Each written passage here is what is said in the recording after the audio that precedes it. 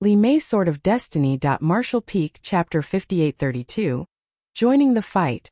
The battle was intense, and with each passing moment, more lives were lost on both sides.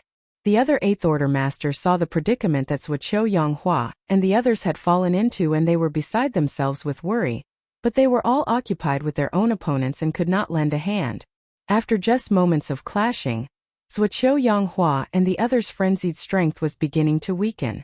For the sake of killing Jiang Qi, the Eighth Order masters had unleashed their most powerful secret techniques, but these methods were similar to Yang Kai's soul-rending thorn in that they not only harmed their enemy, but also themselves.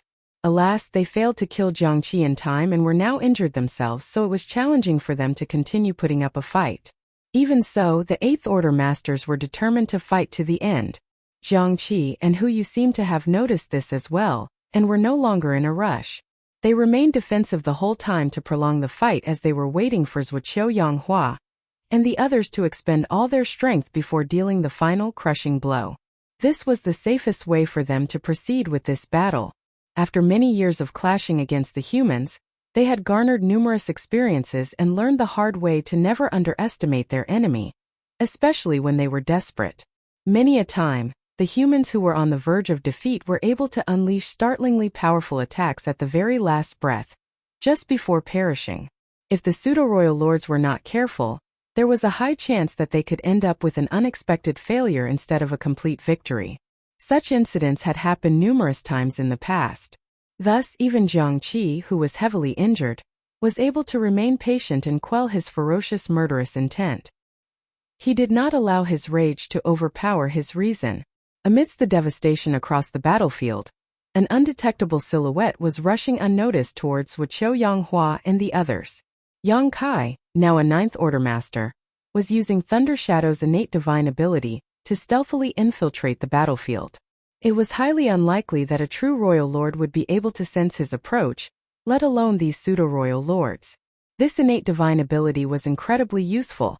For instance, inside the universe furnace, Yang Kai had used it to snatch the supreme Great Open Heaven pill away from the Chaos Spirit King. However, despite its usefulness, there was still a disadvantage. When Yang Kai was using it, he could not use space principles, for as soon as he did, he could no longer conceal himself. That being said, it was not a bad trade-off, as he was immensely powerful now, and could move at great speed even without instantaneous movement. When the purifying black ink battleship exploded, it caused a huge commotion with purifying light lighting up half the battlefield. Yang Kai's attention had naturally been drawn to it right away, so he immediately noticed the situation. Knowing that Zuoqiu Yanghua and the others were in a perilous position, he did not waste a single breath as he rushed to their aid.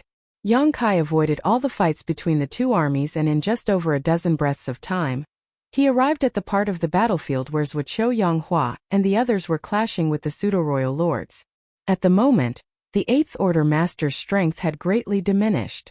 Hu Yu knew that now was his chance to strike, so he charged at the humans and threw a punch with his full force, delivering a shock to the humans as their strength declined at once. To make matters worse, as the humans' injuries were piling up and their auras had grown unstable, even the battle formation was beginning to show signs of cracking. The Eighth Order master's heart sank. Li Mei's Sword of Destiny. There were two reasons why they could put up a fight against the two pseudo-royal lords until now. The first was that Jiang Qi and Hu Yu were being cautious in their attacks, but secondly, and more importantly, they were relying on their battle formation. They had formed a six-paths formation which allowed them to combine their strengths as one. However, if the battle formation broke, they would no longer be able to pose a threat to the pseudo-royal lords.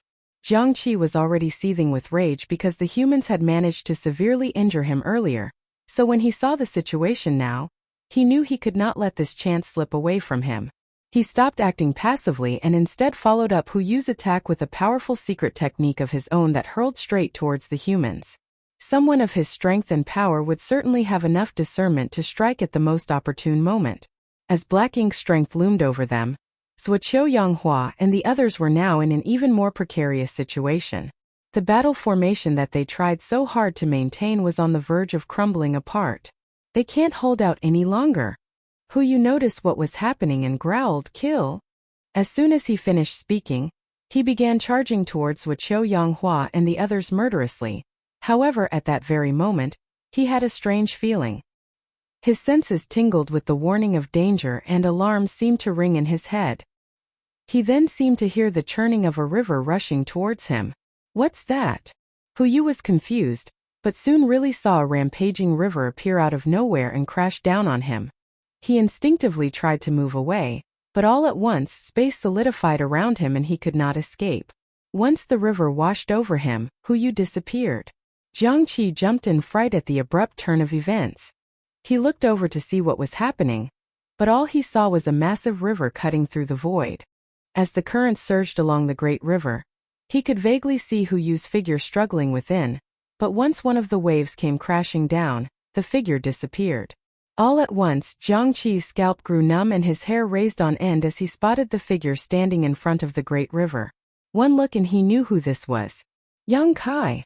It was the Killing Star, the one whose name was known far and wide among both the human race and the Black Ink clan, the one who made the Black Ink clan suffer countless terrible losses over the last few thousand years. Jiangqi had never met Yang Kai in person before.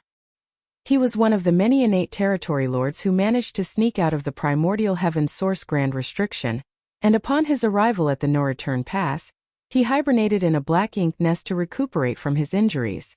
That went on until a few centuries ago when the war broke out in full between the human race and the Black Ink clan.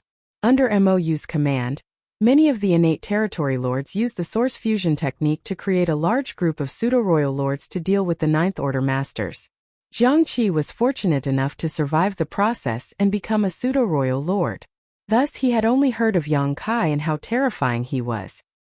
He was only able to recognize Yang Kai because Mo had once shown Yang Kai's face and image to all the Black Ink clansmen before they were sent out. Even now Jiangqi could still recall Monaye's instructions. If they were to encounter this person on the battlefield, their first priority should be to flee. However, if they could not flee, they were to do their best to take on Yang Kai in groups, and under no circumstances were they to fight him alone as they would not be able to hold their own against him. At the time Jiangqi did not think much of it. Based on the information the Black Ink clan received, Yang Kai was sealed up inside the universe furnace and would most likely only be able to leave the next time it opened. Thus, what were his chances of running into this human on the battlefield? All along, Jiangqi thought that Mo was panicking over nothing. Nevertheless, Mo was a true royal lord, so as a pseudo-royal lord himself, he could not make any objections. Despite thinking that there was very little chance of running into the human Killing Star, Jiangqi did not look down on Yang Kai's strength. Multiple pseudo-royal lords died at Yang Kai's hands after he became a Ninth Order master inside the universe furnace. Even a true royal lord had fallen to the Killing Star. None of this information had been kept a secret, so naturally Jiangqi heard about everything. However, he never thought that the impossible would happen right in front of him.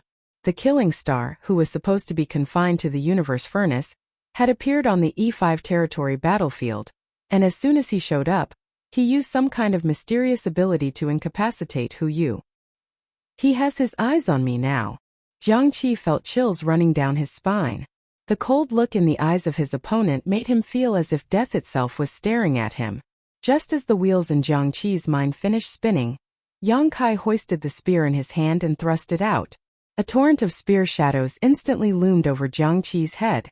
Jiangqi had been extremely wary of the strange river where Huyu had vanished, but he did not expect Yang Kai to forego using it against him. Thus, he was completely unprepared for the attack. He had no way of retaliating against the sudden attack. If he had been at his peak, he might have been able to hold out against Yang Kai for a little while, but he had been gravely injured by the purifying light that burst forth when the purifying Black Ink battleship exploded. Thus, he was no match at the moment. Black blood splattered everywhere as Jiangqi gasped in agony. He stumbled backwards from the onslaught of never-ending attacks. No matter how much strength he tried to muster, he could not do anything to block his opponent. A few short breaths later, Jiangqi froze in place, his eyes wide with terror and bitterness. Yang Kai casually raised his spear with one hand before jabbing it through Jiangqi's chest. The spear jerked and unleashed a ferocious force that turned the pseudo-royal lord into a cloud of blood mist. It had been less than 10 breaths of time since Yang Kai's sudden appearance, but in that time, he managed to kill a pseudo-royal lord while restraining another. Meanwhile, Zhuo Yanghua and the others had come to terms with their impending deaths and were about to make one last attempt to gravely injure their opponents. But now they were simply standing to the side in complete shock. They were all struck with disbelief. How did he show up here? However, they quickly snapped out of it as they filled up with renewed energy. Regardless of why he came, the fact that he was here meant that the Black Ink clan in E5 territory were doomed. After dealing with the two pseudo-royal lords, Yang Kai glanced at Zhuo Yanghua and the others. When he confirmed that there was no threat to their lives despite their depleted strength and serious injuries, he was able to relax and nod lightly to them before his figure vanished. After witnessing Yang Kai summoning the space-time river to confine Hu Yu and slaughtering Jiang Qi right after, masters across the battlefield, be they humans or Black Ink clansmen, were shaken to their core. The sudden eruption of a Ninth Order master's strength was akin to a brilliant sun that illuminated the darkness of the chaotic battlefield. Furthermore, it was accompanied by the disturbance of the death of a pseudo-royal lord. The human spirits soared. Even though they had no clue which master had come to their aid, they knew for certain that it was a Ninth Order master. On the other hand, those from the Black Ink clan were petrified and filled with dread. Since that human killed a pseudo-royal lord that quickly, it's probably one of the two old ancestors, right? Though the other Ninth Order masters were powerful as well, they had only recently reached the Ninth Order open heaven realm, so it was impossible for them to unleash a force this imposing. The Black Ink clan masters were busy making their guesses when all of a sudden, a pseudo-royal lord's furious yet terrified roar rang out from a corner of the battlefield. Yang Kai? As soon as the pseudo-royal lord managed to get the name out, his aura vanished. No one knew what happened to him. All at once, all from the Black Ink clan fell into a stunned daze. It would not have been as serious of a situation if either Xiao Xiao or Wu Qing had come. Though these two veteran Ninth Order masters were stronger than the other Ninth Order humans, the Black Ink clan was still able to deal with them. After all, the pseudo-royal lords had a lot of experience going up against the Ninth Order masters by now. By forming a Three Fortunes formation with three pseudo-royal lords, they could put up a fight against any Ninth Order master. However, if it was Yang Kai who came, then things were going to be a lot more difficult for them. Martial Peak Chapter 5833.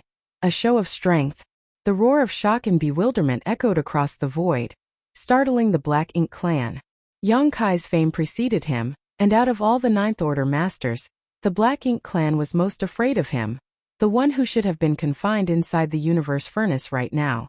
Though they had no clue as to how he managed to escape, he did indeed show up here. Following the cry of fury and alarm, the aura of yet another pseudo-royal lord disappeared without a trace. It did not seem as if he had died. Instead, it was as though he was isolated somewhere and his aura became undetectable. Formations. Get into battle formations. A pseudo-royal lord roared. The pseudo-royal lords then swiftly withdrew from the fights they were in to gather among themselves. The Red Flame Army did not have a Ninth Order master among their ranks, so most of the time, the pseudo-royal lords did not team up into formations. Although they could form a Three Fortunes formation, usually, they would only do so if they were under some kind of pressure from the situation they were in. They were under no such threat in E5 territory, so they mostly chose to fight alone. This allowed them to occupy the attention of even more Eighth Order masters, and it also gave them more freedom to move around. However, a real threat had arrived and they were immediately under great pressure. So naturally, they chose to link up their auras and quickly form Three Fortunes formations. This allowed them to feel a little more secure. Nearly 20 pseudo-royal lords had been sent to E5 territory. Their high number explained why the Red Flame Army failed to claim this territory despite being a mighty army with the finest fighters and arms, assisted by numerous powerful divine spirits. Now that most of the pseudo-royal lords had formed battle formations, there were two of them remaining who could not form one and were stuck in an awkward predicament. A battle formation could not be formed with just two pseudo-royal lords, but there was no other pseudo-royal lord around to form a trio with them. It was as if they had been abandoned by their allies. They felt annoyed and resentful for having been too slow. Nevertheless, they had their wits about them still. Since they could not form a battle formation, they immediately withdrew from the battlefield and moved to the rear. Once the pseudo-royal lords had their battle formations to rely upon, they felt more confident. However, when they looked around and saw what was happening in front of them, their expressions morphed into shock and terror. Yang Kai was cutting across the battlefield without hiding himself at all. He had a long meandering river around him that was like a massive dragon swimming through the void. Wherever he went, the great river surged and its currents washed over countless Black Ink clansmen, all of whom disappeared as a result. On the other hand, even if some humans were entangled with the captured Black Ink clansmen, they were completely unaffected. No one could stand in Yang Kai's way. Even the territory lords could not defend themselves from the rampaging river. Yang Kai was single-handedly carving out a path through the intense battlefield. What the hell is that thing? All the pseudo-royal lords were thunderstruck by the river that was circling around Yang Kai.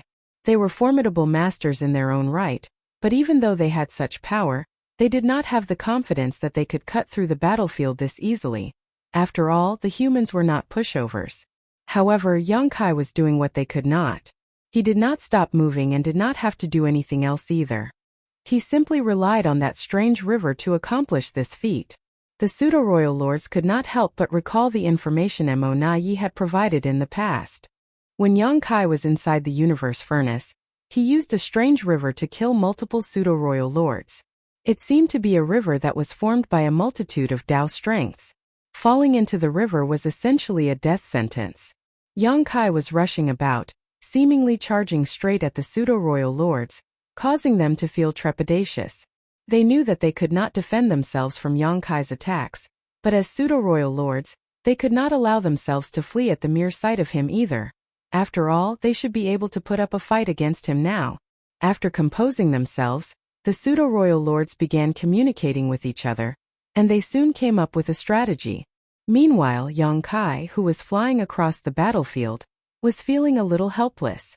Initially, he wanted to use Thunder Shadow's innate divine ability to sneak up on the pseudo-royal lords.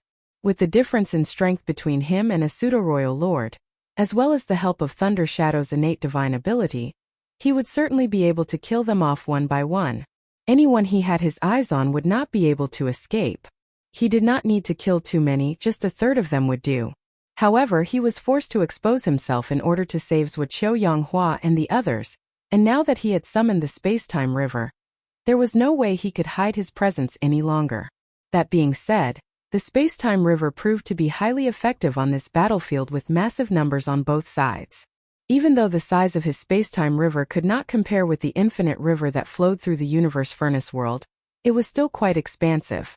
Wherever the river flowed, Yang Kai could clear the place in a flash as all from the Black Ink clansmen would be sucked into the river. With so many violent Dao strengths filling the space-time river, most of the Black Ink clansmen died the moment they fell into it. Even the few stronger ones could only barely survive for a few breaths. In just a few moments, Yang Kai had cut across the entire battlefield. He instantly saw 3 pseudo-royal lords in a battle formation charging over to him, while even more of them were trying to come around from the sides. Yang Kai did not care about the pseudo-royal lords who were taking the longer route. Instead, he met the 3 in front of him head-on. Chills ran down the spines of the 3. It took a lot of courage for them to face off against the Killing Star. They were only able to muster up the courage to do so because they were now pseudo-royal lords and had allies of similar strength to back them up. When they saw Yang Kai rushing towards them, they had to force down their urge to run away as they desperately began hurling powerful secret techniques at him. Yang Kai did not attempt to dodge these attacks at all. The dark bolts of light all shot into the space-time river, causing the waves to become even more turbulent as it churned with great ferocity, but Yang Kai remained unscathed. The distance between them continued to shorten, and all of a sudden Yang Kai lunged forward. He abruptly appeared near the 3 pseudo-royal lords and eyed them coldly as he sneered. "You're quite bold." He made a grabbing motion and was somehow able to hold the space-time river in his hand. With a quick, forceful flick, the great river seemed to turn into a long whip that closed in around the 3 pseudo-royal lords. They never thought that the space-time river could take on a new form in such a strange way. As they were caught off guard, they could not avoid the river whip. The Dao strength swirled around them and cut into their flesh and souls. Their battle formation, which had been weak in the first place, instantly crumbled apart. An enormous wave crashed down upon the 3 pseudo-royal lords, and they were all sucked into the space-time river. Filled with terror, They immediately tried to resist and drag themselves out of the space-time river, but it was as if the waters had turned into quicksand. No matter how hard they struggled, it did them no good. Waves of Tao strengths continued to crash down on them, and one by one, their struggling silhouettes disappeared into the depths of the river. After a brief encounter with Yang Kai, all three pseudo-royal lords vanished, and there was no way of ascertaining whether or not they were even alive or dead. When the other pseudo-royal lords saw what happened, their hair stood on end and they were chilled to the bone. After many years of battle experience, the Black Ink clan confirmed that a battle formation of 3 pseudo-royal lords was powerful enough to take on a Ninth Order master. All of the current Ninth Order masters, be it the new ones or the older, more experienced ones, could not do much against 3 pseudo-royal lords in a battle formation. Even though a trio of pseudo-royal lords would not be able to defeat a Ninth Order master either, they were still enough to keep the latter occupied. The pseudo-royal lords were fully aware of Yang Kai's terrifying reputation, and they had also done their best to avoid underestimating him. Thus, when they noticed his presence, they all abandoned their original opponents and formed battle formations before attempting to take him on. They wanted to rely on the strength of all the pseudo-royal lords combined to deal with Yang Kai. They knew Yang Kai had his space secret techniques which allowed him to escape from a losing fight, but they were also willing to accept the possibility of simply driving him off. The pseudo-royal lords never imagined that Yang Kai's formidability in battle and the horror of going up against him would far exceed their estimations. As soon as the 3 pseudo-royal lords crossed paths with him, they were immediately lost to the great river, their fates completely unknown. The pseudo-royal lords began wondering whether they could truly take on such an opponent. Yang Kai did not waste any time. He swiveled around and began charging at another group of 3 pseudo-royal lords who no longer had the guts to face him head-on. They had just seen what happened to their fellow pseudo-royal lords earlier, and were not keen on sharing the same end. Therefore, after a brief moment of hesitation, the 3 pseudo-royal lords split up and started fleeing in 3 different directions. Yang Kai was amused as he roared, "Where are you trying to run?" He dragged the space-time river with one hand and rushed after one of the pseudo-royal lords. When the latter turned around and saw this, he immediately panicked. The 3 pseudo-royal lords had scattered to escape on their own, so he had no idea why he was the unlucky one who was now targeted by the killing star. He could not hesitate for even a single moment as he quickly used a life-saving secret technique, spitting out a huge mouthful of black blood as his speed dramatically increased. All at once, the pseudo-royal lords' attempt to surround and confine Yang Kai had been negated. They lost all their will to fight after seeing the first group of pseudo-royal lords vanishing into the space-time river. The pseudo-royal lord that Yang Kai had his eye on was not the only one who was trying to flee now. All the other pseudo-royal lords were running off as well. They were afraid that Yang Kai would turn around and hunt them down next. As Yang Kai went after the pseudo-royal lord, he had to focus on using his might to quell the commotion inside the space-time river. Meanwhile, out on the battlefield, without the pseudo-royal lords to aid in combat and lead the battle, the Black Ink clan army was severely weakened. The Eighth Order masters and the divine spirits naturally seized this chance to cut into the enemy lines. Soon, the battle that had been a virtual stalemate for years dramatically tipped in favor of one side. The humans had the upper hand, whereas the Black Ink clan was losing miserably. The leaders of the Eastern, Southern, Western, and Northern armies made the most of this opportunity. Orders went out to all 4 armies that made up the Red Flame Army, and they charged onto the battlefield to secure a landslide victory by wiping out the Black Ink clan. In just half a day, the Black Ink clan army had been routed and the scattered handfuls of survivors quickly retreated towards their stronghold. Alas, the humans were not going to let this chance slip away from them. The commanders made the call and the Red Flame Army hunted down the remaining Black Ink clansmen. They were able to slaughter many along the way, and Black Ink's strength that escaped from the dead corpses seemed to fill nearly half the void. It was an overwhelming victory for the Red Flame Army, and they only stopped the chase once they were half a day's travel away from the Black Ink clan's main base. Marshall Peak, Chapter 5834 Slaughter. As the battle came to an end, the Red Flame Army at last tasted victory that had long eluded them. Many lives had been sacrificed in the process, but even so they could not hide their joy. The army commanders gave the order and everyone began cleaning up the battlefield. Universe fragments were dragged over, and a temporary base was created in the void. The human race army gathered at the spot which was directly opposite the Black Ink clan's main base in the distance. The two bases were only half a day's travel apart, so the stronger masters with keener eyesight could even see what was happening inside their enemy's stronghold. They could tell that the Black Ink clan was on high alert. Now and then, the aura of a pseudo-royal lord would flicker and flash. It was as if the Black Ink clan was trying to scare the humans, but that only proved that they were putting up a strong front. Throughout the war, the Red Flame Army reclaimed many great territories, but they faced the most resistance in E5 territory by far. In the previous great territories, the Black Ink clan rarely engaged the humans in large-scale battles. It was almost as if they surrendered without much of a fight. The Red Flame Army had suffered many losses throughout the decade of war in E5 territory, but in the battle today, they managed to deal a crushing blow to the Black Ink clan army and slaughter many of their masters. The humans were thrilled, and they were even more excited because it seemed as if a Ninth Order master was joining them. All along, the Red Flame Army and 5 other armies did not have a Ninth Order master assuming command, leaving them deeply envious of the Azure Sun Army, the Profound Nether Army, and others with Ninth Order masters leading them.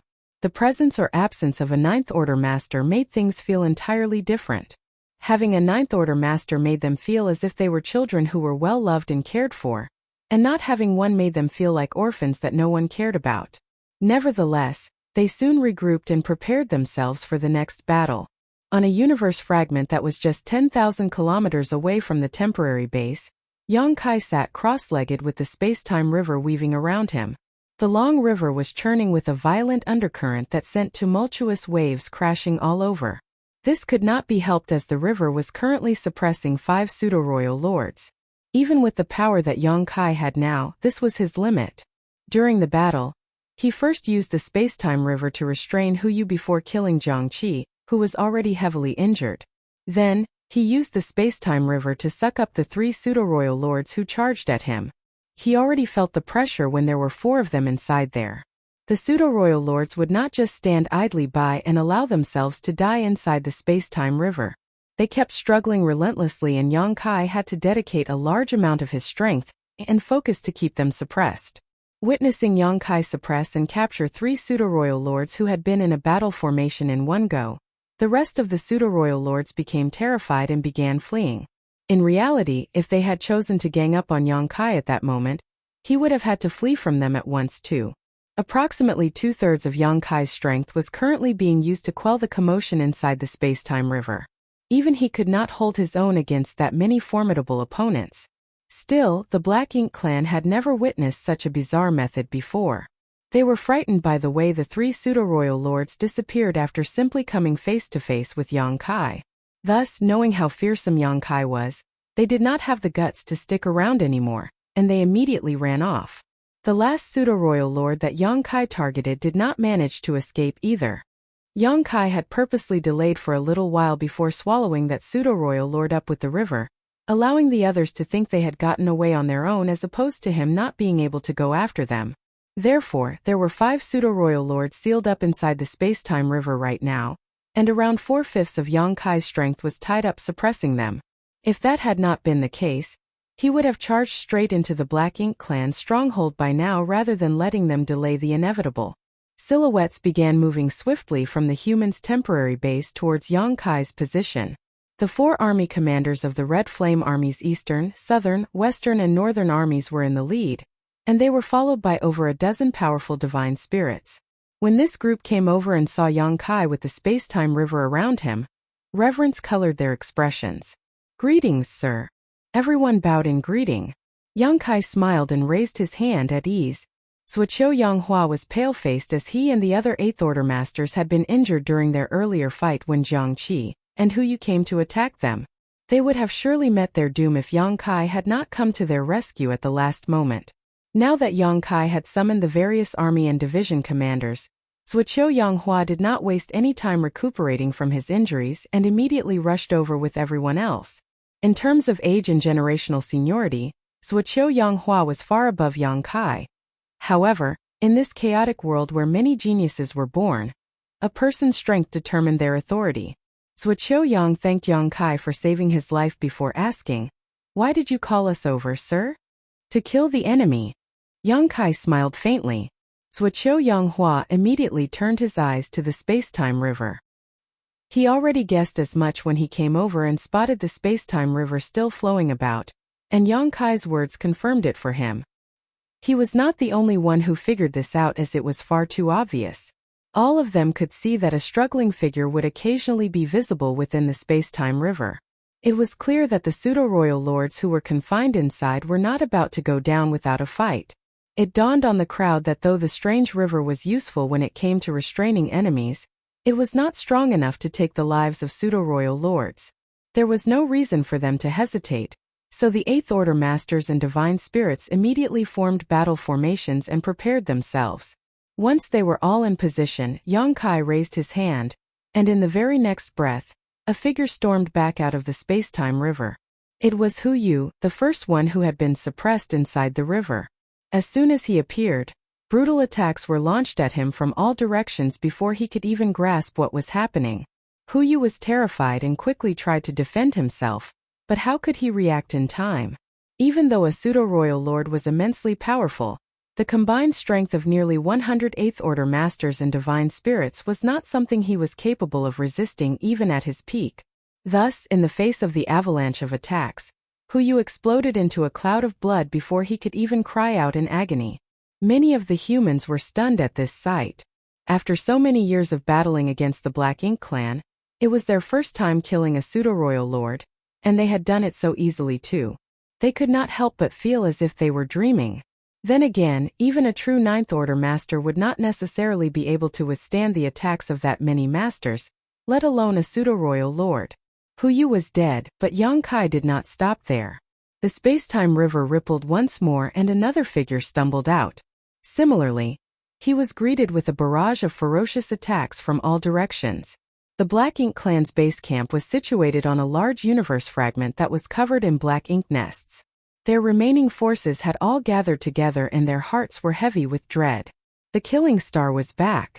In this battle, the Black Ink clan lost 6 pseudo-royal lords and countless other masters. Even though they managed to flee back to their stronghold, the pseudo-royal lords did not feel secure at all. The thought of Yang Kai's earlier display made them extremely fearful. The strange river seemed to contain a mysterious power that they could not deal with. Now that the army had suffered a crushing defeat, the pseudo-royal lords were beside themselves with worry as they did not know what to do next. Previously, the pseudo-royal lords, who numbered almost 20 in total, had gathered here under Emonaye's orders to decimate the Red Flame army by killing as many human race masters as possible. Everything had been going according to plan. The Black Ink clan had been in control of the battle as they had the strength of a large number of pseudo-royal lords backing them, so they were certain they would achieve their goal in just a few more years. However, everything fell apart thanks to the arrival of a single human. The pseudo-royal lords who fled back to their stronghold held a simple discussion. They quickly decided to send news regarding Yang Kai's arrival back to the no-return pass. In reality, they wanted to immediately retreat, but they dared not leave the area without Emonaye's orders, so they had no choice but to group together and watch out for any possible attacks on them.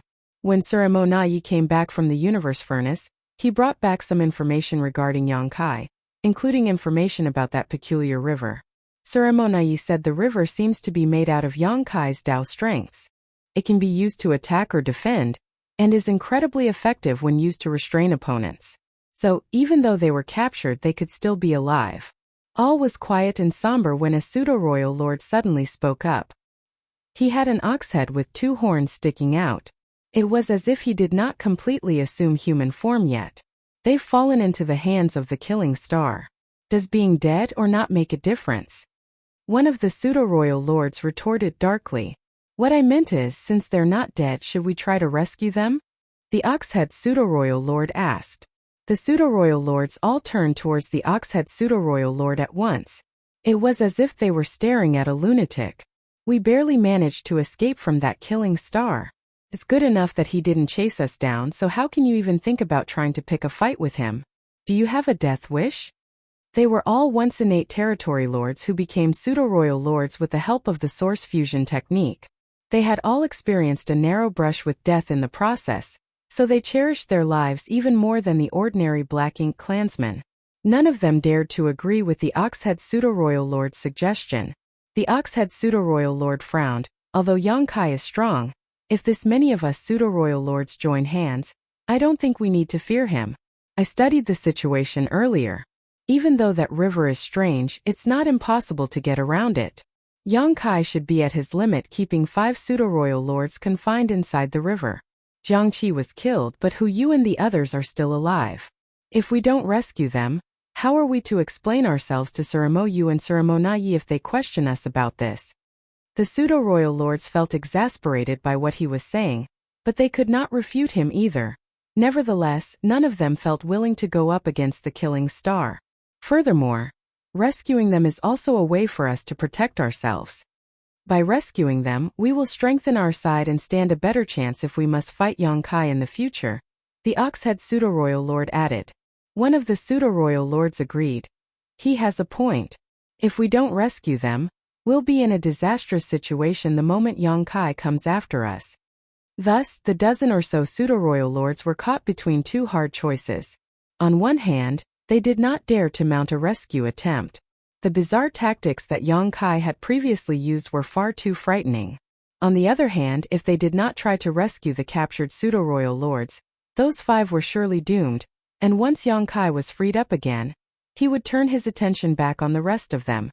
However, before the Pseudo-Royal Lords could come to an agreement on what to do, the extinguishing of a top master's vitality reverberated across the void. Even though there was quite a distance between the two bases, the Pseudo-Royal Lords picked up on the commotion with crystal clarity. That was Hu Yu. The Oxhead Pseudo-Royal Lord turned in the direction the commotion had come from, and he could not help but sigh. There's no point going over now. Since the humans had started their slaughter, it was already too late. True enough, they began sensing the deaths of even more Pseudo-Royal Lords. Each death caused a huge disturbance, and in short order the fallout occurred 5 times. This meant that the 5 captured Pseudo-Royal Lords had all been executed. All at once, the surviving Pseudo-Royal Lords could not help but feel grief over the lives that had been lost, as it could have very easily been them who suffered this fate. Martial Peak Chapter 5835, Hit and Run. After sensing the deaths of 5 Pseudo-Royal Lords, the rest of the Pseudo-Royal Lords who had been lucky enough to survive huddled together on the universe fragment where the Black Ink clan's base was. It was hard to describe what they were feeling as questions ran through their minds. Isn't the Killing Star supposed to be confined inside the universe furnace? Why did he show up here out of the blue? How did he manage to get out? Regardless of how Yong-kai, who was now a 9th Order Master, managed to leave the universe furnace, he was bound to be a great threat to the Black Ink clan. Upon showing up at E5 territory, he swung the battle wildly in the humans' favor, and the Black Ink clan army suffered tremendous losses. The deaths of their clansmen filled their hearts with dread. The Oxhead Pseudo-Royal Lord squared his chest and said, Yong-kai is back and none of us can challenge him one-on-one. Even if we form battle formations, we might not be able to gain the upper hand when he has that strange river of his. Now that Hu Yu and the rest are dead, Yong-kai will surely seek us out. From now on we must always travel in groups. No one is to move around alone. We cannot let him get even the slightest chance of attacking us. As for what we're going to do next, well, let's wait for Suramo Na Yi's orders. What do you say? All the Pseudo-Royal Lords swiftly nodded in agreement. Grouping up was the only way they could feel a little more secure when they were up against an opponent as strong as Yong-kai and all his peculiar methods. Now that they were all on the same page, the Pseudo-Royal Lords did not dare to venture away from each other. They gathered together and used their divine senses to scan the surrounding area, constantly keeping their guard up against Yong-kai. Back at the humans' temporary base, after killing the 5 Pseudo-Royal Lords who had been captured, Yong-kai flicked the space-time river one last time and countless dead bodies were thrown out. These were the other Black Ink clansmen who had been pulled into the space-time river earlier. Pseudo-Royal Lords who were caught inside the space-time river could still use their immense power to defend themselves from the torrent of Dao strengths, but the others who were not as powerful could not do likewise. Even the territory lords who had fallen into the river could only survive for a few moments while the weaker ones died as soon as they were sucked in. During Yong-kai's dash across the battlefield, over 1 million Black Ink clan soldiers had been swept into the space-time river. The dead bodies that fell out created a mountainous pile that made the Eighth Order Masters and Divine Spirits feel their scalps numbing. They sighed in awe. Yang Kai had already been known for his fearsomeness when he was just an Eighth Order Master. Now that he was a Ninth Order Master, they were certain that he was the most powerful master among the humans, as they doubted that any other Ninth Order Master had the ability to decimate as many enemies as he did. Wait here, everyone. I'll be right back, Yang Kai instructed, putting away the space-time river before standing up and taking a step and vanishing. Suoqiu Yanghua and the others had been waiting to ask Yang Kai what they should do next, but since he had given the word, they could only wait patiently, though they were puzzled as to what Yang Kai was doing. However, they soon found out what Yang Kai was up to. A great chaotic explosion burst forth from the direction of the Black Ink Clan's base. Everyone's attention was drawn to it as they saw flashes of secret techniques shooting in all directions. They even heard the sounds of Yang Kai's laughter, and the pseudo-royal lord's roars of fear and anger. The Eighth Order Masters and Divine Spirits were dumbstruck. He went to attack the Black Ink Clan's base alone? Just how fearless is he?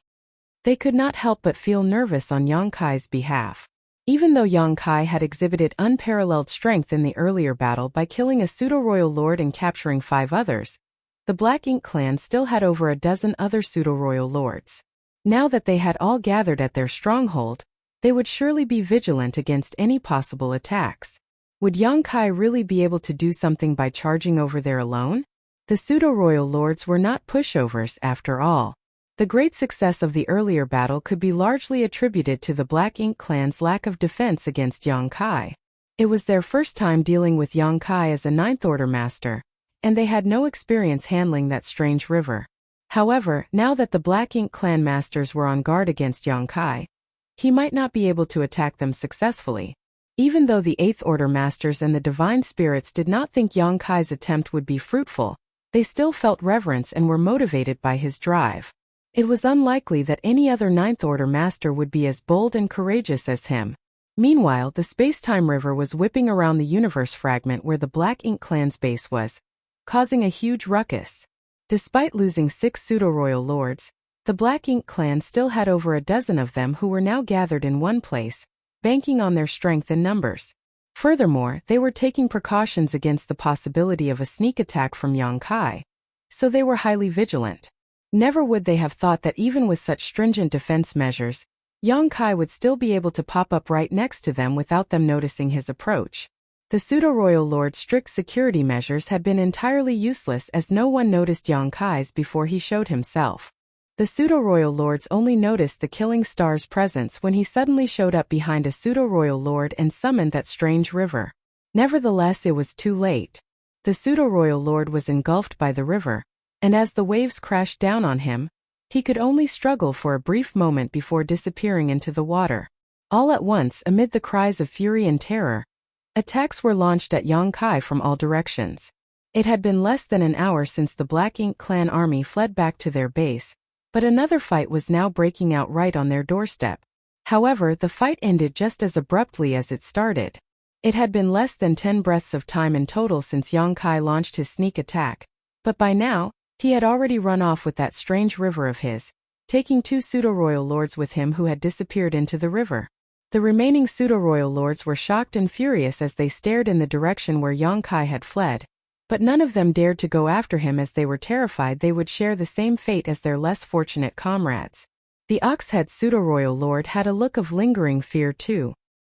He had also been swept into the space-time river, and had nearly failed to struggle back out of it.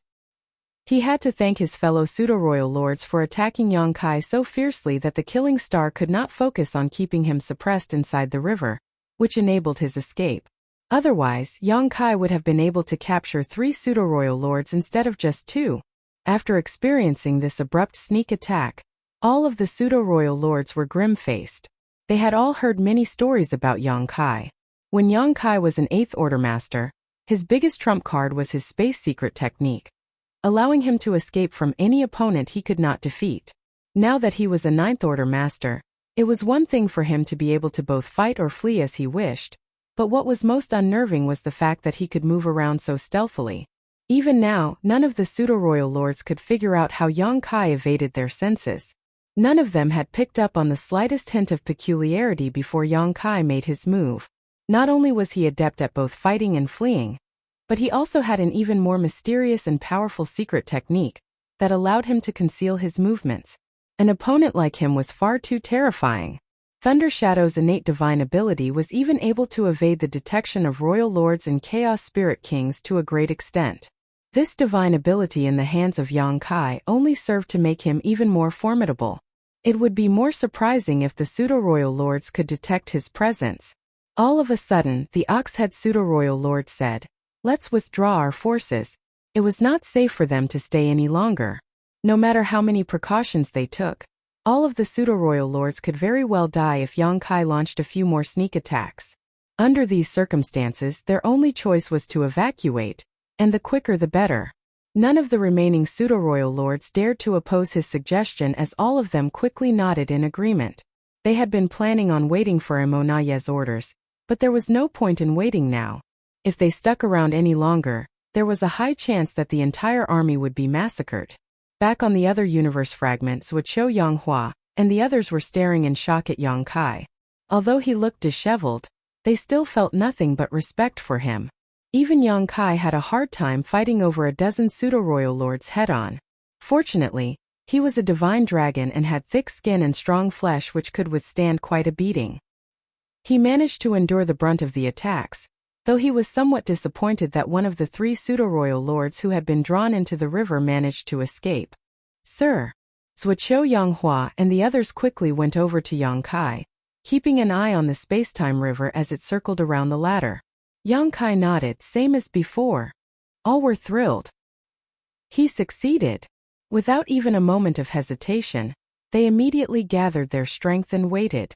Just as before, Yang Kai released a pseudo-royal lord from the space-time river, and the latter was greeted by a flurry of fierce attacks. The 2 pseudo-royal lords who had been captured did not even get the chance to fight back, as they both died one after the other. The 8th Order Masters and Divine Spirits were ecstatic.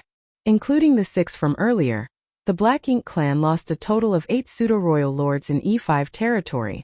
Since the humans and the Black Ink clan entered a state of all-out war, the humans had not been able to kill as many pseudo-royal lords as they did today, even when combining the achievements of all 12 armies.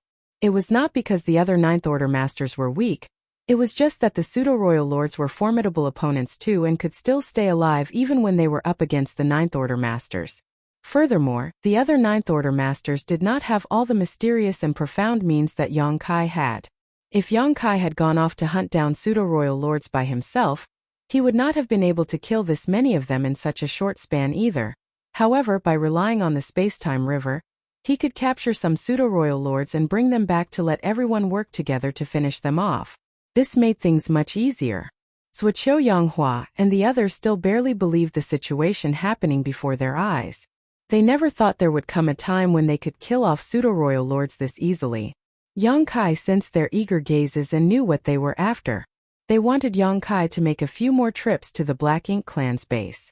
Even if he only brought back 2 per trip, they would still be able to slaughter all of the pseudo-royal lords if he made 6 or 7 trips. Yang Kai, however, just chuckled. It's not possible anymore. The Black Ink clan seems to be withdrawing their army. The remaining pseudo-royal lords would have fled by now. Withdrawing their army? Zuoqiu Yang Hua and the others were stunned as they stared off into the distance at the Black Ink clan's base. True enough, once they focused, they could see the bustle of activity at the Black Ink clan's base. A large number of Black Ink clansmen were rushing towards the territory gate to retreat to the adjacent Great Territory. It was less of an orderly withdrawal than a rush to escape. How could the humans just let them go though? The 2 armies had been clashing at E5 territory for over a decade and countless humans had died in the process. The bloody feud between them made it impossible for the Red Flame Army to simply allow the Black Ink clan to retreat in peace. Moreover, the Black Ink clan army's large-scale retreat was a great chance for the humans to hunt them down and bolster their victory with even more kills. With that thought in mind, the army commanders exchanged glances and instantly picked up on each other's intentions. The army commander of the Southern Army patted Zuoqiu Yang Hua's shoulder and gave him a meaningful look. "You're injured, senior brother, so you should stay here and tend to your wounds. You can keep Sir Yang company and chat with him for a bit. Leave the enemy to us." Zuo Yanghua got the message and nodded. Good. I'll handle the rear this time. Soon, the orders went down and the human race masters who had only just finished setting up their camps flew off again. This time, the four armies rushed straight towards the Black Ink clan's base as yet another battle was about to begin. Martial Peak Chapter 5836. Crushing the Enemy. The Black Ink clan had set up their base in front of a territory gate that led to a nearby great territory, which made things convenient in the event that they had to make a hasty retreat. Now that the pseudo-royal lords had been scared off by Yang Kai and had run away, the rest of the Black Ink clan army followed suit. That being said, the Black Ink clan army had massive numbers and it was impossible for all of them to retreat at once. Thus, even though the two camps had been half a day's worth of travel apart, the Red Flame army would still be able to score significant kills if they rushed over now. The Red Flame army were not at all afraid of a Black Ink clan army without any pseudo-royal lords among them. They knew for certain that it was going to be a one-sided slaughter. Zuo Yanghua and the other injured 8th Order masters of the Eastern Army looked on with delight as they watched the Red Flame army fly off into the distance. It had been 10 long years and the Red Flame army was finally able to claim E5 territory. However, the most important aspect to celebrate now was the fact that Yang Kai's appearance led to the Black Ink clan suffering significant losses among their top masters. The Black Ink clan would deeply feel this loss for quite some time. Many years ago, the humans figured out what the Black Ink clan were up to and changed their strategy as well. Reclaiming great territories was no longer their goal. Instead, they aimed to kill the Black Ink clan's strongest masters as that was the only way for them to weaken the Black Ink clan. Everything that the Red Flame army accomplished now was thanks to a single man. Zuo Yanghua and the others were exhilarated at the thought that the Red Flame army might finally be able to count a 9th Order master among them, and one as powerful as Yang Kai to boot. Sir, did the Supreme Headquarters send you over to aid us? Zuo Yanghua asked as he withdrew his gaze from the impending battle. Indeed, Yang Kai nodded. Senior Brother Mi said that the battle was becoming perilous in E5 territory, so he asked me to make the trip. After seeing the looks of joy on everyone's faces, Yang Kai could more or less figure out what they were thinking, so he chuckled and added, "But I won't be staying with the Red Flame army." The 8th Order master's delight turned to shock as one of them asked, "What do you mean, sir?" It seemed as if things were not quite what they expected. "We have 12 armies, but there aren't enough 9th Order masters to assume command of all of them," Yang Kai explained. "That's why I'll be moving around the 6 without a 9th Order master to support them. Anyone who runs into any difficulty can ask me for help, and I'll head over at once. As you know, I'm proficient in the use of space principles and can travel at great speeds. This is an advantage of mine that the other 9th Order masters can't match." Having heard what Yang Kai said, the 8th Order masters fell deep in thought. Although they yearned for Yang Kai to stay and assume command of the Red Flame army, doing so would be too unfair to the other 5 armies without a 9th Order master, as they too were under a lot of pressure. An immeasurable number of humans had sacrificed their lives throughout the many years of war against the Black Ink clan, and every human hated the Black Ink clan to the core. The humans could not waste any amount of strength they had that could be used to overpower the Black Ink clan. Therefore, though they were a little disappointed after hearing what Yang Kai said, they could still accept it as they were leaders of an army and wise enough to know what was best. Zuo Yanghua nodded and said, "You're right, sir. Having you take the trouble to move around more is the only way to minimize our losses." Yang Kai smiled and assured, "You don't need to worry. It's been so many years, so I'm sure the next generation of 9th Order masters will come along soon enough. In the future, there'll be more than enough 9th Order masters to go around." His words lifted everyone's spirits. Just as Yang Kai said, the prolonged war against the Black Ink clan had given the human race masters enough time to grow and rise up. Right now, every army had a group of talented masters who were at the peak of their cultivation, and had the chance to become 9th Order masters. Perhaps some pleasant surprises would happen with these talented youths. When the time came, the humans would see a sudden jump in the number of 9th Order masters. There would surely be enough of them to lead more than 20 armies, let alone the 12 they had now. The humans would no longer be troubled by a lack of 9th Order masters. Zuo Yanghua then frowned. The Black Ink clan should also be having territory lords becoming royal lords soon. There are now a lot of acquired territory lords too, all of whom have the ability to become royal lords. it's easier for the Black Ink clan to ascend to a new realm as well. Who knows what kind of heritage they have now after so many years. It's a shame that the territory lords who have a chance to become royal lords have all been kept within the no-return pass to grow with the help of the high-ranked Black Ink nests there. The humans have no way of gathering any intelligence on them. Upon hearing this, Yang Kai raised his brow. What a coincidence. I was just planning on making a trip over there to take a look. You're heading to the no-return pass, sir? Zuoqiu Yanghua asked, startled. That's right, Yang Kai affirmed. I'm heading over to bring something back. He was perfectly calm and relaxed, but the Eighth Order masters froze in shock as they exchanged glances.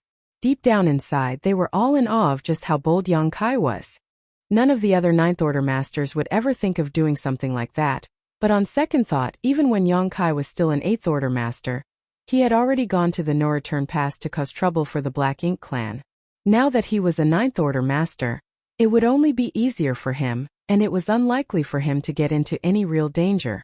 In any case, they were not in a position to worry about a Ninth Order master's safety. Be careful, sir, Zuoqiu Yanghua said seriously. Yang Kai nodded and instructed them, after reclaiming E5 territory, stay here for a while and reorganize yourselves. Wait for orders from the Supreme Headquarters to see what the next step is going to be. Yes, sir. The group of Eighth Order masters promised. Even if Yang Kai had not said anything, they would not have attempted anything on their own accord either. The Supreme Headquarters was in charge of directing all of the armies. Even though each army seemed to be fighting independently, in reality, they were able to provide each other with some level of support thanks to centralized coordination. If any one army moved too far ahead and broke off contact from the rest, they would be in a terrible situation if the Black Ink clan seized that opportunity to target them. Yang Kai did not stick around to say anything else. He got to his feet and dashed off into the void while Zuoqiu Yanghua and the others saw him off.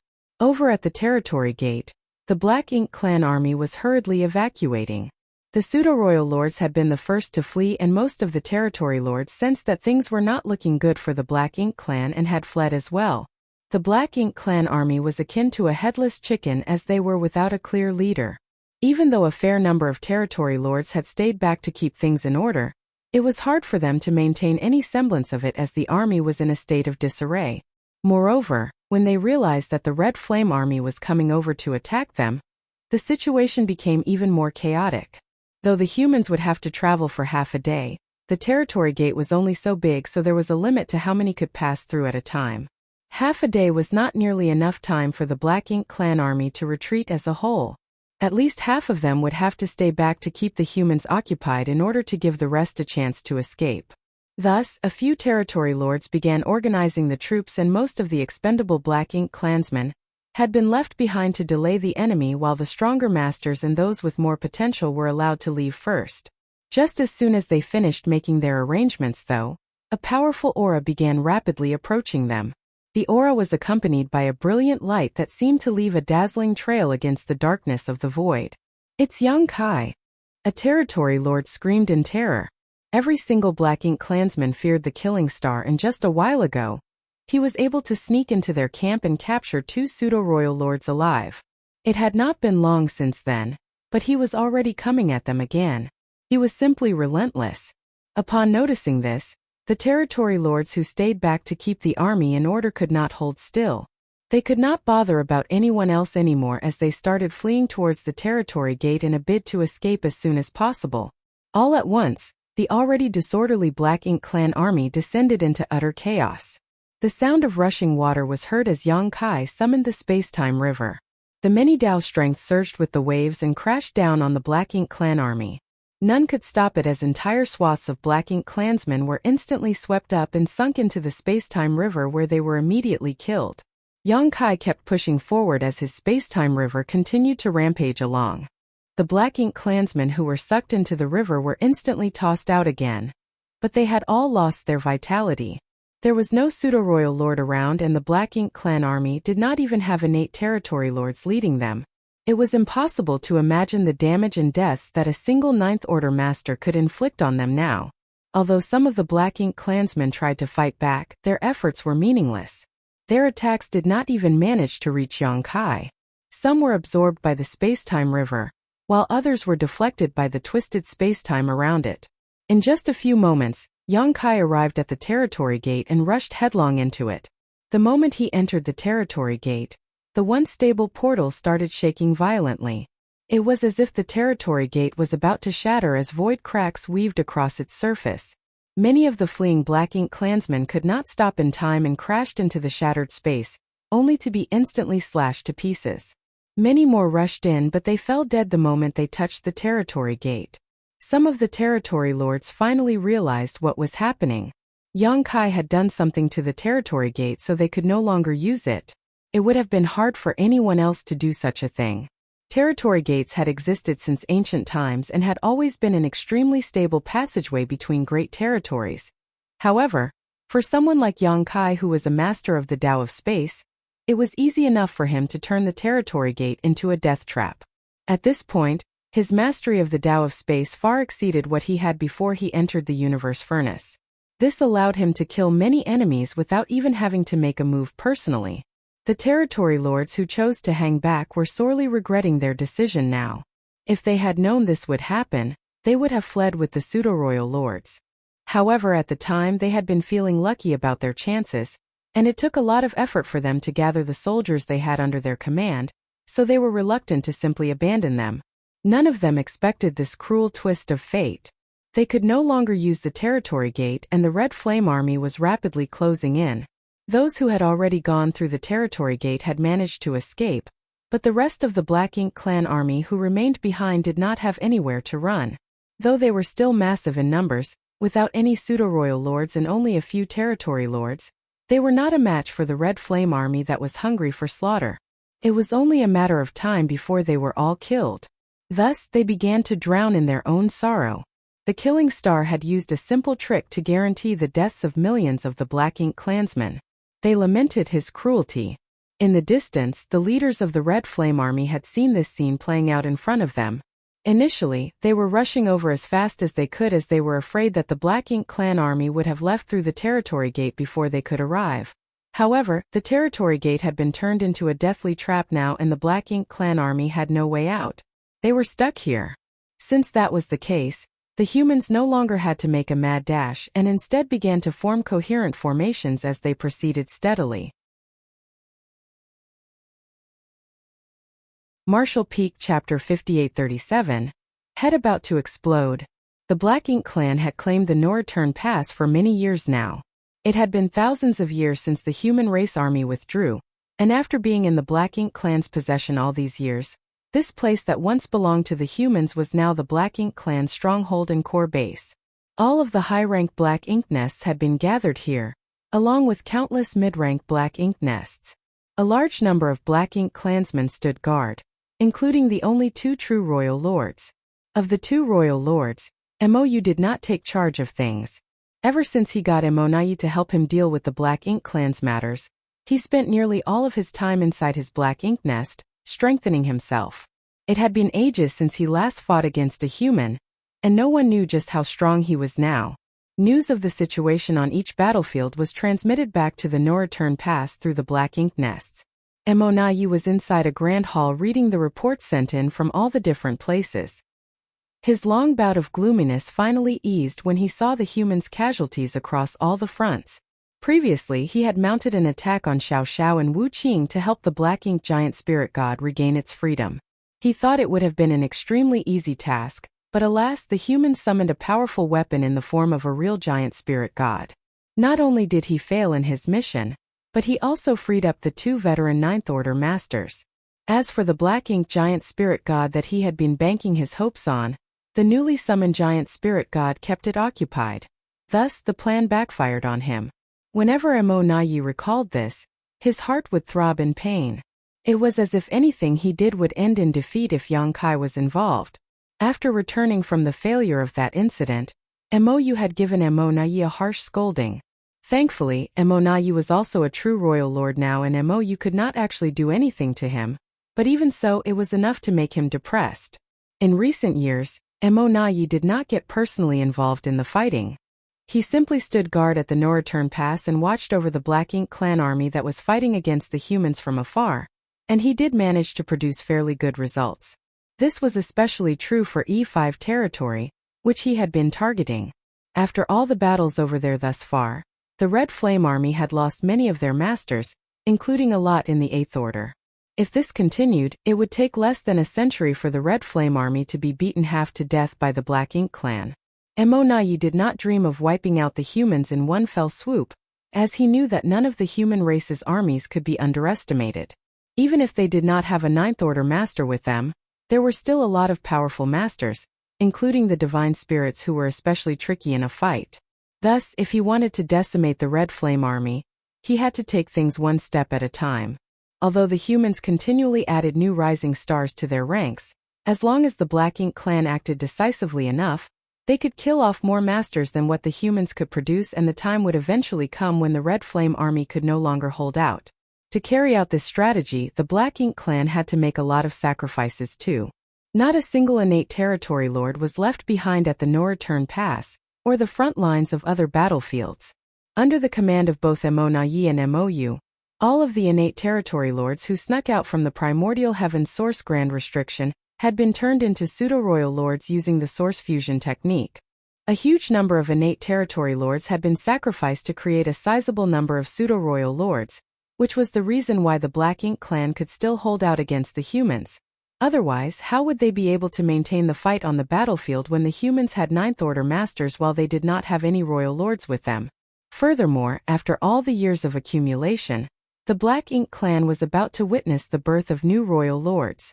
During the early days when Emonayi first assumed command over the Black Ink clan, he had already selected a large group of territory lords who had the potential to become royal lords and kept them hidden inside the No Return Pass to cultivate.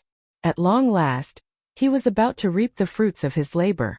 So long as more royal lords were born, the Black Ink clan would be able to make up for the disadvantages they faced due to the Ninth Order masters. And when that happened, the human race's situation would become even more disastrous. Do the humans think they're winning just because they reclaimed a few great territories? What a joke! Emonayi set down the reports in his hand and leaned back against his chair. He tapped his fingers on his desk with a thoughtful look in his eyes. He was considering whether he should increase the number of pseudo-royal lords in E5 territory to put the Red Flame Army under even more pressure. Right now, the Black Ink clan was in a position to do so, as there were many pseudo-royal lords at the No Return Pass who were restless and could not stay put. They often came to him to ask for the chance to join the fights, though he rejected them all. What he wanted was to kill as many of the humans' most powerful masters as possible to weaken them overall. There were often Eighth Order masters of the Red Flame Army who willingly sacrificed their lives to injure pseudo-royal lords and force them to leave the battlefield. Emonayi was more than happy with this situation, as he did not care about the deaths of any of the Black Ink clansmen weaker than territory lords.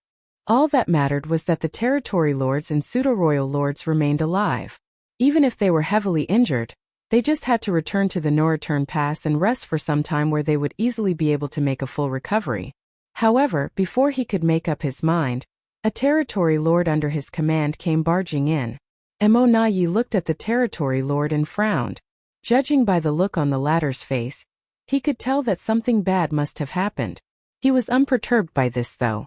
Out on the battlefield, things could change at any moment, and while he had been receiving mostly good news from the front lines, there would still be times when things did not go their way.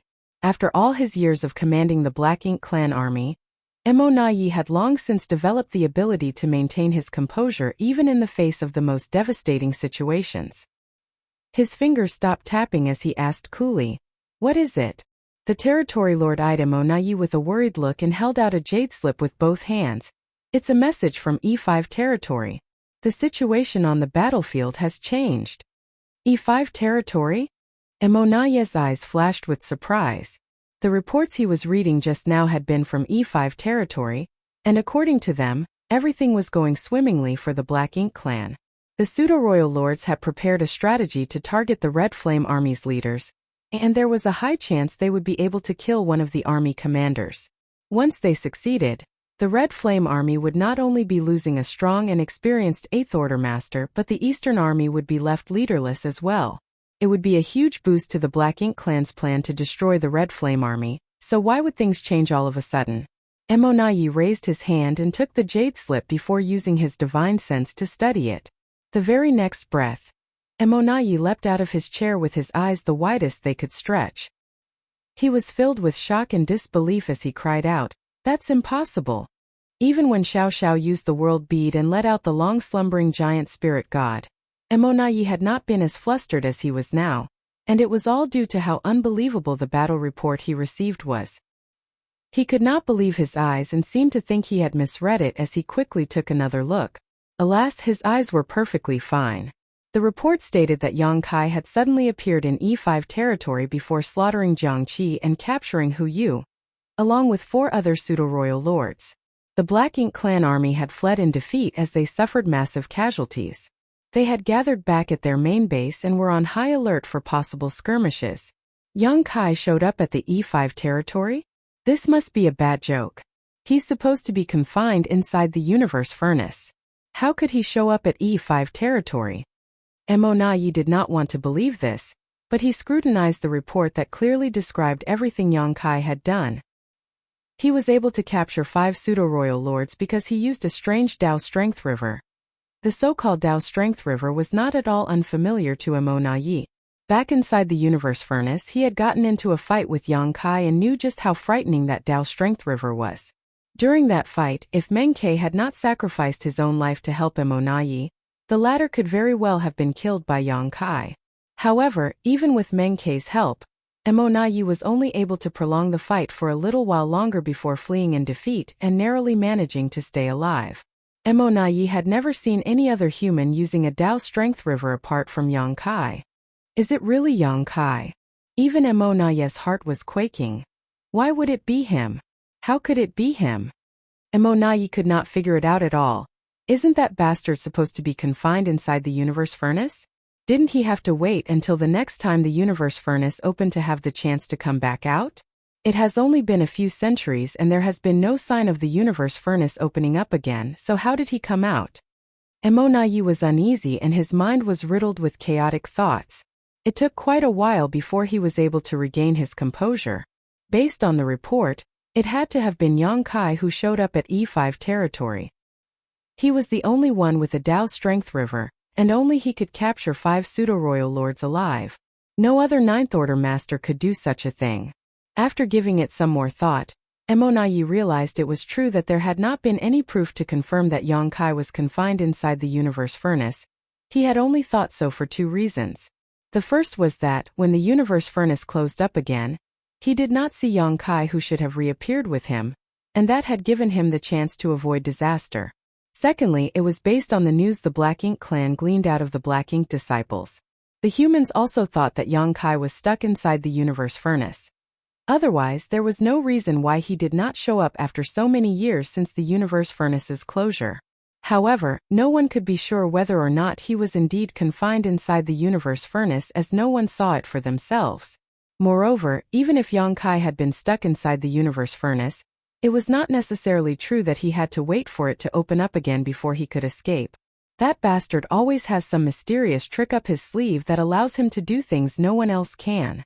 Emonayi rubbed his temples, feeling like his head was about to explode. His cheerful mood from earlier had vanished entirely. All along he thought he would no longer have to deal with Yang Kai, the thorn in his side. Over the last few centuries he accepted the possibility of Yang Kai being locked up inside the universe furnace as fact. However, now that the battle report was right before his eyes, the terror that had been buried deep inside his heart was pouring out again. He was not afraid of any of the other Ninth Order masters, be it the newer ones or the 2 more experienced ones. Yang Kai, the one behind his suffering and numerous defeats, was the only one he was truly wary of. There was no point for him to continue with his earlier considerations now. Since Yang Kai had shown up at E5 territory, things were not going to go according to the Black Ink clan's plans anymore. As someone who fought against Yang Kai inside the universe furnace, Emonayi knew Yang Kai's strength better than anyone else. Martial Peak Chapter 5838 Report. The report from E5 territory clearly stated that Jiang Qi had been killed and 5 other pseudo-royal lords, including Hu Yu, had been captured. Emonayi knew without a doubt what their fate would be. Thus he swiftly gave the order. Send a message back to E5 territory. Tell the pseudo-royal lords to group up and keep a close eye on Yang Kai. Don't let him get a chance to strike again. The territory lord left to do as told. However, a few moments later he came running back again. Seeing the ashen look on his face, Emonayi had a bad feeling. He gritted his teeth and asked, "What happened now?" The territory lord hung his head low and held out another jade slip with trembling hands.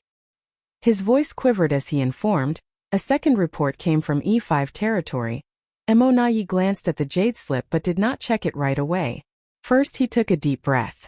If a second report was sent so soon after the first, it could only mean one thing. Emonayi knew that something terrible must have happened in E5 territory. More importantly, the Black Ink clan had to have been the ones who suffered. Otherwise, they would not have sent 2 reports in a row within such a short period. The situation was probably even worse than he feared.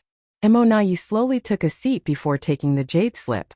He composed himself and checked the dispatch. Despite being mentally prepared for it, he nearly fainted from the latest report. The previous one stated that Yang Kai showed up at E5 territory, slaughtered Jiang Qi, and captured 5 pseudo-royal lords, including Hu Yu.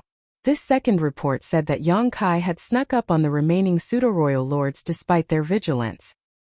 He withstood the attacks of all of them and used the Dao Strength River to capture 2 more pseudo-royal lords. None of the pseudo-royal lords had noticed him approaching, and there had been no sign of him at all before his appearance. In just half a day, the Black Ink clan lost 8 pseudo-royal lords in E5 territory. Even though there were many of them posted there, it did not mean that the Black Ink clan could afford to let them be killed off in such rapid succession. The surviving pseudo-royal lords knew the situation was dire and had retreated from E5 territory immediately after the second raid. Many of the territory lords followed suit and were fleeing as well. Though the report did not mention the rest of the Black Ink clan army in E5 territory, it made no difference. Since the pseudo-royal lords and a majority of the territory lords had fled, the army could only offer their heads up to the enemy if they stuck around any longer. Emonayi was certain that they were already fleeing in defeat as well, but the humans would not be merciful given this incredibly rare opportunity. He could foresee how bloody the chase would be. Without the more powerful Black Ink clansmen, the Black Ink clan army would not be able to put up any resistance against the human race army. Many emotions flashed across Emonayi's face as he sat there after reading the second report, ultimately crushing the jade slip by accident in the end. The territory lord carefully eyed Emonayi's expression as he asked, "Sir, should we order the army in E5 territory to retreat?" He knew that the situation did not look good for the Black Ink clan and was worried about their army. Emonayi just took a deep breath and slowly shook his head. They can't retreat. Even if others did not know what Yang Kai was capable of, he did. The Black Ink clan had set up their base near the territory gate, because it made it easy for them to deploy more manpower, or make a quick retreat. If they did fail to hold out against their enemy, they could withdraw through the territory gate and prevent further losses. However, that was no longer possible with Yang Kai around. He who was unmatched in the Tao of space would surely lock down the territory gate at once. There was a high chance that a mass slaughter was taking place in E5 territory at this very moment. Emonayi did not know how many members of the Black Ink clan would successfully escape, but the only silver lining was the fact that the pseudo-royal lords had fled in advance with many of the territory lords as well. Although the losses were heavy, it was not a complete massacre of everyone there. Furthermore, the ones who escaped in time were the more powerful ones, so it was a bit of good news amidst all the bad. That being said, Yang Kai was bound to hunt the pseudo-royal lords down. While they might have escaped for now, they were not entirely out of danger yet. Emonayi composed himself and gave the order. Send word out for everyone to be on high alert for any sign of Yang Kai. If there is even the slightest hint of him, report back to me right away. Yes, sir. The territory lord replied before leaving to carry out the order. Soon a slew of reports were transmitted back to the No Return Pass. Yang Kai had left E5 territory and entered Silver Frost territory. Yang Kai showed up in Thunderbolt territory, found the Black Ink clan's forward outpost there, and was swiftly making his way over. The Black Ink clan lost contact with a mining squad in Sundragon territory, and suspected that they had been eliminated by Yang Kai. As the reports gathered in front of Emonayi, He fixed his eyes on the universe chart and mapped out Yang Kai's movements. Soon he figured out Yang Kai's true intentions. The no-return pass. He's heading straight for the no-return pass. Mo Naye's expression darkened, though it was not a complete surprise to him. Yang Kai had often shown up at the no-return pass to cause trouble even when he was only an 8th Order master. He was the perfect example of someone who had both brains and brawn, as well as the boldness to go with them. Now that he was a 9th Order master, he was even less wary of the Black Ink clan. Sooner or later, he would have shown up at the no-return pass. Nevertheless, Mo Naye did not expect Yang Kai to be this impatient and head straight for the no-return pass after helping the Red Flame Army at E5 territory. Based on the reports he received from the various great territories, Yang Kai did not seem to be pausing for anything, save for dealing with the Black Ink clansmen he happened to encounter along the way. That bastard sure has the guts. Mo Naye was shocked and also a little expectant. Yang Kai's confidence also provided the Black Ink clan with a chance to deal with him. To arrive at the no-return pass, Yang Kai would need to pass through the Barren Territory gate. Thus, the Black Ink clan could set up an ambush in advance there and catch him off guard the moment he appeared. They had a fighting chance of taking him down if all the powerful masters at the no-return pass joined forces. The Black Ink clan had attempted this strategy before. They had set up a 4 gates 8 palaces great pagoda array at the territory gate in advance and isolated the surrounding space. However, Yang Kai did not appear at the territory gate back then. He used some kind of method that allowed him to travel through a path that the Black Ink clan did not know about, and appeared on the Black Ink battlefield instead, which led to the failure of that plan. However, things were not the same now. At the time, Yang Kai was an 8th Order master who was vigilant enough to take precautions. Now that Yang Kai was a 9th Order master and his power multiplied many times over, Mo Naye was fairly certain that the former had become rather arrogant. Based on Yang Kai's movements, he was bound to enter the no-return pass through the territory gate. So the Black Ink clan had an opportunity. With this thought in mind, Mo Naye quickly went to meet with Mou, who was currently cultivating in seclusion, and informed him about Yang Kai. Mou was stunned, furious, and sorrowful over the news that Yang Kai had shown up at E5 territory, killed numerous pseudo-royal lords, and caused the loss of the majority of the Black Ink clan army stationed over there. He did not care about the Black Ink clan army's casualties, only the deaths of the pseudo-royal lords, but even that was hard to accept. Ever since all the innate territory lords that snuck out of the primordial heaven source grand restriction had been turned into pseudo-royal lords, the Black Ink clan had no way of increasing the number of pseudo-royal lords they had. After several centuries of not hearing any news about Yang Kai, Mou thought he would never have to see that human again. Who would have thought that Yang Kai would show up in such a manner and cause such heavy losses for the Black Ink clan? It was just as Mo Naye had said once, it was one thing to deal with Yang Kai if he was still an 8th Order master, but after he became a 9th Order master, he had become the Black Ink clan's most formidable opponent. However, when Mo Naye informed Mou of his plan, Mou could see that it was a good opportunity as well and readily agreed to it. All at once, the pseudo-royal lords at the no-return pass, along with Mo Naye and Mou, the 2 true royal lords, began setting up outside the territory gate before waiting with dire expressions. While they were busy setting up their trap, Yang Kai was steadily making his way across many great territories where the universe world seemed to be lifeless, as they were all covered in Black Ink strength. He could not detect any vitality from them. Yang Kai knew that his movements were not hidden from the Black Ink clan right now, but he did not intend to hide from them in the first place. After all, the Black Ink clan would not have been able to discover his tracks if he used Thunder Shadow's innate divine ability. He was making this trip to the no-return pass to stir things up and take back a few things while he was at it. Yang Kai made his way through one great territory after another, dealing with any of the Black Ink clan's outposts that he stumbled across along the way. At last, after over a month of traveling, Yang Kai passed through the territory gate from the Shattered Heaven to the Barren Territory. Similar to its name, the Barren Territory was empty and devoid of everything. All along, the humans considered it an important battleground and prepared it appropriately. The leaders at the Supreme Headquarters had long since fleshed out the idea of besieging the no-return pass, and the moment they did, the Barren Territory would be where the ultimate battle was fought. The final confrontation between the human race and the Black Ink clan would take place here.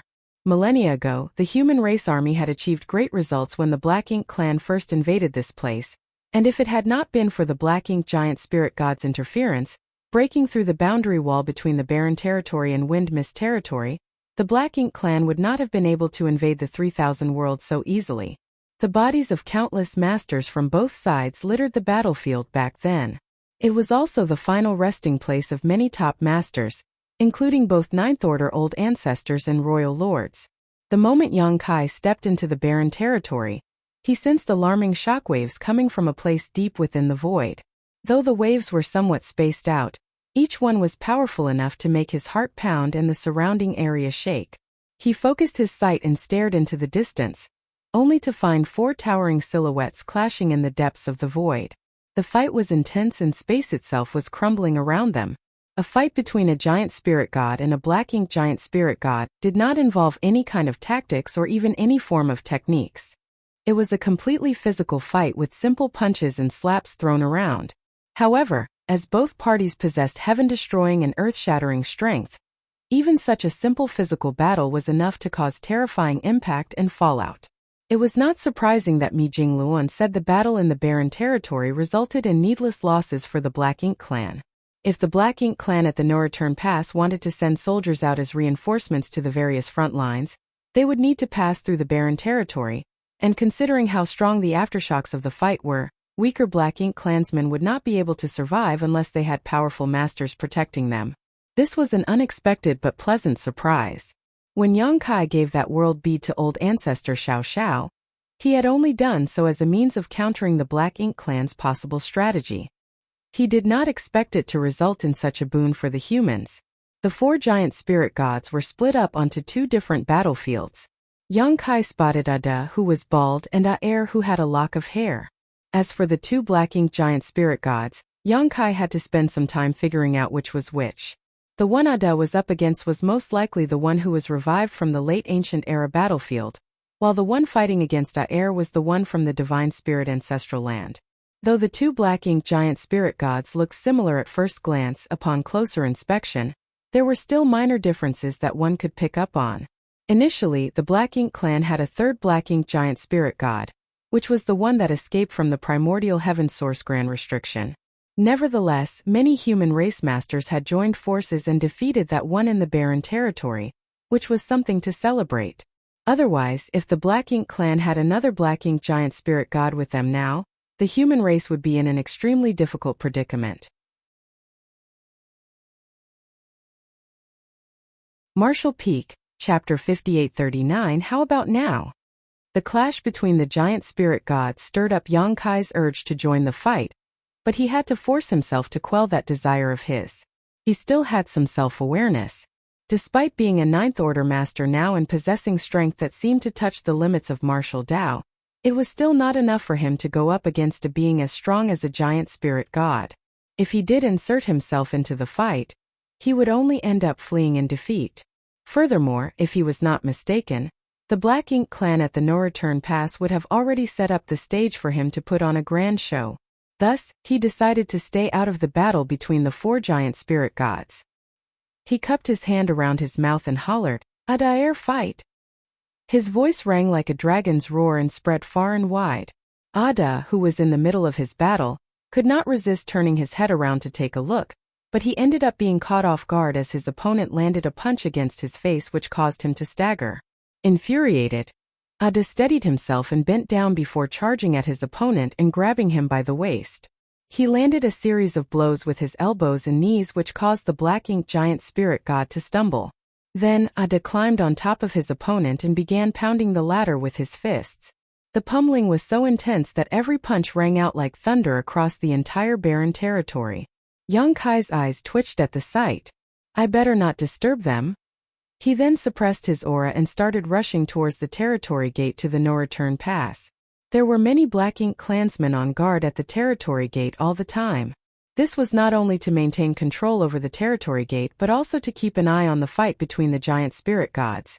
Thus, when they heard Yang Kai's voice, their expressions stiffened as they immediately rushed through the territory gate and headed back to the No Return Pass. Soon, the news of Yang Kai's appearance in the Barren Territory reached Mo Nayi and Mou. The two royal lords had grim expressions as they exchanged looks. That bastard came all the way here after all. Even though he's now a Ninth Order master, if he does pass through the territory gate, we might have the chance to take him down. The trap for Yang Kai was already in place, and once Emonai gave the order, the Black Ink clansmen got into their positions. Yang Kai whizzed through the barren territory and arrived at the territory gate that led to the no-return pass. He glanced at it and stepped through without even pausing. As soon as he did, space principles enveloped him and he felt everything around him shake ever so slightly. The sight before him blurred for a moment, and at the very next moment, he popped up in front of the no-return pass. All at once, dozens of powerful auras shot at him from all directions to lock him in place. Two of them stood out among the rest. Yang Kai smirked as he studied Mou and Emonai, the two royal lords, with a strange feeling in his heart. In the past, he came to raise chaos at the no-return pass a few times, but he always snuck around and took extreme precautions to avoid being discovered whenever possible. However, he could now afford to walk right in without needing to be cautious at all. He could openly step through the territory gate and make his way to the no-return pass. The Black Ink clan did not attack Yang Kai right away as there was no point in doing so.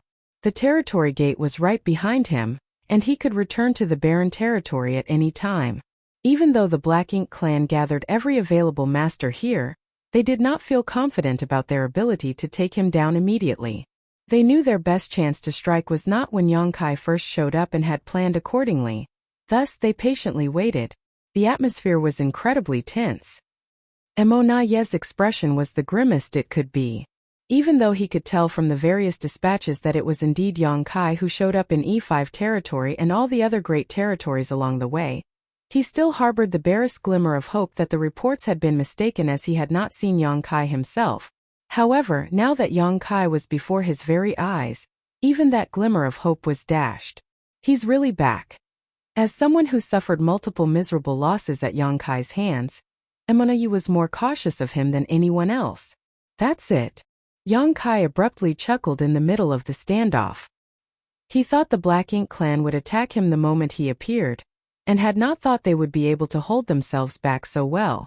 However, he had an idea as to why they did not attack him. The territory gate was right behind him, so if they did attack him, he could still make an easy retreat.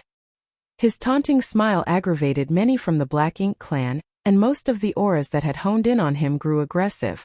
Ever since the Black Ink clan's invasion into the 3,000 worlds, the human race had been the ones at a disadvantage.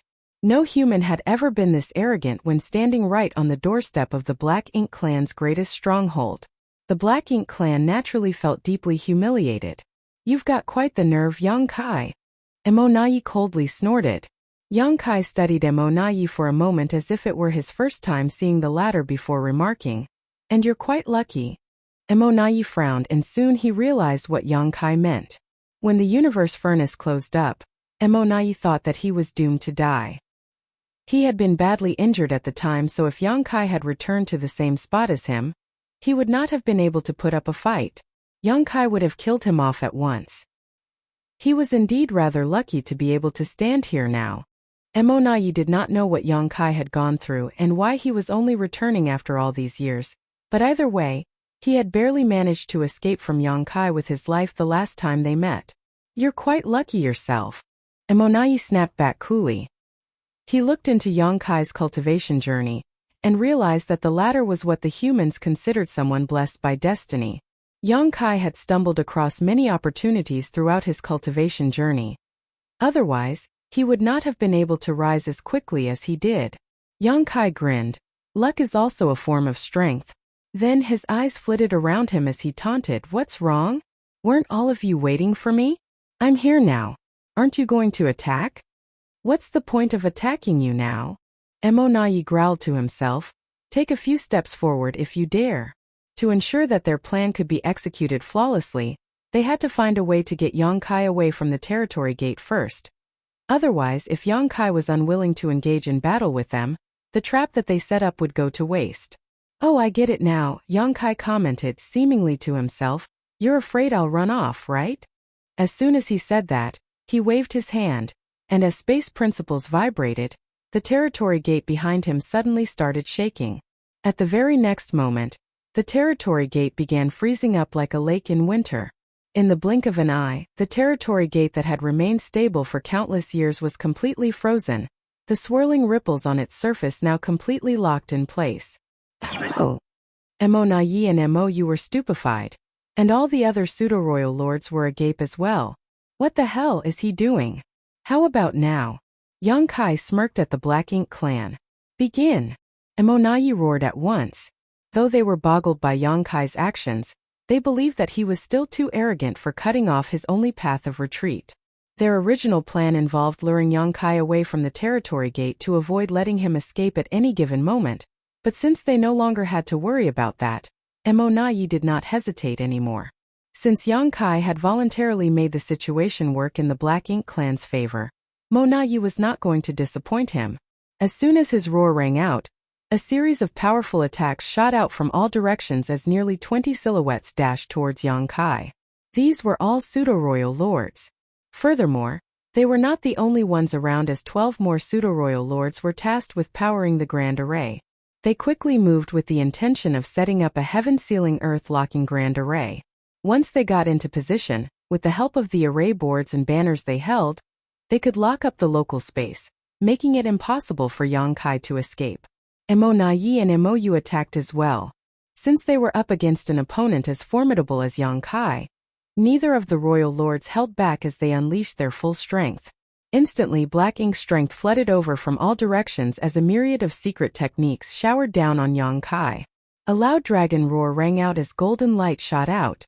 This was followed by some commotion, and the moment the pseudo-royal lords got near Yang Kai, they suddenly realized that the originally small human had transformed into something a lot more massive. He was covered in golden dragon scales, and his dragon beard fluttered in the aura wind. A pair of intimidating dragon horns grew out of his forehead and intense dragon pressure emanated from him, seemingly solidifying the void around him. A divine dragon?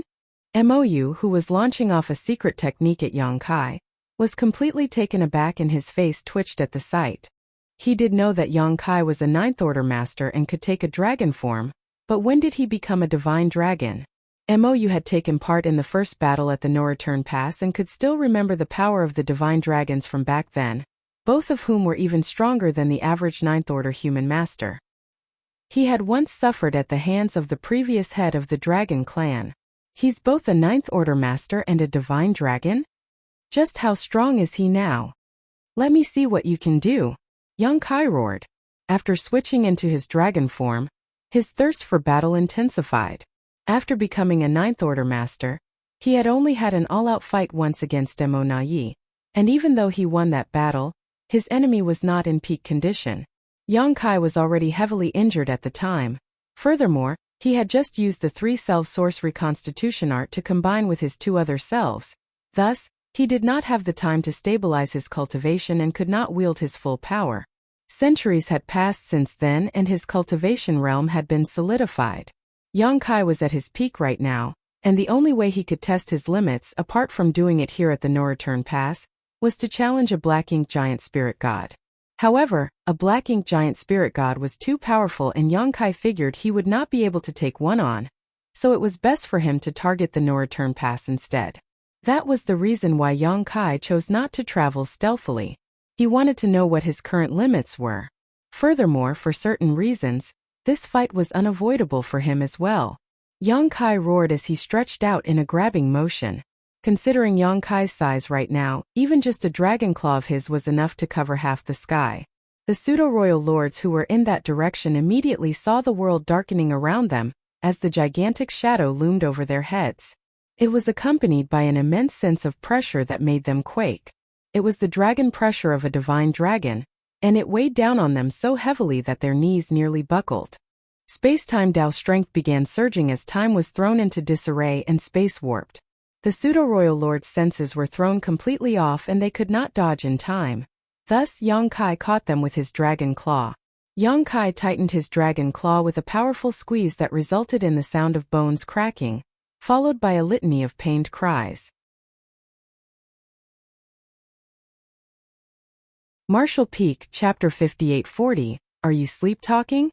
Just as Yang Kai grabbed onto the pseudo-royal lords, The attacks from the Black Ink clan landed on him as well.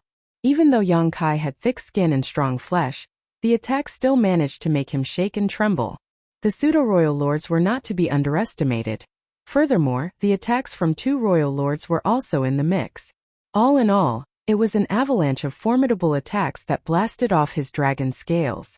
There were pros and cons to having a massive body. The good thing about it was that regardless of what Yang Kai did, even the simple action of clawing at his enemies was shockingly grand and powerful. On the other hand, the downside was that it was hard for him to dodge attacks. Nevertheless, a divine dragon's physical body was exceedingly strong, and with the protection of his dragon scales, Yang Kai was able to withstand their torrent attacks for now, though there was no telling how long he would actually be able to hold out. As the Black Ink clan unleashed their attacks in full force, the pseudo-royal lords that Yang Kai had caught were also beginning to fight back. Though they had accidentally allowed themselves to be captured, they were still pseudo-royal lords and would not die so easily. They began channeling their power and using their secret techniques to batter Yang Kai. With the help of Mo Na Yi and the others, the pseudo-royal lords who had been caught inside Yang Kai's dragon claw were finally able to escape 3 breaths later. Nevertheless, they bore expressions of lingering fear. The moment they had been caught, they thought they were going to die. Even though they managed to escape, they were all heavily injured as Yang Kai's clutch had not been for nothing. The gigantic dragon form loomed large just outside the no-return pass, and the silhouettes that flew around him looked like flies. The fight that broke out in a flash intensified even further. This was Yang Kai's first time taking on his dragon form after becoming a divine dragon. From the eyes of a divine dragon, everything in the vicinity looked incredibly small. He could not help but feel an innate sense of pride. It was as if all the tiny beings around him could not even withstand the slightest blow from him. All of a sudden, he realized why the divine spirits tended to be so arrogant. For one thing, they were the first generation of rulers under the heavens, giving them a sense of superiority over all others. Secondly, they possessed enormous bodies and incredible power. It made sense that they did not view other beings as equals. This was entirely due to the strength of divine spirits, and had nothing to do with their personal character. Yang Kai realized it now. Though he did want to find out what his limits were, he was not about to underestimate the Black Ink clan. The situation could very well backfire on him if he viewed them as nothing more than pesky flies. Battles between masters were never easy, and although Yang Kai unleashed a series of Dragon Clan secret techniques, the situation did not look good for him. He was up against too many opponents and they were all powerful in their own right. Soon he was bleeding all over. During the intense fight, Yang Kai kept scanning the area around him. At some point, he turned his massive dragon form around and his dragon tail swept across a specific spot where a pseudo-royal lord who was carrying an array board had not gotten into his position yet, hurling him away with ferocious force. Mo Na Yi ground his teeth.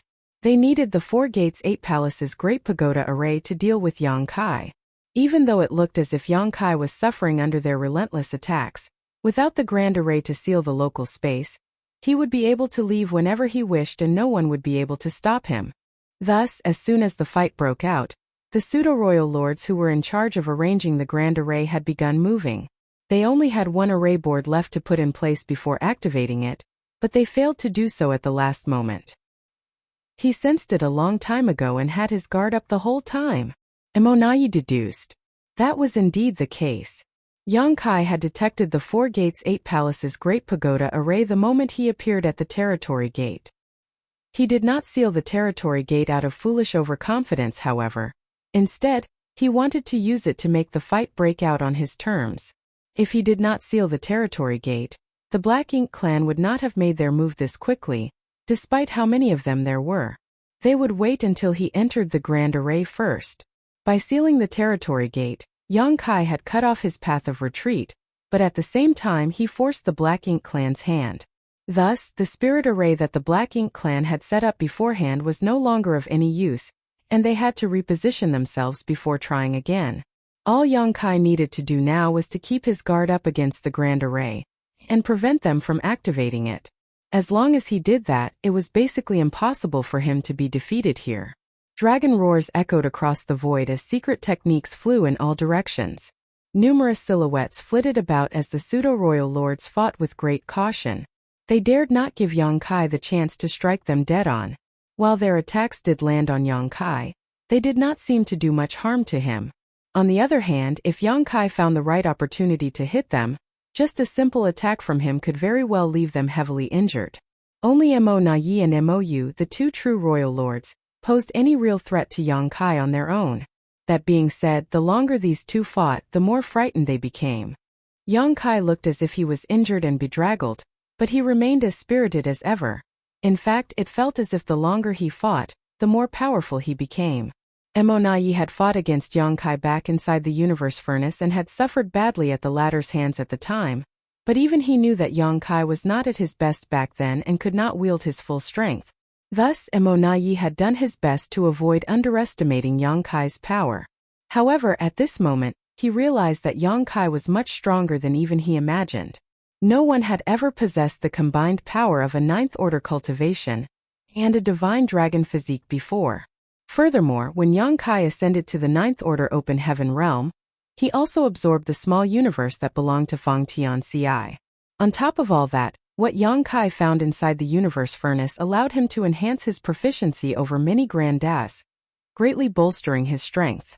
No ordinary ninth order master was anywhere near as powerful as him. Mo Yu was not as calm as he seemed to be either. Even just a couple thousand years ago, he had been able to toy with Yang Kai like a predator playing with its prey, as the latter was far too weak to fight him head-on. However, in just a short amount of time, Yang Kai had already grown this strong. Based on what Mo Yu saw of Yang Kai's power now, he knew he would not be able to engage the latter in a one-on-one fight. Don't humans need a lot of time to increase their heritage once they rise up to a higher cultivation realm?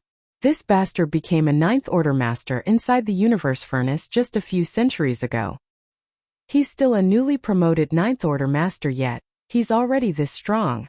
What will he be like if he is given even more time to grow? The stronger Yang Kai seemed now, the more alarmed the Black Ink clan was. Several more pseudo-royal lords were swept off into the distance. However, Mo Yu and Mo Na Yi's expressions brightened as they finally found their chance. In the next instant, they joined forces and fired off fearsome secret techniques at the Golden Dragon. Black Ink's strength exploded as hundreds of dragon scales were blown off to reveal the body hidden beneath them, sending the massive dragon reeling backwards. We did it! The two royal lords were smiling happily at first, but their smiles froze immediately after they saw Yang Kai's enormous figure crash into a Black Ink nest. It was a high-rank Black Ink nest. The towering high-rank Black Ink nest could not withstand such force and was instantly flattened. There was a flash of golden light as Yang Kai transformed back into his human form and got to his feet. He then reached out and grabbed a figure that was caught within the destroyed Black Ink nest. It was a territory lord whose aura was fluctuating. It was evident that he was still a little dazed from the destruction of the Black Ink nest. However, his expression changed the moment he saw Yang Kai's face. Yang Kai glanced at the territory lord before wiping off the blood from his lips. His eyes flashed as he looked up at the Black Ink clansmen who rushed over. The two royal lords were in the lead while the rest of the pseudo-royal lords followed close behind, just several thousand kilometers away. With how strong everyone was, the distance of several thousand kilometers was basically the same as being face to face. Mo Na Yi pursed his lips with a gloomy expression on his face. By now, he figured out that Yang Kai had simply gone along with the attacks and had purposely crashed into the high-rank Black Ink nest, which was the foundation upon which the Black Ink clan had built itself. Although the innate territory lords had brought a lot of high-rank Black Ink nests with them when they came out of the primordial heaven's source grand restriction, quite a large number of those had been used up to create pseudo-royal lords.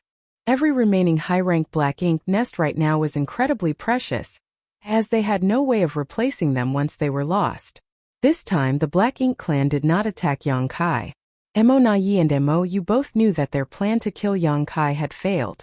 Based on the strength that Yang Kai had exhibited earlier, they had no way of restraining him and setting up the Four Gates 8 Palaces Great Pagoda array. Therefore, there was no reason for them to keep the fight going. A moment later, Mo Na Yi growled, "Let him go." Yang Kai tapped his head and queried mockingly, "Are you sleep-talking?" As he spoke, he squeezed his hand and the territory lord he captured instantly exploded into a cloud of blood. Mo Na Yi was seething with rage, but in the end, he was able to hold himself back. Yang Kai looked around at all the high-rank black ink nests and grinned. It looks to me that you're about to have the new generation of royal lords. Allow me to offer my congratulations in advance. The aura of the territory lord he caught earlier had been unusually strong, which made it clear that he was no ordinary territory lord. He was one of those who could become a royal lord, and the Black Ink clan clearly had a lot of hope in him. That was why they arranged for him to cultivate inside a high-rank black ink nest. However, regardless of what he could have become, he was dead now. There were quite a few high-rank black ink nests at the No Return Pass. At the very least, there were 300 of them. Some of them housed pseudo-royal lords who were recuperating from their injuries, but many of them had territory lords cultivating inside. The Black Ink clan's future would be bleak if all of these high-rank black ink nests were somehow destroyed. Upon seeing the calculating look in Yang Kai's eyes, the Black Ink clan grew nervous. The earlier fight had allowed them to realize just how strong Yang Kai was, and if he was hellbent on targeting these high-rank black ink nests, they had no good way of stopping him. It was hard to secure everything in the middle of a fight, and they could very well lose even more high-rank black ink nests. Thankfully, Yang Kai did not act out. He dusted the dirt off his hands and glanced at Emonayi and Emoyu. Let's end the fight here for today. I can't do much to you and you can't keep me here either. I'll be off then. Thus, with a wave of his hand, he turned and left. The pseudo-royal lords turned to the two royal lords as they awaited their orders. It took all of Emonaye's willpower to hold himself back, and in the end, he did not say anything. Nevertheless, his heart was filled with vexation and a sense of helplessness over what Yang Kai did to them at the No Return Pass.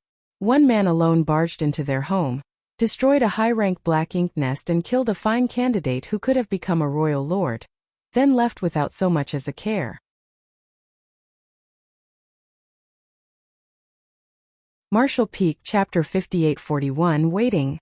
In the past, the Black Ink clan was annoyed by Yang Kai's propensity for messing with them at the No Return Pass, but they were still able to put a stop to it then. However, now that he was a Ninth Order master, the Black Ink clan did not seem to have a way to stop him anymore. This was the reason behind the sense of hopelessness they felt. Emonayi could not help but regret the fact that he had not been more cautious of Yang Kai in the past. They would not be in this unfortunate predicament now if they had found a way to kill him back then.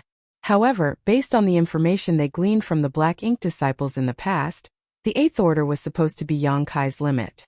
No one would have thought that the legendary universe furnace would suddenly open up just as the human race and the Black Ink clan were carefully building up their armies in preparation for their ultimate showdown, which led to Yang Kai becoming a Ninth Order master. At the end of the day, Emonayi did not have the power to see the future.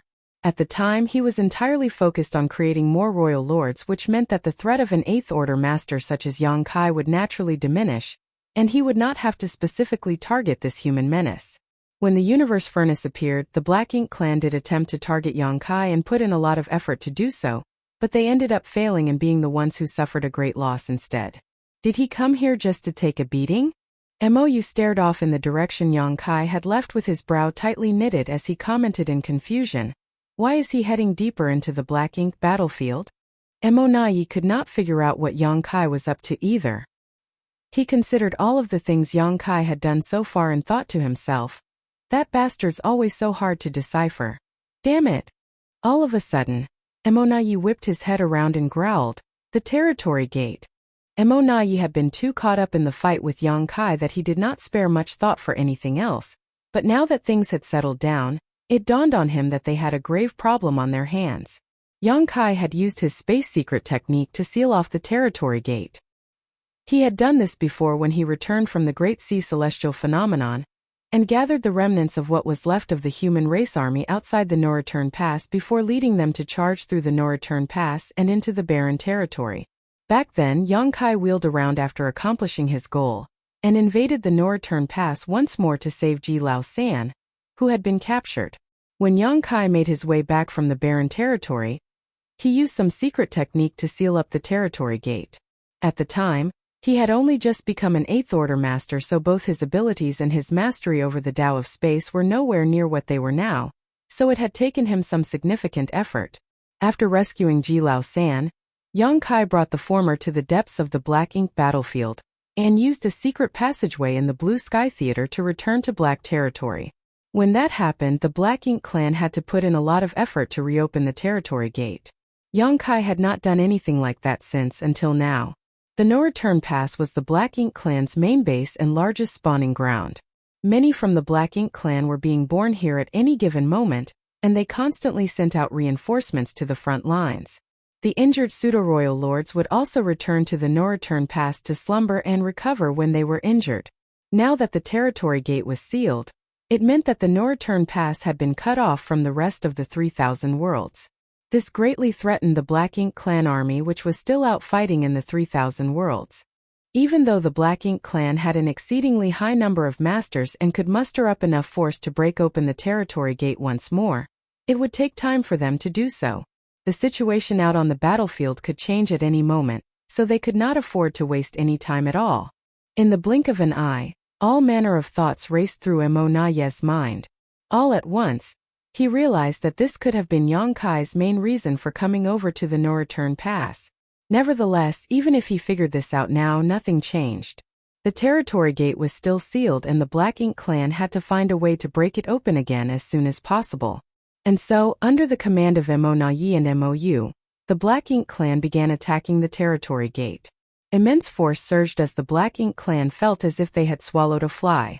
In the void some distance away from the No Return Pass, Yongkai came to a stop atop a universe fragment where he adjusted his breathing and began to tend to his injuries. As a result of going up against that many Black Ink clan masters alone, he had taken a heavy beating. If it had not been for the thick skin and strong flesh he had thanks to his dragon form, he would not have been able to hold out as long as he did. Although he injured some of the pseudo-royal lords, he lamented the fact that he could not kill any of them. Alas, he had not been in a position to do so at the time. In any case, he accomplished what he set out to accomplish. The destruction of a high-rank Black Ink nest and the slaughter of a territory lord, who could have become a royal lord, was nothing more than his way of giving the Black Ink clan a warning. He still had other things to do now. The Black Ink clan would have come to a realization by now, right? The sealed-up territory gate would surely give them a headache and keep them occupied for some time. Well, the bigger the headache, the better. It would make it even easier for me to carry out the rest of my plan.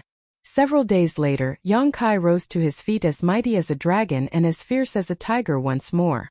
Even serious physical injuries did not mean much to him now, as he could easily recover from them. He glanced in the direction of the No Return Pass before turning around and heading deep into the Black Ink battlefield. He had a space beacon in hand and was continually pouring his strength into it in search of a response. One could say that the Black Ink battlefield was made up of many different theaters. Still, the expansiveness of the Black Ink battlefield paled in comparison to the vastness of the universe. It was like comparing a pond to an ocean. For countless years, the human race and the Black Ink clan clashed time and time again across the Black Ink battlefield. However, following the humans' defeat, the once frenetic battlefields became silent with none of the commotion of yore. The Black Ink clan claimed the No Return Pass and made it their base as they fixed their eyes upon the 3,000 worlds. Of course, they would send teams out to the Black Ink battlefield to mine for resources, but they would not venture too far as there was plenty to harvest nearby. The theaters were situated in the part of the void much closer to the late ancient era battlefield. At this moment, on a still and lifeless piece of land there, two silhouettes were hidden from sight with their auras suppressed. These two wizened-looking men were both Eighth-Order masters, their aged visages colored with looks of worry. After a long bout of silence, the black-robed old man on the left spoke up. "It's been nearly 700 years and we haven't heard anything from junior brother Yang. Do you think something happened to him?" Back then, they had agreed with Yongkai that he would come and collect mined resources from them every 100 years. However, it had been nearly 700 years since the last exchange, so it was unsurprising for them to be worried after not having seen Yongkai for so long. The other old man, who was dressed in a hemp robe, replied, "Out on the deathly battlefields, anything is possible." Although he did not voice his agreement with his companion's guess, he figured that Yongkai must have gotten into some sort of unexpected situation. Otherwise, he couldn't avoid making the trip throughout all these years. "What should we do then? Where can we go?" They were deep inside the Black Ink battlefield, and without Yongkai to assist them, they would never be able to return to the 3,000 worlds. They could not even get past the no-return pass. Junior brother Zhao and the others sent messages asking about this too. They think we should use our fallback plan. You mean head over to the primordial heaven source grand restriction? The black-robed old man frowned. The hemp-robed old man nodded and said, Junior brother Yang also said that it was our only means of escape as a last resort.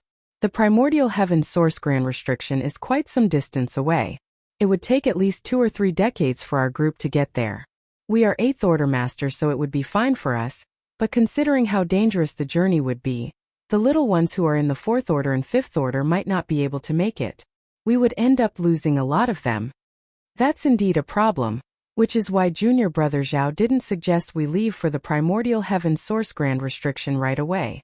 Although 700 years is not a short time, it's not all that long for those in the high-rank open heaven realm. Perhaps Junior brother Yang is being held up by something he encountered. It's been so many years and the Black Ink clan hasn't detected us yet, so it's still safe here for now. So, shall we continue waiting? That's all we can do now. They fell silent for a while before the black-robed old man remarked, I wonder what's happening with the war in the 3000 worlds. Hopefully, everything is going well. Silence befell them yet again. They were all alone out here and could not get any news about the situation back in the 3000 worlds. It was incredibly hard to get by without knowing how the war was going. That being said, they knew what their mission was. Someone had to do it, even though not many people were aware of the sacrifices they made. Time continued trickling by. Several days later, the hemp-robed old man suddenly opened his eyes and gasped. He flipped his hand over and a round bead appeared. It was a space beacon. When he focused on the space beacon, he found that there was something unusual happening. A mysterious energy was pulsing from it. The hemp-robed old man looked pleasantly surprised. Something like this had happened many times before. Each time the space beacon reacted this way, it meant that Yang Kai was on his way over. The old man kept this space beacon on him at all times as he waited and waited. Now what he was waiting for was finally happening. The black-robed old man was startled as well. He gazed at the space beacon with a hopeful, expectant expression. The space beacon began reacting even more noticeably until at one point, the hemp-robed old man could sense that it had connected with something a great distance away. In the very next moment, the void in front of them rippled and a figure solidified in front of them. He's here at last. The 2 8th order masters exhaled in relief, and immediately transmitted the message out to everyone else. Junior brother Yang. You're finally. Huh. The hemp-robed old man trailed off as he eyed Yang Kai in confusion. He had a look of complete shock as he exclaimed, You're a 9th order master now?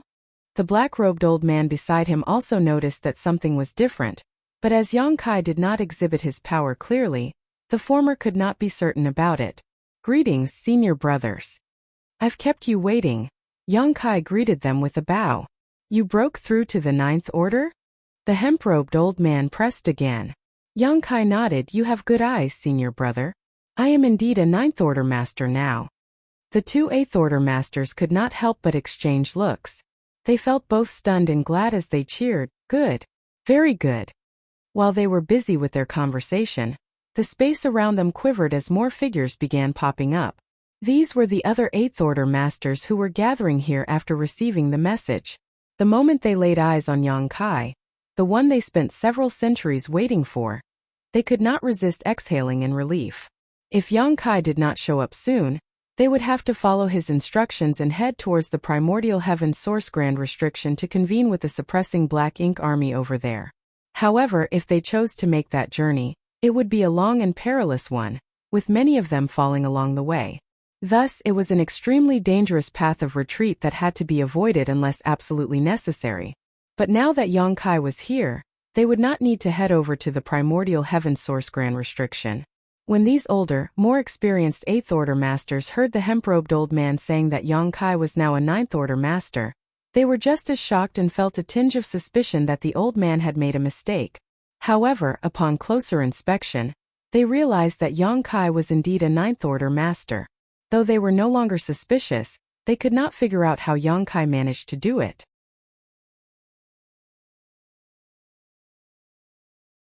Martial Peak Chapter 5842 Making a Choice.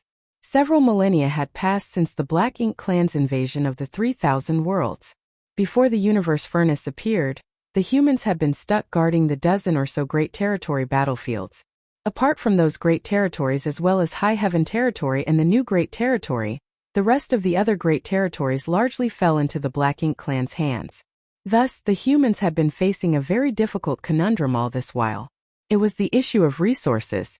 The fewer Great Territories they controlled, the fewer resources they had access to. A single new Great Territory was not enough to supply the needs of the entire human race.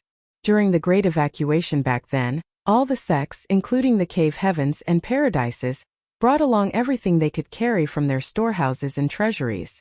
This was especially true of the cave heavens and paradises, who had hundreds of thousands of years of accumulated resources in their collections.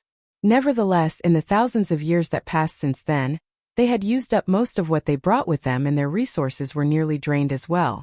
Furthermore, as the human race's rising stars flourished and many new open heaven realm masters emerged in the star boundary and the myriad monsters world, the need for resources constantly grew.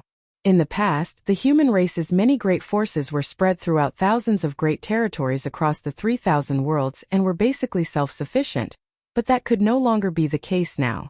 As such, many years ago, the humans started looking for ways to overcome this crisis. It was a matter of resources, and the only options were to use them sparingly and find new sources. It was easy enough to keep usage to a minimum. The humans scrimped and saved wherever they could to avoid any needless usage of materials. They even stopped squads from customizing their warships hundreds of years ago. However, the humans had a hard time finding new sources. Earlier on, quite a lot of hunters attempted to loot the Black Ink Clan teams who were moving resources around. They did manage to get what they wanted, but it was incredibly dangerous, as well as things would end in disaster for them the moment a master from the Black Ink Clan targeted them. Many of the Black Ink disciples among the Black Ink Clan now were such hunters in the past. Yongkai had negotiated with the Black Ink Clan at the No Return Pass before, and was richly rewarded for his efforts, but that was not a long-term solution. Therefore, after much discussion with Mi Jingluan back then, they created a group that was dedicated to mining resources. Several veteran 8th Order Masters were appointed as leaders, and the whole group was snuck into the Black Ink battlefield to carry out this mission. The group consisted of tens of thousands of human masters, but their overall cultivation was fairly low, mainly in the 3rd, 4th, and 5th Order. They could not contribute much on the battlefield, but they were able to gather resources, which was a job that did not require much strength. There were countless lifeless areas across the Black Ink battlefield where an abundance of resources could be found, so it was a suitable place for them to exploit. The 8th Order Masters who had been chosen were either the older ones with failing bodies or those with deep injuries to their foundations, leading to a noticeable decline in their strength. At the time, Yonglai had been one of them, but Yongkai later sent him back as a messenger during the Escape Territory Lord emergency. Yongkai promised them that he would meet them once every century to retrieve the resources. Over 1,000 years had passed and everything had gone smoothly until 700 years ago, which was the last time he showed up, until today. The many 8th Order Masters had been eagerly waiting this whole time. 700 years was not necessarily a long time, but they were all alone out here and had no clue what was happening in the 3,000 worlds. That was the reason why they felt disproportionately on edge and often felt despairing. Thus, when they received the message from the hemp-robed old man, the 8th Order Masters who had been scattered nearby immediately rushed over. They were pleasantly surprised to find that Yongkai was now a 9th Order Master. "Did you not show up all these years because you were in seclusion to make your breakthrough, junior brother?" the hemp-robed old man asked. His guess made sense. "No, that's not why." Yongkai shook his head. "It's a long story. Take your time." "There's no rush," another 8th Order Master quickly said. He even took out a futon and passed it to Yongkai. They could not wait to be updated on everything that happened to the human race throughout the last 700 years. Now that Yongkai had finally shown up again, they were going to make sure they gleaned all the information they could get. Soon everyone had taken a seat, and Yongkai finally filled them in on all the changes that had occurred with the human race. Their faces froze in shock when they heard that the universe furnace had surfaced and the stalemate between the humans and the Black Ink Clan had been broken. However, they were thrilled to hear that 4 new 9th Order Masters had emerged from the universe furnace world. Their reactions grew even more animated when they found out that Ouyang Lai was one of those four. That old dog is now a Ninth Order Master? A white-haired Eighth Order Master's eyes nearly fell out of their sockets in shock as his face twitched violently. How did he get so damn lucky? Another Eighth Order Master commented enviously. Initially, all of the Eighth Order Masters who were assigned to this team were part of the older generation who had fought against the Black Ink clan for thousands of years even before the invasion of the 3,000 worlds, and each of them had many fine accomplishments to their names. It was their long and storied histories that led to them having so many injuries that left a significant mark on them as well. They had no hope of becoming Ninth Order Masters, and even if they went back to the battlefield, they could not wield their full strength anymore unless they put their lives on the line to do so. They were perfectly willing to accept the arrangement and protect the group of miners, as that was still contributing to the human race's ultimate victory. Yet, due to the incident back then, Yang Kai sent Ouyang Lai back to the 3,000 worlds to pass the news along, which ended up turning into an opportunity for the latter. The old veterans here had complicated feelings about this, as they felt as if they had missed out on a lot. Oh well, fortune favors fools. So be it that he's now a Ninth Order Master. It's good news that we have one more Ninth Order Master among us. The hemp-robed old man cleared his throat and declared. Everyone else nodded in agreement. That's true. Despite their envy, they knew that Ouyang Lai's ascension to the Ninth Order Open Heaven realm was a great boost to the human race's strength. They were merely boggled by his incredible stroke of fortune.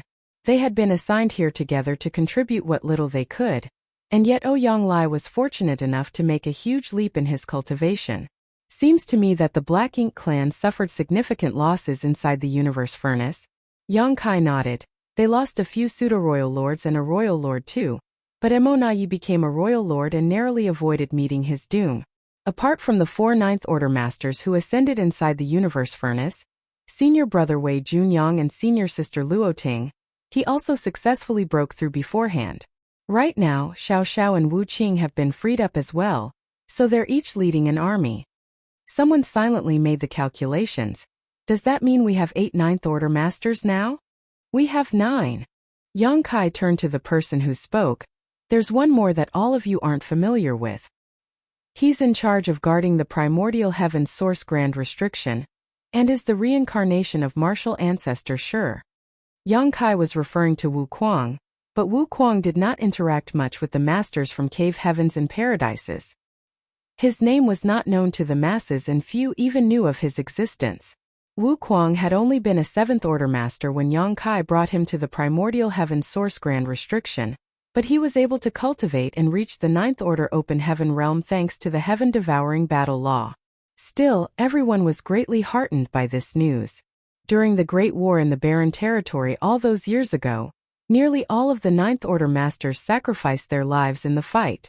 Even the heads of the Dragon and Phoenix clans died in battle. Xiao Xiao and Wu Qing were the only Ninth Order Masters left at the time, but they had to keep the Black Ink giant spirit god occupied and thus could not move from Wind Mist territory. Several millennia passed since then and the humans finally had new Ninth Order Masters among their ranks. There were quite a number of them too. It was a ray of light that shone through after all their years of fighting and resistance efforts. Following that, Yang Kai informed them about the humans' current situation out on the battlefields. Once they heard what was happening, the Eighth Order Masters were itching to join the fighting and do their part in slaughtering the enemy. Thankfully, they still recalled what their mission was, and were able to stamp down their thirst for battle. So much had changed with the situation for both races in just 700 years. Though they did not expect any of it, they were not surprised by it either. During the previous clashes between the humans and the Black Ink clan, both parties had consistently held back. It was partly due to the Black Ink clan being wary of Yang Kai, but the primary reason was that the humans and the Black Ink clan were both building up their strength. The appearance of the universe furnace disrupted the stalemate that had persisted for many millennia and kicked off the all-out war. Something happened and I was delayed all these years, forcing you all to wait for far too long. Yang Kai only gave a brief explanation as to why he had not shown up for the past 700 years. He did not speak of all that had happened to him inside the universe furnace as there was no need for others to hear of these things. The hemp-robed old man waved his hand and said, "It was only 700 years. There's no harm in waiting. The others are out on the battlefield shedding their blood, and making great sacrifices while we remain in safety here. Yang Kai's expression grew serious. I came here today for two reasons. The first is to collect the resources you've gathered all these years, and the second is to ask if any of you wish to return. If you do, I can take you back. Everyone brightened up at those words. They had been gathering resources across the black ink battlefield for over 1,000 years now, and had nothing much else to do. Considering the cultivation they had right now, they did not need to cultivate any further as it would not be useful anyway. Since they did not get into any fights with the enemy, their lives felt extremely mundane. They missed the old days of fighting on the battlefield. Therefore, they livened up at Yang Kai's words and many of them nodded fervently in agreement. Nevertheless, the hemp-robed old man pondered in silence for a moment before asking, "Are we still stretched thin for resources at the moment?" Yang Kai nodded. "It's still a problem that's hard to resolve. Although we've reclaimed many great territories, we can't gather much from those places. The Black Ink clan destroyed basically everything before they retreated. Many of the great territories the humans reclaimed were nothing more than empty shells. It was clear that the Black Ink clan would not allow the humans to reclaim a great territory that was abundant in resources.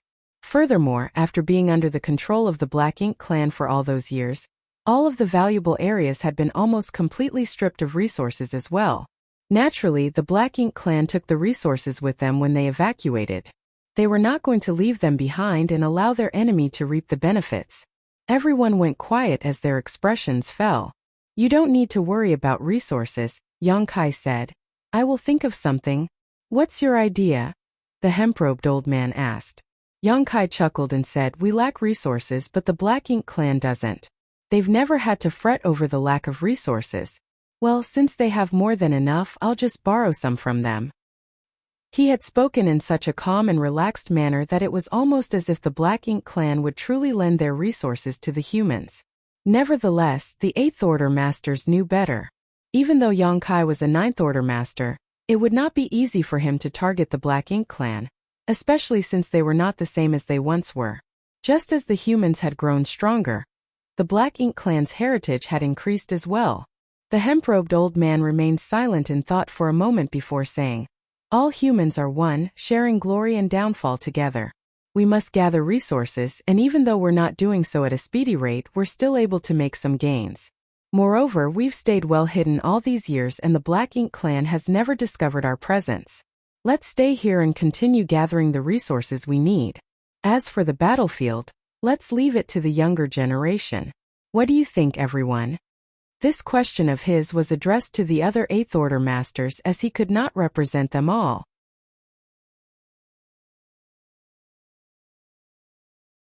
Marshall Peak, Chapter 5843, On Edge. The 8th Order Masters were sensible enough to know what to choose. Though they longed to return to the battlefield and kill their share of the enemy, someone needed to stand guard where they were right now. Thus, after hearing what the hemp-robed old man said, they swiftly nodded in agreement. "I'm old now after spending all my life fighting the Black Ink clan. I should enjoy some peace and quiet. Staying here isn't a bad idea." "That's right. We'll leave all that violence and bloodshed to the young ones. The next generation will be inheriting the mantle from us someday. We had to go through this ourselves back then, so we should give them a chance to train themselves too."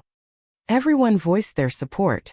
The hemp-robed old man smiled as he swept his eyes across them before turning back to Yang Kai. "Us old folks wish to stay here and enjoy the peace, so just leave us here. Although we can't gather all that many resources, what we do collect will still be useful in some way." Yang Kai nodded. "Many thanks, everyone, but do prepare yourselves too. The situation won't stay the same forever. There'll come a day when the humans will launch an all-out offensive, and when the time comes, perhaps we'll need all of your help too." One of them guffawed right away. "We may be old, but we're strong and mighty. It won't be a problem for us to slaughter those Black Ink clan punks when the time comes."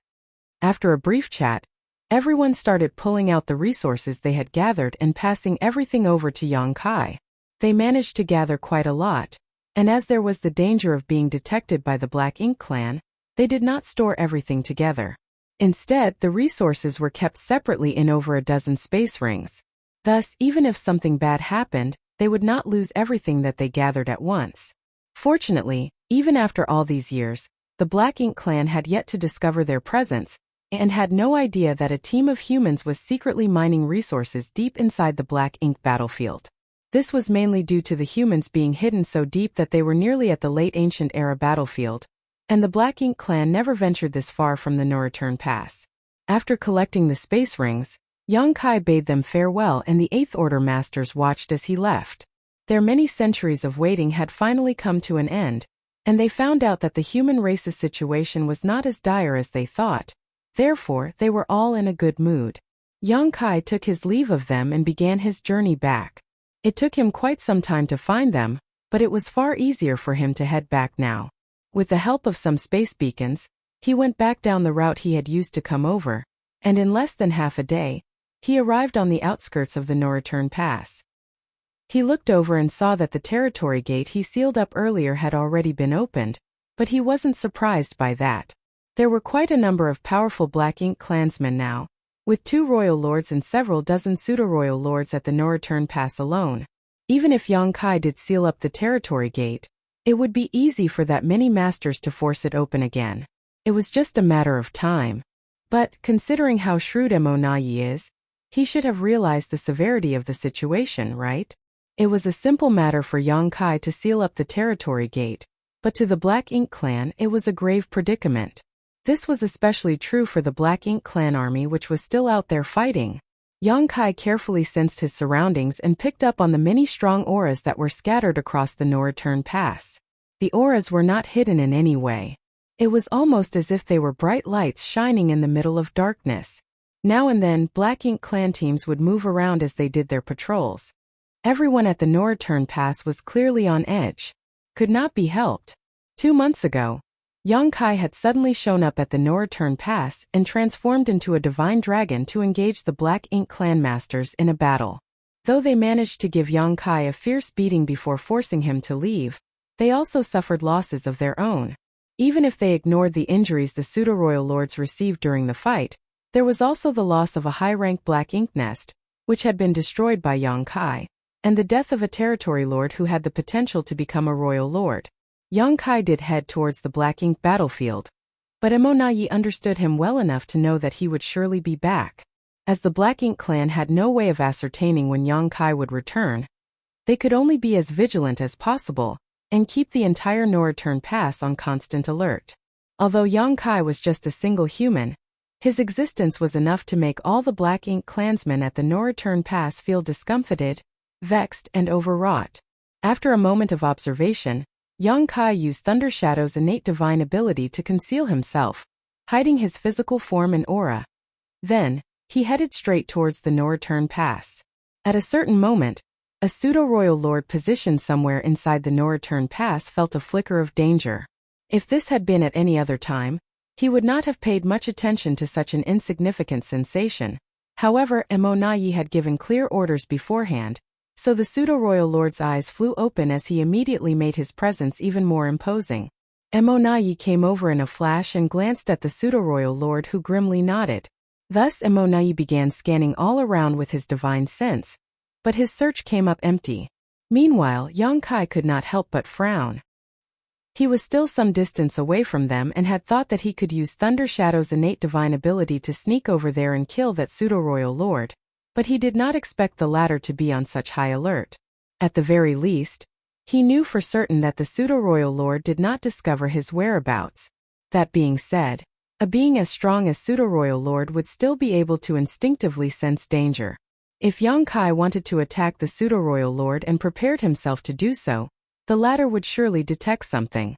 However, Yang Kai was taken aback to find that the pseudo-royal lord reacted this strongly to the barest hint of danger.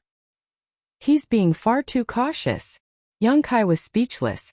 Alas, Yang Kai did not consider how the Black Ink Clan's estimation of his strength had soared after what he did the last time he was here, as well as based on the information they had gathered. Reactions as extreme as this had happened several times before this, but they had all been false alarms. Still, the Black Ink Clan remained vigilant. Mo Nai had no way of confirming whether or not Yang Kai was here, so he called out in a random direction, "I know you're here, Yang Kai.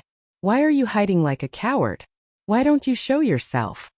Yang Kai eyed Mo Nai, who was not even facing his direction, and could not resist rolling his eyes when he heard how confident the royal lord sounded. As if you know anything. There was no response, and Emonayi did not make another attempt.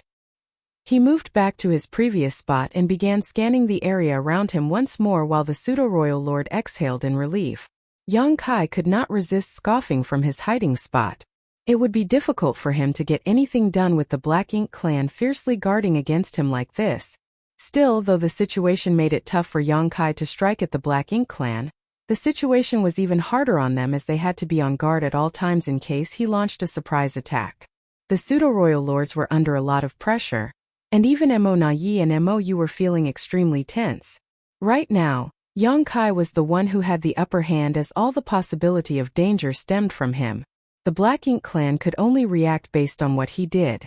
Yang Kai stroked his chin before retreating and circling over to a different part of the no-return pass. Then, he began sneaking over to one of the pseudo-royal lords. However, that pseudo-royal lord soon sensed something and intensified his aura as well, and at the very next moment, Mou, who had been hidden somewhere, popped up and scanned the area. Yang Kai was incensed. Why are all of them frightened by the slightest sound now? Why are they making such a big fuss over just the tiniest hint of danger? How am I supposed to make my move if they're this wary? Alas, a pseudo-royal lord was indeed powerful enough to have a keen sense for danger. Yang Kai wanted to attack them, but even if he used Thunder Shadow's divine ability to hide his presence, he could not remove his opponent's innate ability to sense crisis. It was a natural instinct that all masters had. Yang Kai frowned and moved his gaze towards a high-rank Black Ink nest. I can't do anything to the pseudo-royal lords when they're this vigilant, but it shouldn't be a problem if I target these Black Ink nests, right? Black Ink nests were inanimate objects, and every single high-rank Black Ink nest was crucial to the foundation of the Black Ink clan. The destruction of several would also be a huge loss for the Black Ink clan. Furthermore, these ones at the no-return pass either housed pseudo-royal lords in recovery or territory lords who were cultivating. There was a high chance that Yang Kai would get an unexpected bonus when he destroyed one of these high-rank Black Ink nests. With that thought in mind, Yang Kai moved over to a high-rank Black Ink nest and slammed his fist into it. All the pseudo-royal lords jumped in shock when the ferocious force exploded out of nowhere. Emonayi and Mou also appeared at once and came charging over from different directions. The next instant, the pseudo-royal lords flew into action as well, and they immediately began rushing over. However, Yang Kai did not intend to engage them in a fight. A single punch from him was enough to make the humongous Black Ink nest shatter into pieces, and a figure stumbled out looking rather disheveled. Yang Kai glanced at the figure and was pleased by what he saw. It was a pseudo-royal lord who had been slumbering inside the Black Ink nest to recuperate. An excellent find. Instead of killing the territory lords who had the potential to become royal lords, Yang Kai would much rather kill off some pseudo-royal lords. The pseudo-royal lords were undeniably powerful, and killing any one of them was a great boon. As for the territory lords, they merely had the possibility of becoming royal lords, and it was uncertain whether or not they would succeed. This pseudo-royal lord had been abruptly awakened from his deep sleep, and it was clear that he had not figured out what was happening yet. Thus he was caught off guard and was swept into a large river that crashed down on him. Yang Kai. Emonayi's teeth nearly cracked from how hard he clenched his jaw. A flurry of secret techniques burst out from him before he even arrived. Mou had done the same. Yang Kai grabbed onto the space-time river and dashed off at once. Nevertheless, though he made a quick escape, he did stumble a little from the torrent of attacks from such a large group of Black Ink clansmen. Yang Kai was moving further and further away, and the Black Ink clan had no hope of catching up to him. Emonayi swiftly came to a stop and the pseudo-royal lords followed suit. It was not as if they were reluctant to give chase, but they feared what could happen if they did. Had they given chase, Yang Kai would surely put up a fight. Space secret techniques were too unnerving to them, as they allowed Yang Kai to move around elusively. Furthermore, Yang Kai also had a secret technique that allowed him to perfectly conceal himself, which made them feel even more distraught. The Black Ink clan masters were seething with rage as they glared in the direction where Yang Kai had fled. Why didn't you use the Grand Array? Emonayi was infuriated as he glared at a few of the pseudo-royal lords beside him. To defend themselves from Yang Kai's sneak attack, Emonayi had arranged for grand arrays to be set up all across the no-return pass. The moment Yongkai showed up, they were to activate the grand arrays to seal off the void. One of the pseudo-royal lords cowered under Emonayi's furious gaze and explained, "We did. But he didn't use any space secret techniques."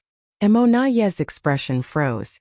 The grand array which sealed off the void could indeed remove Yongkai's ability to use instantaneous movement. But moments ago, he had simply dashed off into the distance and the grand array had no effect on that. Emonayi had been so blinded by his fury that he forgot about this possibility.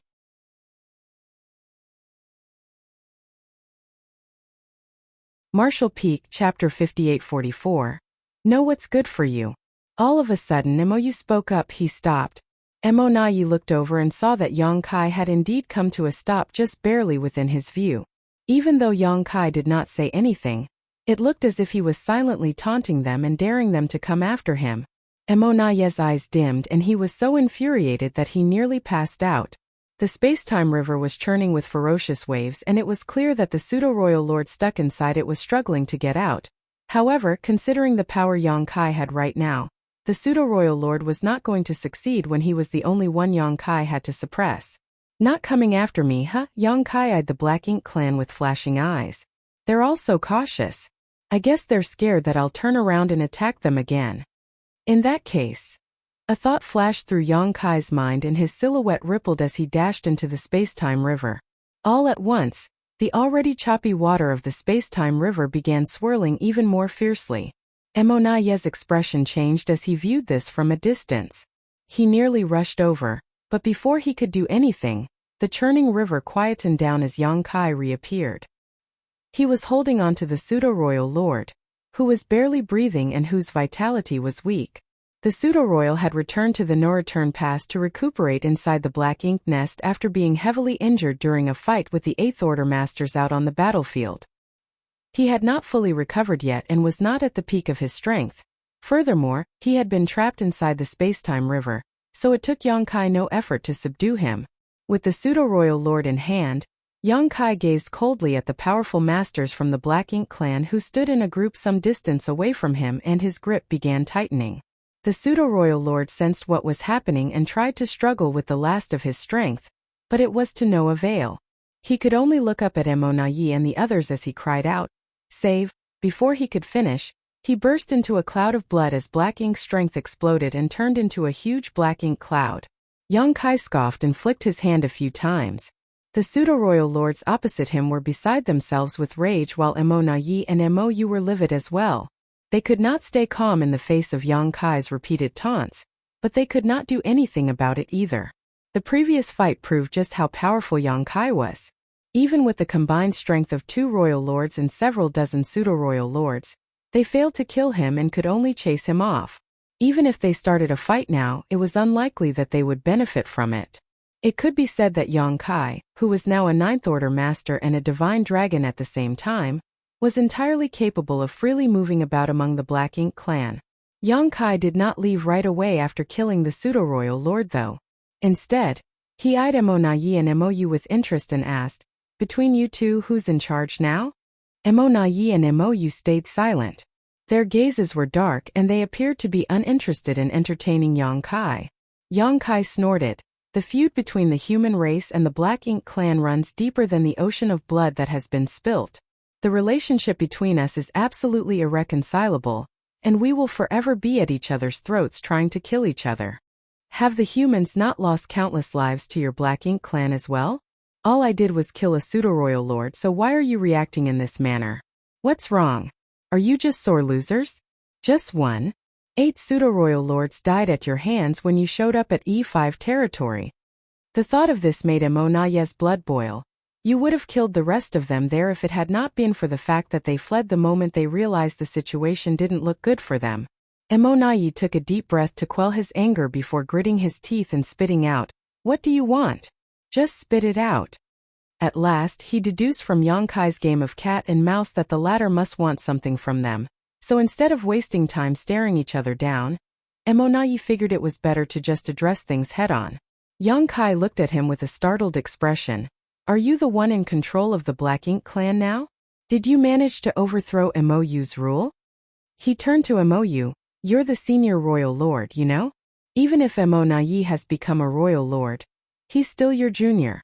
How can you let someone younger climb up on your head and order you around? That's not the way things should be. Moyu was unfazed as Yang Kai's words meant nothing to him. Meanwhile, Monaye's expression was cold as he growled, "Don't bother trying to instigate conflict. We don't scheme and stab each other in the back the way you humans do." Yang Kai pursed his lips as he was merely giving it a try. It would be great if he successfully drove a wedge between the two royal lords, but either way, he would not be losing anything by trying. Nevertheless, it did not seem to be effective. Yang Kai shrugged and said, "Since you're in charge, it's all good to me. We're well acquainted with each other and have never done each other wrong. I came here today to do business with the Black Ink clan." Monaye's brow twitched. Just the word business was enough to give him a headache as he recalled what it had been like when Yang Kai ripped him off last time. Thus, when he heard what Yang Kai said, he had a bad feeling and sorely wished he could sew Yang Kai's mouth shut. He did not respond and Yang Kai did not care as he continued, "I want to retrieve something from the no-return pass, so I hope you all know what's good for you and cooperate with me." Monaye's eyelids twitched even harder. "What is it?" Yang Kai pointed with his finger. Monaye turned to see what he was pointing at and saw a few towering black ink nests. These were all mid-rank black ink nests save for one high-rank black ink nest. A black ink nest? Monaye queried in confusion. He could not figure it out. Why would Yang Kai want a black ink nest? Black ink nests were the foundation of the Black Ink clan, but they were fairly useless to the humans. Back then, the humans did grab a few black ink nests to study, and during the First Crusade, they also used the black ink nest's communicative functions to make arrangements for their separated armies. However, ever since then, the humans stopped having any ideas about the black ink nests. "You misunderstand. Why would I want a black ink nest?" Yang Kai pointed once more. "I want what's beneath those black ink nests." Monaye was startled, but he soon realized what Yang Kai meant and could not resist snorting. "You're quite greedy, aren't you?" The only thing beneath the black ink nests was a great pass. Back then, when the human race's crusade force had been defeated outside the primordial heaven's source grand restriction, they had been forced to retreat to the no-return pass. However, during that time, some of the great passes remained behind to delay the enemy. They suffered heavy casualties and most of the great passes were also either badly damaged or destroyed. In the end, only some 70 to 80 great passes gathered back at the no-return pass. Following that, several more had been destroyed when the Black Ink clan invaded the no-return pass. The only great passes remaining here at the no-return pass numbered approximately half of what the humans had at their peak, and most were heavily damaged. The majestic great passes were legacies from the human race's ancestors. It was the heritage that was collected and passed down from generation to generation. These great passes greatly contributed to the humans' ability to resist the Black Ink clan across the many theaters of the Black Ink battlefield. Every great pass was a massive mobile palace artifact that could be used for both offense and defense. The suppressing Black Ink fortress had been created to mimic these great passes, but it was far smaller in comparison. It was like comparing a child to an adult. However, due to the overwhelmingly large size of these great passes, the Ninth Order old ancestors had no way of taking them with them when they retreated. Thus, when the humans lost the no-return pass, the great passes had been left behind. Even though the Black Ink clan took over the no-return pass, they could not use these great passes, so they simply used them as platforms to plant their Black Ink nests. So many years had passed since then and the humans had never considered reclaiming these great passes as they could not do so. Monaye never expected Yang Kai to make this request now. The Black Ink clan could not do anything with these great passes because the humans had taken all the cores with them when they evacuated. Even the arrays and artifacts built into the great passes had been destroyed. They left nothing but empty shells for the Black Ink clan. Thus, Monaye was puzzled by Yang Kai's request for a great pass. It was no big deal to give one to Yang Kai, but since they were enemies, he was not going to agree to it. Monaye was about to reject the request when he heard Yang Kai adding airily, "I only wish to take a great pass. I'll let you move your Black Ink nests away first. All you have to do is agree to my request, but if you refuse, well, I have nothing much to do anyway. I guess I'll just drop by for a visit every now and then." Monaye had to choke down what he was about to say. No words could describe the bitter taste in his mouth right now.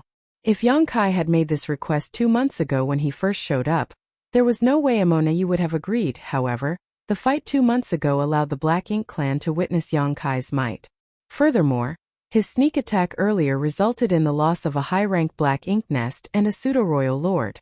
How could they afford to bear such losses if this situation happened a few more times?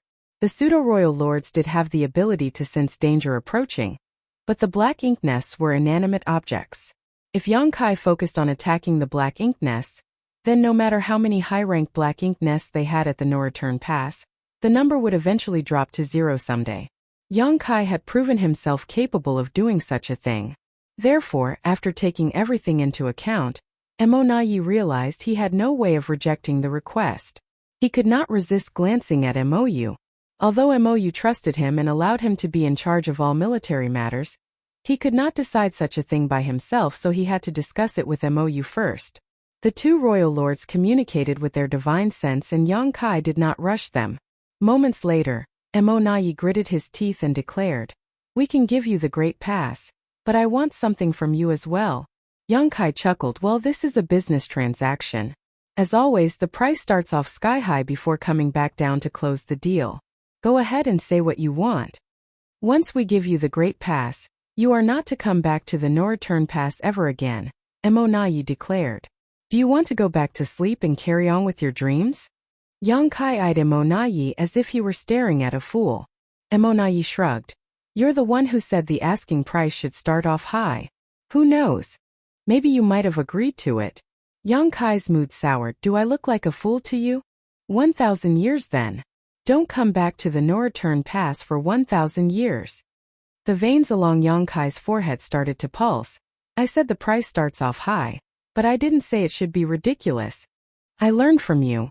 Emonayi fired back mockingly. Yongkai glared at him before waving his hand. 10 years. I'll stay away from the No Return Pass for 10 years. 900 years. Emonayi started bargaining. "I think you have misunderstood the situation you're currently in," Yongkai remarked incredulously. "It's not a must for me to retrieve something today. I can always come back to the No Return Pass whenever I want. Staying away for a decade is the most sincerity I can offer, so don't push your luck."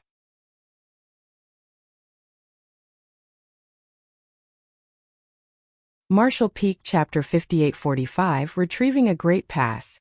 10 years seemed like a long time to a normal human without any cultivation, but for top masters, especially those whose cultivation had reached that of Emonayi and Yongkai, it was nothing more than a flick of the hand. Thus, it was only natural that Emonayi was dissatisfied with Yongkai's proposal, and immediately began to haggle as if he were arguing with a merchant at the market. Nevertheless, Yongkai was the one with all the leverage, and he insisted on 10 years. Emonayi was so frustrated that he fumed. "Since you want to do business, shouldn't you at least show some sincerity? I don't detect even the tiniest bit of sincerity from your stance at all. Sure, you may be able to throw your weight around right now, but you won't always get so lucky. Don't the humans have a saying, Yongkai? He who often walks by the river can't avoid getting his shoes wet. You're not invincible. Moreover, we will be on guard from now on, so how often will you get to succeed in the future?" Emonayi hit the nail on the head. After Yongkai's latest stunt, the No Return Pass was bound to impose even tighter security measures. Even though Yongkai was banking on his superior strength, he would still get himself into a sticky situation if he was unlucky. That was why Yongkai was willing to strike a deal with the Black Ink clan. He would not have bothered wasting his breath with them if he was certain he could destroy all of the high-ranked Black Ink nests. If he had such confidence, he would have focused on doing just that no matter how long it took him. The high-ranked Black Ink nests were the very foundation of the Black Ink clan, so if they were all destroyed, the Black Ink clan would no longer have the means to replenish their army. They would not be getting any new royal lords either. With the heritage that the Black Ink clan had right now, if they could not increase their numbers and create more royal lords, the humans would simply need to keep fighting at a steady pace and sooner or later they would be able to wipe out the enemy. Yongkai could not resist clicking his tongue. Alas, he could not pull one over Emonayi. After mulling it over briefly, he declared, "Fine. 30 years. I won't come back to the No Return Pass for 30 years. This is my final offer. If you don't agree, then the deal's off.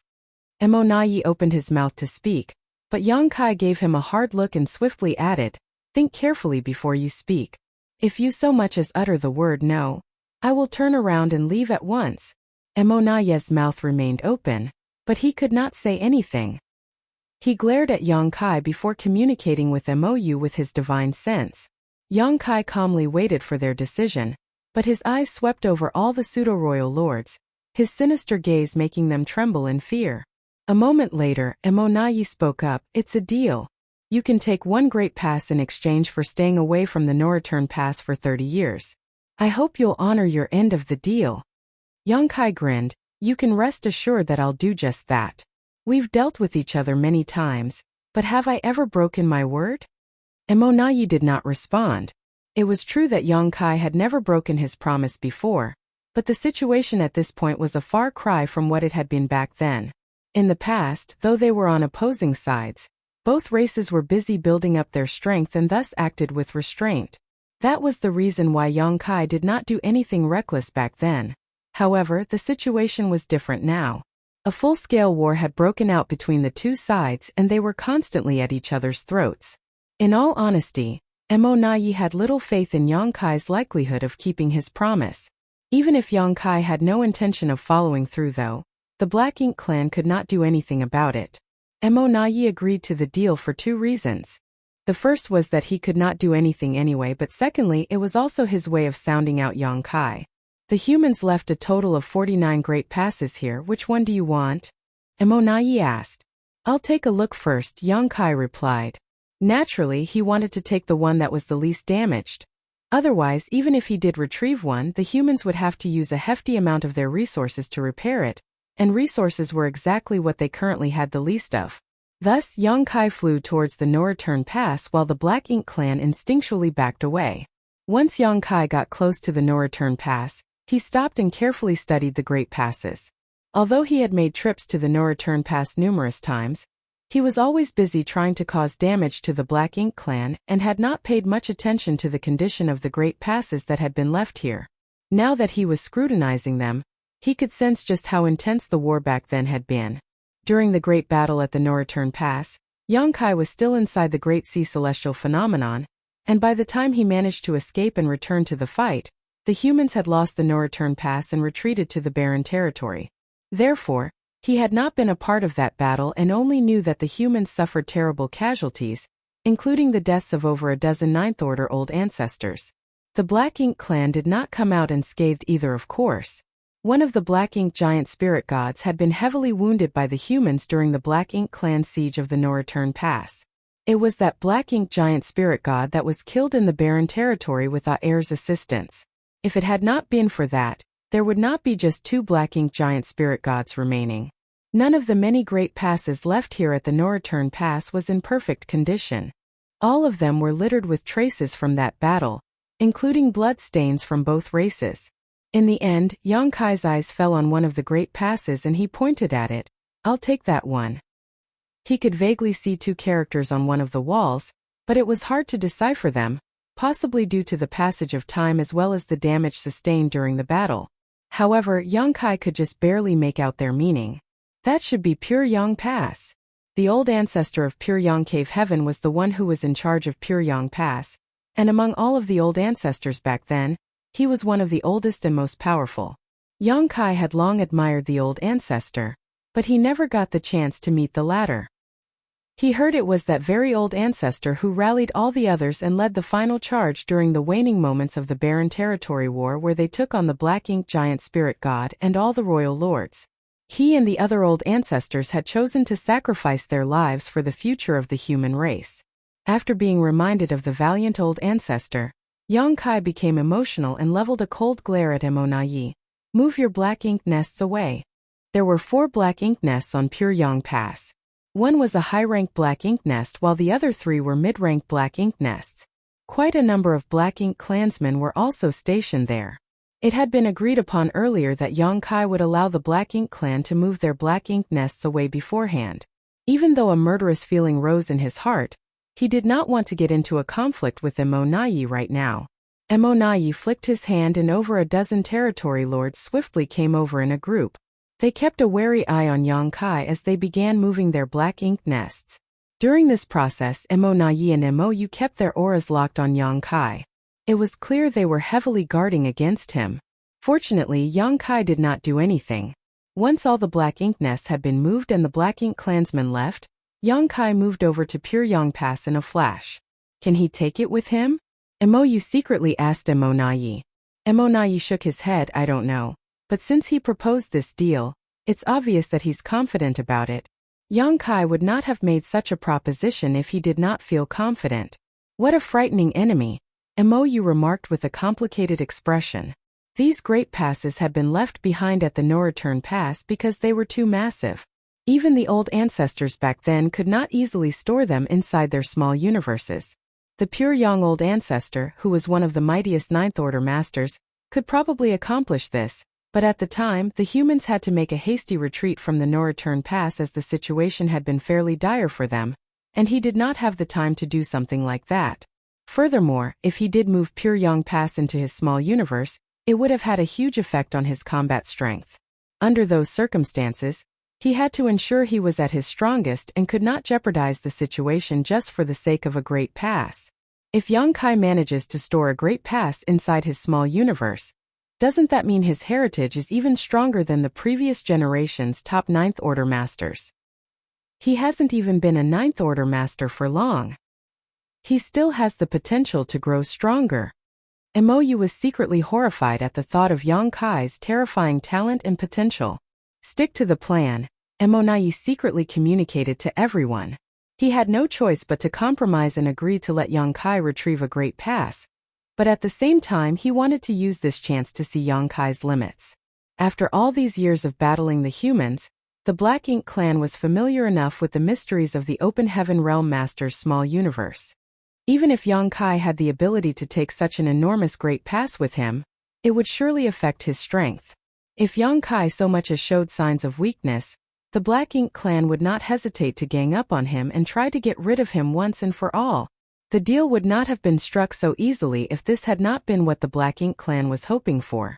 The Black Ink clan were eyeing Yongkai with the eyes of hunters when he turned abruptly, looked up and grinned at them. After all these years of dealing with Emonayi, it was only natural that he figured out what this royal lord was up to. Yongkai chuckled to himself. If that's what Emonayi is hoping for, then he's going to be sorely disappointed. As that thought flickered in his head, he summoned the space-time river. This move startled the Black Ink clan. They had assumed that Yongkai would have to use the strength of his small universe to retrieve Pure Yang Pass. After all, something as massive as a great pass could only be stored inside a Ninth Order master's small universe if they wanted to move it on their own. Why did he summon this Tao Strength River? Emonayi's expression darkened as he realized he had been mistaken.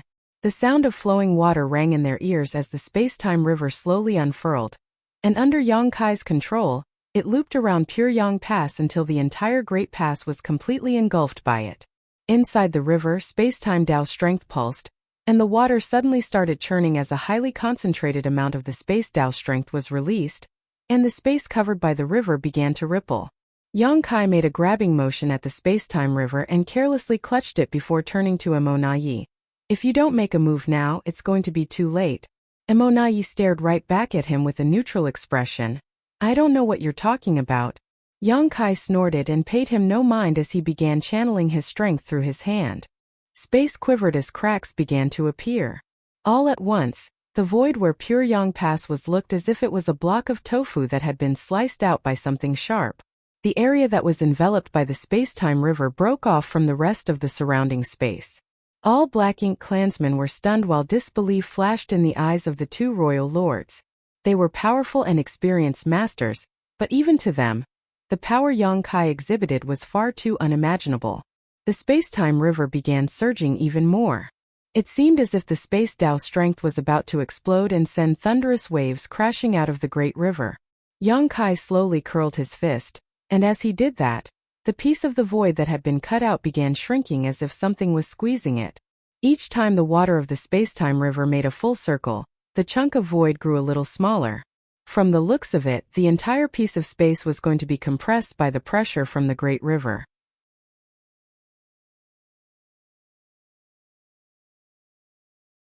Marshall Peak, Chapter 5846, Second Business Proposal.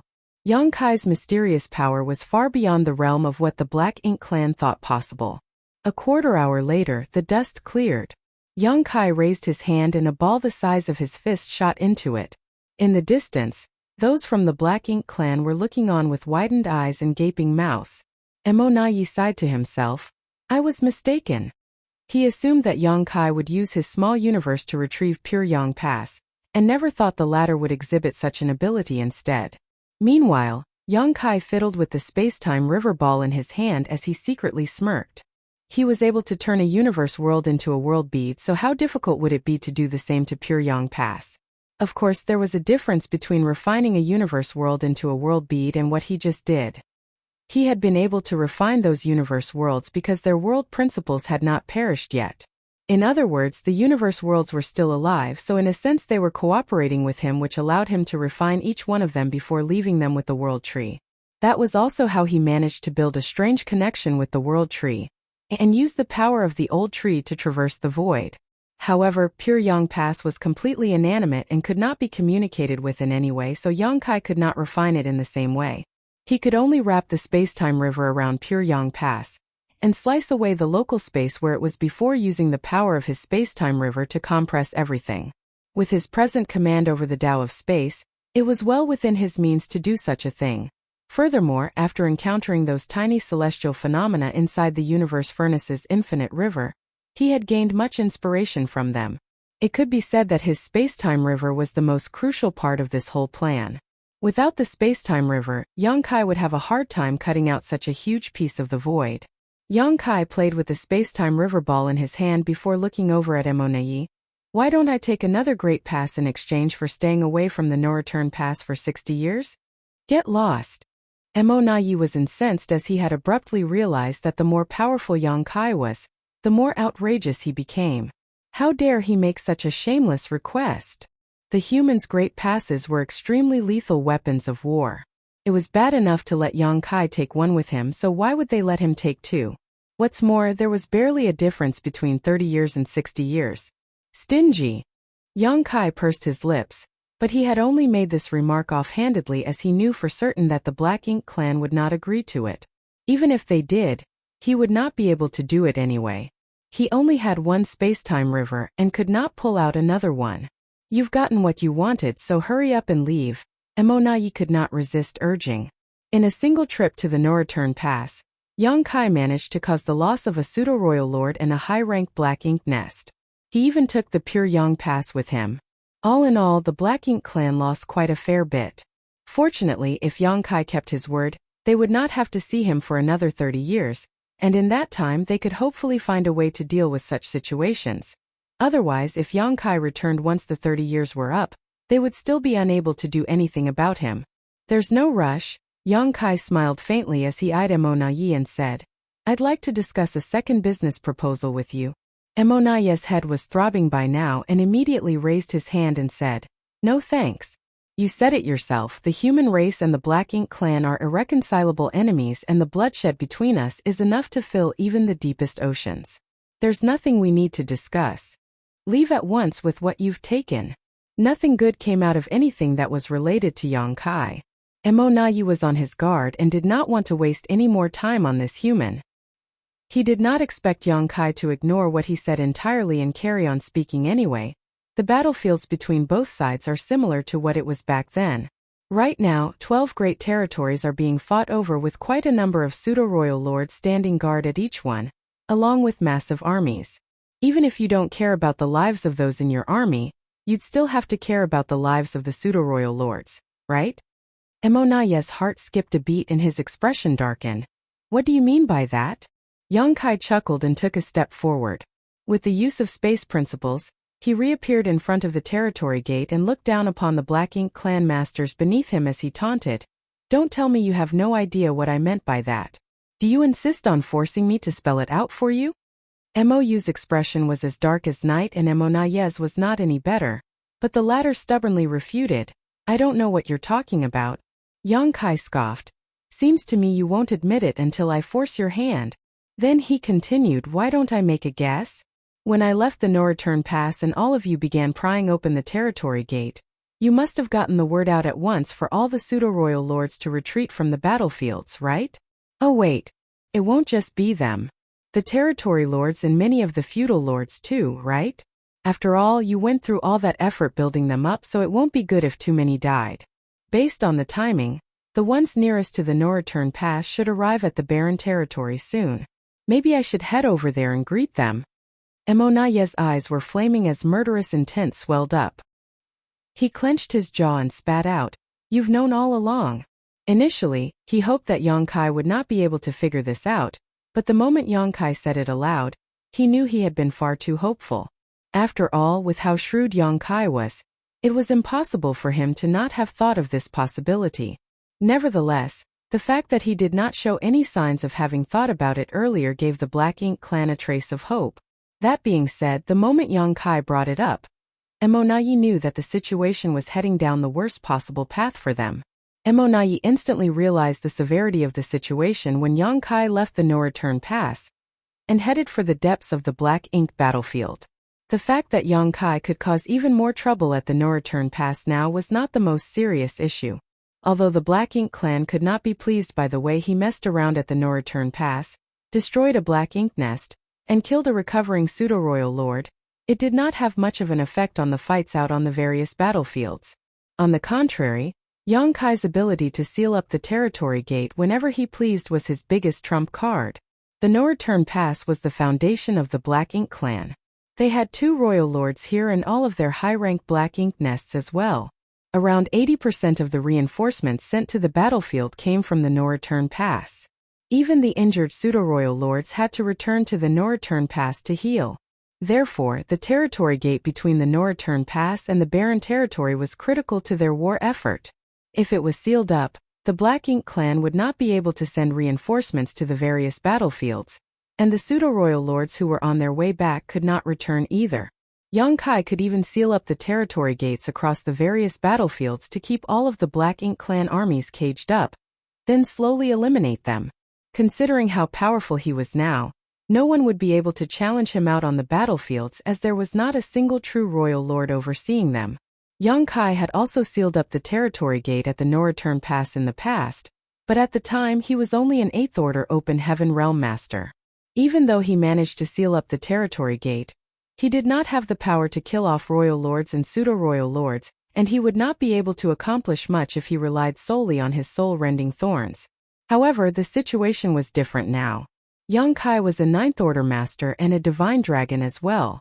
The fight 2 months ago had allowed Emonaye to realize just how powerful Yongkai had truly become. A human as strong as Yongkai with the tricky ability to seal territory gates to boot was an enemy that the Black Ink clan could not go up against. His existence threatened to turn the tides on the Black Ink clan despite the effort they had put in all these years to get things to where they were now. Yongkai using his ability to seal up the territory gate was the foreshadowing sign of the Black Ink clan's future possibility of devastating losses out on the battlefields. Thus, while they were busy forcing open the territory gate, Emonaye made sure the Black Ink clan avoided suffering such heavy casualties by getting the word out as well. He instructed all of the pseudo-royal lords out on the battlefields to retreat and return to the no-return pass as quickly as they could. Doing this was the equivalent of dooming the rest of the Black Ink clan army. Though the pseudo-royal lords could flee, the armies could not. Emonaye could predict that the humans would certainly be able to massacre the Black Ink clan soldiers that remained on the battlefields. Despite making all of the necessary arrangements beforehand, Emonaye still had a hard time dealing with the fact that Yongkai saw right through everything. The losses the Black Ink clan suffered this time around were irrefutably the worst since the Barren Territory War. But it was an unavoidable situation. Their goal was to invade the 3,000 worlds, so naturally they fought deep within the 3,000 worlds. Since you've already thought of this, why haven't you done anything yet? Now that things had come to this, Emonaye was surprisingly able to keep a cool head. What are you referring to? Yongkai cocked his eyebrows. After claiming E5 territory, you could have easily helped out on the next battlefield. You could have also sealed up the territory gates to ensure the human race's victory. This was something Emonaye could not figure out.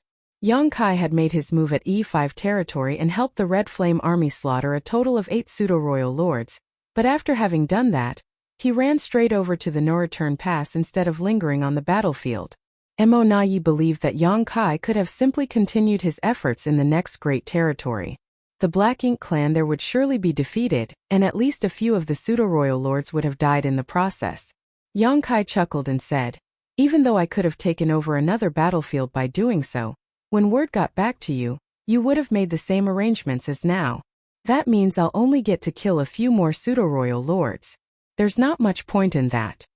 Mo Nai mulled it over and nodded lightly. As it was, the moment he received the report from E5 territory, he immediately thought about withdrawing all of the pseudo-royal lords, as it would be dangerous for them if Yang Kai began eyeing them too. There was no telling where Yang Kai would head off to next, so it had to be a full retreat. However, the subsequent dispatches made it clear that Yang Kai did not head to any other battlefield and instead headed straight for the no-return pass, which was why Mo Nai did not immediately give the order to retreat. That all changed when Yang Kai left the no-return pass. As Mo Nai surveyed the sealed-up territory gate, he finally realized how grave the situation was. All of a sudden, Yang Kai's expression hardened as he said, "The situation across the 3,000 worlds is far too messy right now. All of the armies are separated and your Black Ink clan has established forward outposts throughout the various great territories. Don't you think it's better if we make the situation simpler?" Mo Nai came to an understanding. "So, that's why you've chosen to do this?" Yang Kai nodded. "Soon the humans will reclaim the 3,000 worlds, and the Black Ink clan will have to all gather together at the no-return pass. The humans won't need to disperse their armies to deal with you. They will simply have to keep their eye on the no-return pass. As for the pseudo-royal lords whose lives were threatened by Yang Kai, sooner or later, they would still die." Mo Nai could not help but feel impressed. That is indeed the best possible situation for the humans. Then, he followed up with a sigh. "The humans are blessed to have you, Yang Kai." Yang Kai smirked. "Don't think I'll go easy on you just because you are flattering me." Mo Nai shook his head and asked with a forlorn expression, "Is this the second business proposal you talked about earlier?"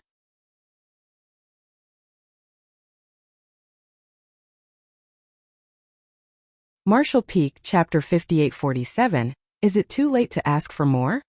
As soon as Yang Kai pointed out the reality of the current situation, Mo Nai knew Yang Kai had managed to trick the Black Ink clan into doing what he wanted again. He purposely sealed the territory gate to make them wary of the possibilities, which led to them recalling all the pseudo-royal lords who were out fighting. All of this left Mo Nai feeling both furious and bleak. Yang Kai stood outside the territory gate and opened his arms. "Right now, I'm the one who has the upper hand. Your pseudo-royal lords are retreating from all the different battlefields, but I can seal up the territory gate at any time and slaughter all of them. Even though you can force open the territory gate again, it'll take some time. Moreover, I can seal up more than one territory gate." If Yang Kai headed off right now to kill the returning pseudo-royal lords, he would undoubtedly seal off all the territory gates along the way. Mo Nai would not be able to go after him no matter how much he wanted to. With Yang Kai's present mastery over the Tao of space and his current strength, it was laughably easy for him to seal off a territory gate. However, it would take the Black Ink clan time and a lot of time and effort to break one open again. The amount of work required of both parties was worlds apart. Yang Kai could use this to his advantage, and the additional time he had thanks to that would be enough for the Black Ink clan to lose a majority of their pseudo-royal lords. "What do you want?" Mo Nai asked darkly. Yang Kai flashed a faint smile. "Now that's how you do business." It was easy to deal with someone as smart as Mo Nai. Yang Kai did not need to give a detailed explanation. Mo Nai could grasp the situation quickly, which saved the need to waste one's breath. If Yang Kai had been dealing with a hot-headed fool with a fiery temper instead, they might have come to blows by now. That was not what Yang Kai wanted. As long as your new generation of royal lords hasn't emerged, the pseudo-royal lords are your strongest forces. You can't afford to lose any of them. After all, you don't have any more innate territory lords, so every single pseudo-royal lord who dies can't be replaced. Yang Kai slowly remarked, "How's this? I won't back you into a corner. For every single pseudo-royal lord, I want 1,000,000 sets of fifth-order materials. You can count how many pseudo-royal lords you have remaining, and give me the equivalent amount." "Are you insane?" Mo Nai stared at Yang Kai in shock. He was thunderstruck by the humans' attempt at open robbery. Even though he only asked for fifth-order materials, 1,000,000 sets was far too much. Furthermore, this was only in exchange for a single pseudo-royal lord. At the very least, there were around 100 of them out on the battlefield, so wasn't that like asking for 100 million sets of fifth-order materials? Though Mo knew Yang Kai would surely have high demands, he never expected the latter to be this greedy, and he certainly could not accept it. These materials mean nothing to the Black Ink clan, but the same can't be said for the pseudo-royal lords. Yang Kai commented coolly, "You better think carefully before you answer." Mo gritted his teeth. "It's too much." Truth be told, Mo was more than willing to use these materials to exchange for the lives of the pseudo-royal lords, but the price that Yang Kai asked for was too far outside the limits of acceptability. After all, the materials taken from them would be used to help the humans grow stronger. The more the Black Ink clan gave, the stronger the humans could become. All of a sudden, Mo realized that this could very well be the real reason why Yang Kai showed up at the no-return pass. Mo knew of the humans' lack of resources. The Black Ink clan had the entire Black Ink battlefield to supply them with everything they needed to provide for their army, but what did the humans have? They only had the resources amassed by the major sects throughout all their years of existence, but no matter how much they had saved, they would still use everything up someday. When that happened, the humans would no longer have any resources and the cultivation of their masters would slow down dramatically. They might not even get any new open heaven realm masters anymore.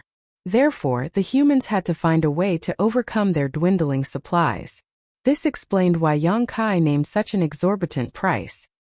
His earlier deal with the Black Ink clan was merely his way of slowly setting up the stage and putting pressure on them. Thinking about it now, Mo realized that the earlier deal did not benefit the Black Ink clan in any way. Instead, they ended up allowing Yang Kai to take a great pass basically for free. "That's my only condition. I won't accept any attempts to bargain. You have a stick of incense's worth of time to discuss this. If you can't accept it, then so be it. I will immediately head off to slaughter all your pseudo-royal lords. Let me see how many of them manage to make it back alive. Oh, I'll start with the territory gate that connects Shattered Heaven to the 3,000 words. That'll make for an excellent battlefield." Yang Kai took a hard line and left no room for haggling. Monaye's eyes nearly popped out of their sockets, and the other pseudo-royal lords were seething with rage as well. They kept throwing questioning looks at Monaye. It was as if they would rush forward to eviscerate Yang Kai the moment the royal lord gave the order. Meanwhile, Monaye's expression kept changing. Everyone could see that he was trying to quell his murderous intent. In the end, he did not give the order as he somehow kept a lid on his fury. He was only able to control himself because he knew nothing would come out of it even if he did give the order to attack. They could not do anything to Yang Kai when the territory gate was right behind him. The moment the Black Ink clan even tried to do anything, Yang Kai could immediately jump through the territory gate. Truth be told, Monaye was not averse to giving away those materials in exchange for the safety of the pseudo-royal lords. However, he was infuriated by the amount Yang Kai asked for and the refusal to let them bargain even when they did so earlier. However, he could not deny that Yang Kai was targeting the Black Ink clan's weakness. If he did do as he said just now, a lot of pseudo-royal lords would be meeting their doom. The pseudo-royal lords who were retreating from the battlefields had to pass through the territory gate at the Shattered Heaven. It was a passage that could not be avoided, and Yang Kai only had to lie in wait there. By doing so, he would surely be able to kill them off. If the Black Ink clan at the No-Return Pass wanted to head over to help the pseudo-royal lords, they had to pass through the barren territory and travel across the entirety of the Shattered Heaven. Not only would the journey take them far longer than it took Yang Kai, but just the act of needing to break open the sealed territory gates would waste a lot of their time as well. By the time they did manage to get there, it was probably going to be too late. Furthermore, they had to leave some masters at the No-Return Pass to stand guard there, so they could not send out all of their forces. A single human had the entire Black Ink clan in a chokehold. All of the Black Ink clansmen were drowning in humiliation. After sending a resentful glare in Yang Kai's direction, Monaye used his divine sense to discuss the deal with Mou. Yang Kai calmly waited by the territory gate without rushing them. After all, he did say he was giving them a stick of incense's worth of time to discuss the deal. Moreover, he was certain they would agree to his demand. Although he was asking for a lot, it was not an amount they could not deliver. They simply did not want to hand over all these resources to the enemy. However, materials came second when weighed against the lives of those pseudo-royal lords. Still, there were no guarantees in life. If the Black Ink clan was going to be stubborn about it and refused to accept his ridiculous demand, then he had no choice but to head on over and kill off the pseudo-royal lords. Now that he was using the Spacetime River to seal Pyongyang Pass, Yongkai could not use it in battle, and without its help, it would not be easy for him to kill all those pseudo-royal lords. Furthermore, the returning pseudo-royal lords would be traveling in groups, which would make it even harder for him to kill them. If he had to do it, he could only succeed a few times. As more and more pseudo-royal lords returned from the various battlefields, he would have to stop. No matter how strong he was, there was still a limit to what he could accomplish alone. Hopefully, Emonayi makes the wiser choice. Yongkai glanced at Emonayi, and the latter just so happened to be glancing over at him too. Their eyes met and Yongkai flashed the royal lord a cordial smile. Emonayi averted his eyes with a disgusted expression. The discussion continued. At first, it was only between Emonayi and Mou, but soon the divine senses of many other pseudo-royal lords joined in. From their expressions and reactions, it was clear that they were split on the issue. Yongkai did not bother paying any attention to them, and just remained ready to step into the territory gate at any given moment. Before the time was up, the Black Ink clan came to a decision. Yongkai gathered his thoughts and crossed his arms before calmly asking, "So?" Emonayi took a deep breath.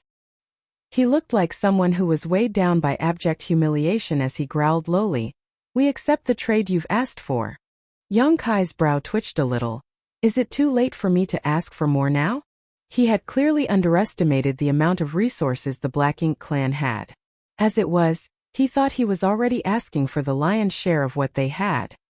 He even considered the possibility of compromising just a tiny bit if the Black Ink clan insisted on haggling with him. Who would have thought that they'd agree just like that? After giving it some thought, it made sense. The Black Ink clan had been in control of the 3,000 worlds and the entire Black Ink battlefield for millennia, which was more than enough time for them to gather an enormous amount of resources as they had more than enough underlings to do the mining.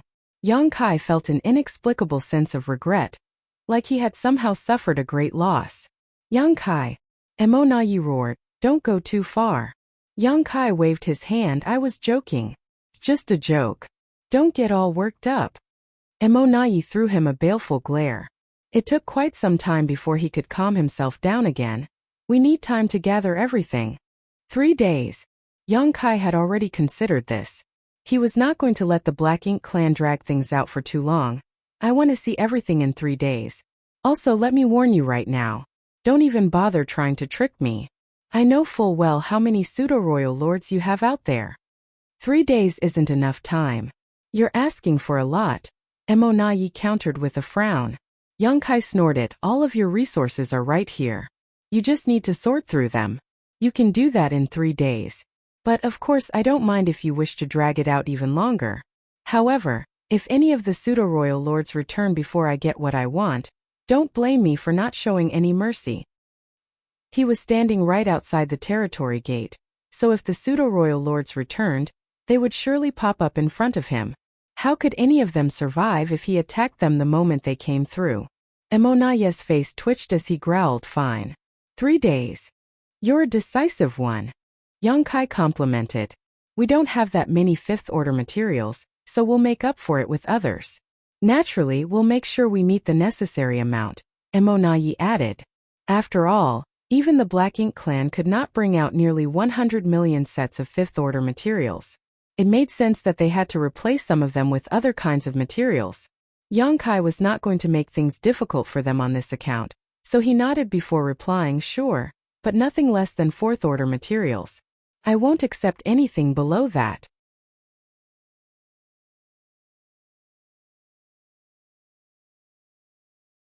Marshall Peak Chapter 5848 At this point, the humans rarely had any new open heaven realm masters beneath the fourth order.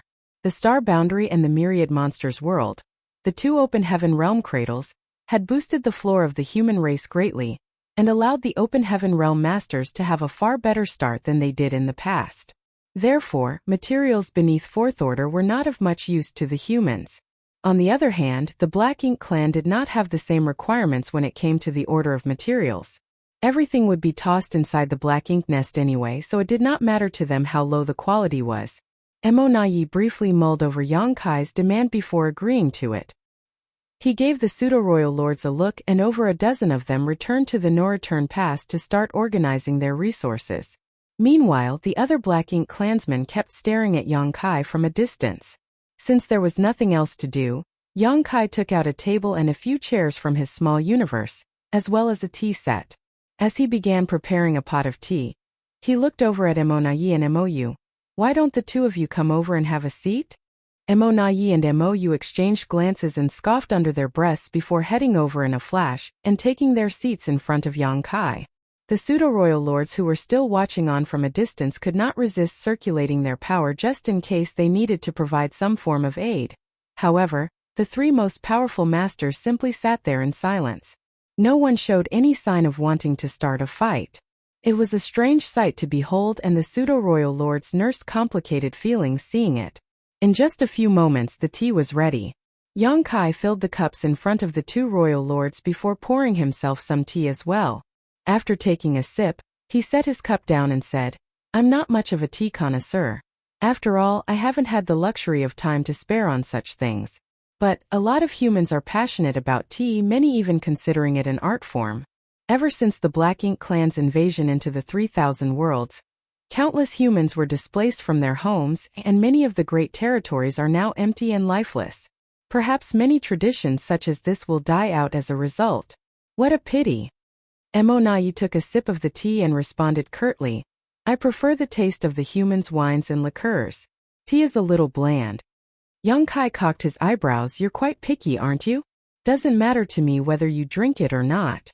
You know, considering the Black Ink clan's speciality of destroying any place you invade, if you truly take control over everything, you won't even be able to drink tea anymore." Emonayi set his cup down and staunchly declared, "In the future, Black Ink will be the only constant existence." Yang Kai raised his hand to stop Emonayi. "Don't bother spreading your propaganda. We'll never see eye to eye and we'll never be on the same side. You're just a bunch of invaders who are running amok in someone else's home." When everything first came into existence, the divine spirits were the ones in power, Emonayi coolly retorted. Then, it was the monster race who ruled before the power finally fell into the hands of the human race. As the years go by, control of the universe switches between different races. There is no true preordained owner. If the humans can be in charge, then so can the Black Ink clan. Yang Kai side-eyed him. "You know a thing or two, huh? There was balance and progress in the universe during the reigns of the divine spirits, monster race, and the human race, but if the Black Ink clan does succeed, what can you bring about? There will be nothing but destruction and desolation. If everything else is gone, do you think the Black Ink clan will survive? You're just digging your own graves, and yet you make it sound so wonderful by calling it the only constant existence. Since you know so much, let me ask you this. Do you know how the divine spirits came into existence?" Emonayi frowned. "Do you?" "Of course," Yang Kai declared with a smug smile. However, he did not give Emonayi any time to ask any questions as he swiftly added, "But I'm not going to tell you." Emonayi could not resist rolling his eyes, but his temper did not flare up. Yang Kai continued, "The Black Ink clan came about because of Mo. Its thoughts and beliefs are what determine your actions and choices. Even though Mo is incredibly powerful, it was suppressed and sealed inside the primordial heaven source grand restriction all of those years ago. Unable to escape, it has been stuck there ever since. However, it doesn't seem to do well with loneliness. Nevertheless, it's like a frog that has been stuck inside a well, and thinks that what it sees is everything there is to see and know. It cannot possibly fathom that there's so much more out there that it has no idea about." Pung. Mou, who had been silent the whole time, slammed his cup onto the table and glared at Yang Kai. "How dare you question the Supreme One?" Yang Kai side-eyed him. "What's wrong with you? Getting all worked up over a few words I said? What gives you the audacity to lash out at me after drinking my tea, huh?" Mou had a stormy expression as he retorted, "Don't think you're invincible just because you're a ninth order master now, Yang Kai. Perhaps Emonayi and I can't stand against you, But can you stand against the Supreme One Soul clone? Naturally, he was referring to the black ink giant spirit gods. Yang Kai snorted. Why would I need to stand against them? They have their own opponents. You could not think of a retort to that. Yang Kai pursed his lips. Forget it. I can't be bothered to talk about these things with you. Why would we need to cultivate if everything could be resolved through debates? He cocked his eyebrows at Emonayi. Isn't that right? It was clear that Emonayi did not want to dwell on this topic either, so he changed the subject. We'll give you the materials in 3 days, but I have a small request as well. Go on. Yang Kai raised his cup of tea to his lips before swirling it around. You need to remain here until all the pseudo-royal lords have returned to the no-return pass before you can leave. Emonayi had dealt with Yang Kai many times, and though this human had never broken a promise he made, Emonayi could not be sure that he could trust Yang Kai this time. If Yang Kai left right after taking all the materials with him, he would certainly head over to kill those pseudo-royal lords. To avoid that, they could only allow Yang Kai to leave when all of the pseudo-royal lords had returned. He was worried that Yang Kai would not agree to his request and was even considering withholding a portion of the materials and only handing them over to Yang Kai once the pseudo-royal lords arrived safe and sound. Thus, he did not expect Yang Kai to agree without any fuss. I was going to do that anyway, even if you didn't ask it of me. Startled, Emonayi gave him a blank stare. Why would he do that?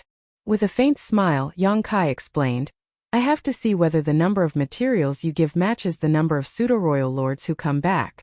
It's no issue if you give more than what we agreed upon, but if you give me less, I won't be pleased. Emonayi's expression darkened as he growled, You can rest assured that I know even better than you just how many pseudo-royal lords there are out there. You won't be getting any less than what we agreed. That's good then. Yang Kai nodded and refilled Emonayi's cup, but he ignored Mou and the latter's expression became a little unpleasant. Emonayi chuckled and shook his head. He personally topped up Mou's cup before letting out a heavy sigh. The advantage we had for thousands of years is all gone now. Henceforth, the humans will be able to easily reclaim the 3,000 worlds. Previously, it would not have been easy for the humans to reclaim the 3,000 worlds. There was no telling how long it would take for them to go on fighting to reclaim each great territory one by one, not to mention all the effort and the sacrifices that needed to be made as well. However, due to the overwhelming threat that the Black Ink clan was up against in the form of Yang Kai, they were forced to withdraw all of their most powerful masters lest the humans seized his chance to eliminate them. Due to this, the Black Ink clan army out on the battlefields would not be able to put up a fight against the humans, and the Black Ink clan did not plan on sending out any reinforcements either. Therefore, the humans simply needed to put in a bit of time and they would be able to reclaim the rest of the 3,000 worlds. Yang Kai scoffed, so what if we reclaim them?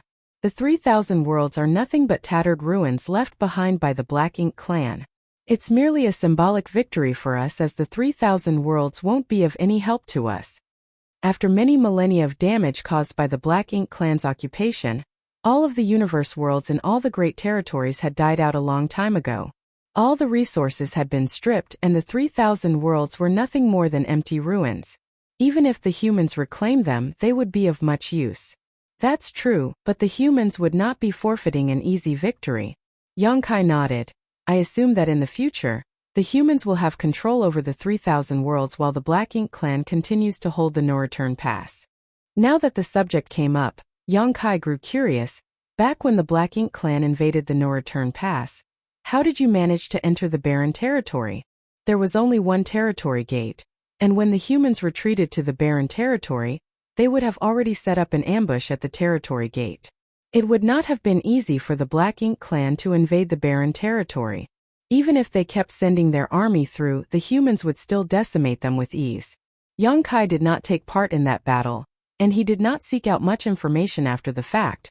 So he was curious to know how the Black Ink clan could break past the humans' defenses and launch a successful invasion into the barren territory. It's all thanks to the Supreme One Soul clone, of course, Emonayi replied. I presumed as much, Yang Kai commented after gaining clarity. Only the presence of a Black Ink giant spirit god would have allowed the Black Ink clan to accomplish what they did. The Black Ink giant spirit god was the one who barged into the barren territory and occupied a sizable chunk of the human race's combat power. which allowed the Black Ink clan to send their army in. Humans don't have a third giant spirit god. It will be difficult for us to invade the no-return pass. Yongkai stroked his chin as he seemed to vex over the conundrum. Moyu's brow twitched. They were all mortal enemies, so Yongkai was being rather haughty for making that comment right in front of them. Nai had a knowing smirk on his face. Brother Yang, you probably know of a secret passage that leads from the 3,000 worlds straight into the Black Ink battlefield, right? This was something the Black Ink clan deduced a long time ago. After all, Yongkai made frequent trips to the no-return pass without passing through the territory gate. Instead, he would simply pop up all of a sudden on the Black Ink battlefield. Only the existence of a secret passage could explain how he managed to move around. They had tried to locate the secret passage, but after all these years they had not found anything. In Naye's eyes, Yongkai was simply trying to put on an act by saying it would be tough for the humans to invade the no-return pass. With that secret passage of his, the humans could easily gather on the Black Ink battlefield before laying siege to the no-return pass. The Black Ink clan would surely suffer devastating losses if they did not guard against that possibility. Yongkai's taking us for fools with that remark of his. Naye was not about to believe him. Now that things have come to this, there's only one thing I wish to ask of you, Brother Yang. Which great territory inside the 3,000 worlds is the entrance of that secret passage located? Naye asked with great sincerity. This question had confounded him for years now. He did not ask where the exit was as he knew Yongkai would not be telling him that, so he simply asked about the entrance. Yongkai flashed him a faint smile. What a coincidence. I have a question to ask you too. Go ahead, Brother Yang. Is your Supreme One waking up soon? When is it going to wake up? Back then, Mo sunk into a deep slumber when the hidden hand Mu left behind had been triggered. It had been thousands of years since then, and Yongkai estimated that Mo would be awakening soon. However, the old tree had sunk into a deep slumber too, so the fact that Yongkai could not head over to the primordial heaven's source grand restriction to check on things whenever he wanted was giving him a headache.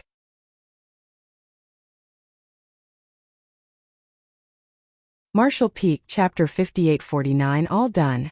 The three masters, one human and two from the Black Ink clan, sat there in the void staring at each other in total silence. The tea's getting cold, Naye quipped with a chuckle to gloss over the earlier topic.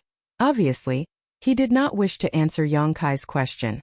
His question did not affect much.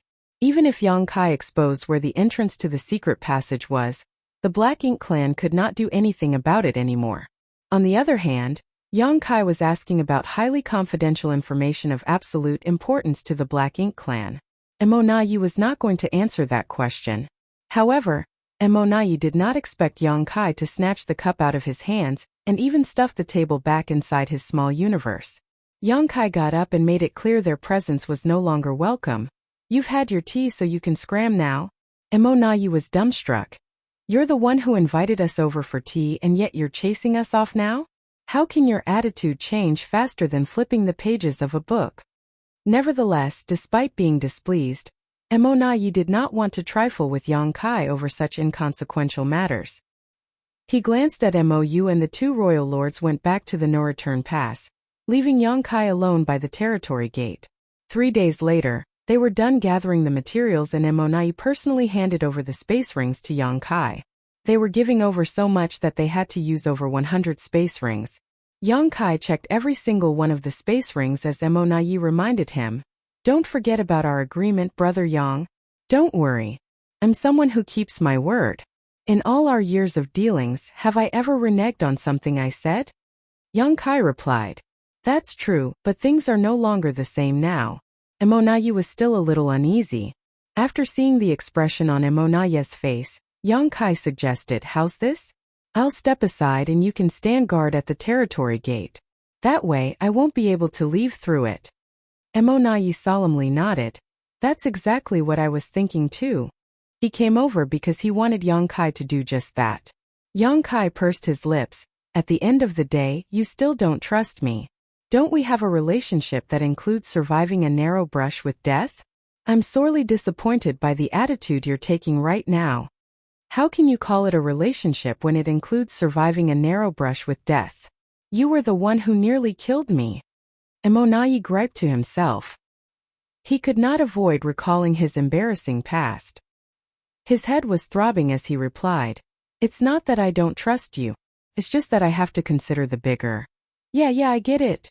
Yongkai cut him off. He could not be bothered to waste any more of his breath. He was in a good mood over the fact that he managed to extort a massive amount of materials from the Black Ink clan, so he was not going to bother with Emonai and readily stood aside. The Black Ink clan had clearly been prepared for this. Nearly 20 pseudo-royal lords immediately flew over to Emonai to block the territory gate. Soon Yongkai finished taking stock of all the materials and put them away with great satisfaction.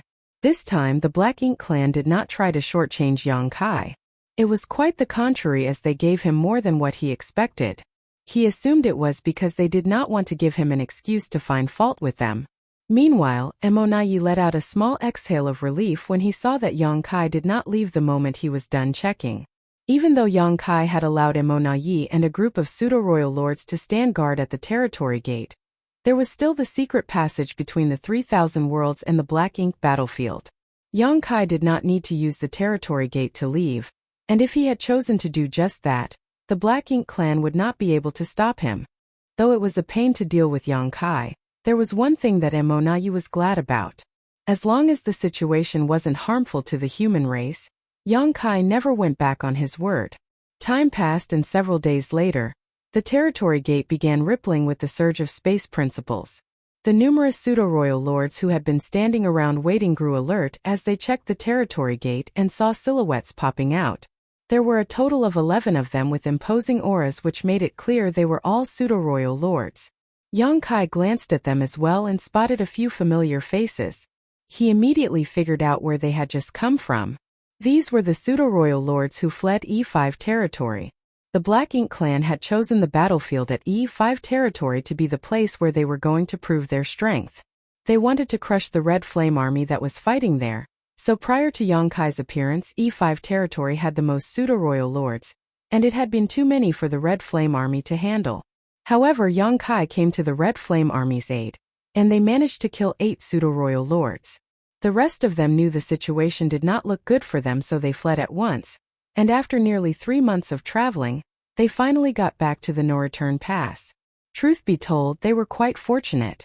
After leaving E5 territory, Yongkai did try to track them down, but he could not find out in which direction they went. Throughout this whole time, the pseudo-royal lords fearfully traveled as stealthily as possible. They did not even try to get in touch with the no-return pass, except for the initial report they sent back just before fleeing to report on the change in the situation in E5 territory. If they wanted to contact the no-return pass, they would have to find one of the Black Ink clan's forward outposts across the various great territories, but those places were not all that safe. However, when the pseudo-royal lords got back to the no-return pass and found a group of masters from the Black Ink clan, including Emonai, waiting right in front of the territory gate, they were startled and confused as they did not know what was happening. The leader of the group of pseudo-royal lords had an ashamed expression as he went forward and greeted them. He filled them in on the situation that had broken out at E5 territory just before they left and went on a rant decrying the many heinous deeds committed by Yongkai. However, as he spoke, he started getting a strange feeling, so he turned his head and glanced in a particular direction before his jaw dropped. The other returning pseudo-royal lords followed suit, and when they saw that figure standing in the distance, they grew agitated. Yongkai was standing there with his arms crossed as he gave the pseudo-royal lords a taunting look. Chills ran down their spines, but they were entirely confused. What's going on? Why is the killing star here? If he's here, why aren't they fighting against him? Why do they seem to be getting along with him? That's enough. You may go and rest. E5 territory has been lost and you're not to blame for it. Emonai waved his hand lethargically.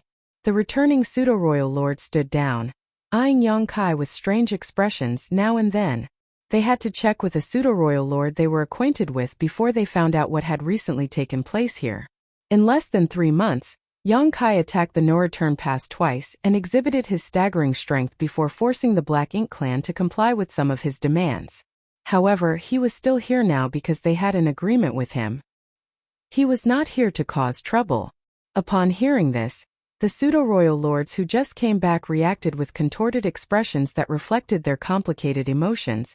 More and more pseudo-royal lords came through the territory gate.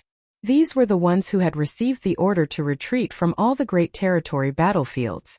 Not only were there pseudo-royal lords, but a large number of territory lords and feudal lords as well, though there was not a single one weaker than the feudal lords. Since they were fleeing for their lives, those who were not strong enough could not keep up. Furthermore, as the more powerful masters fled the battlefields, the Black Ink clan still needed some forces to keep the human race army occupied. These returning masters all jumped in fright the moment they spotted Yang Kai.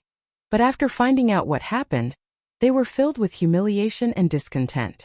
It would not be wrong to say the present situation resulted entirely from the actions of a single human.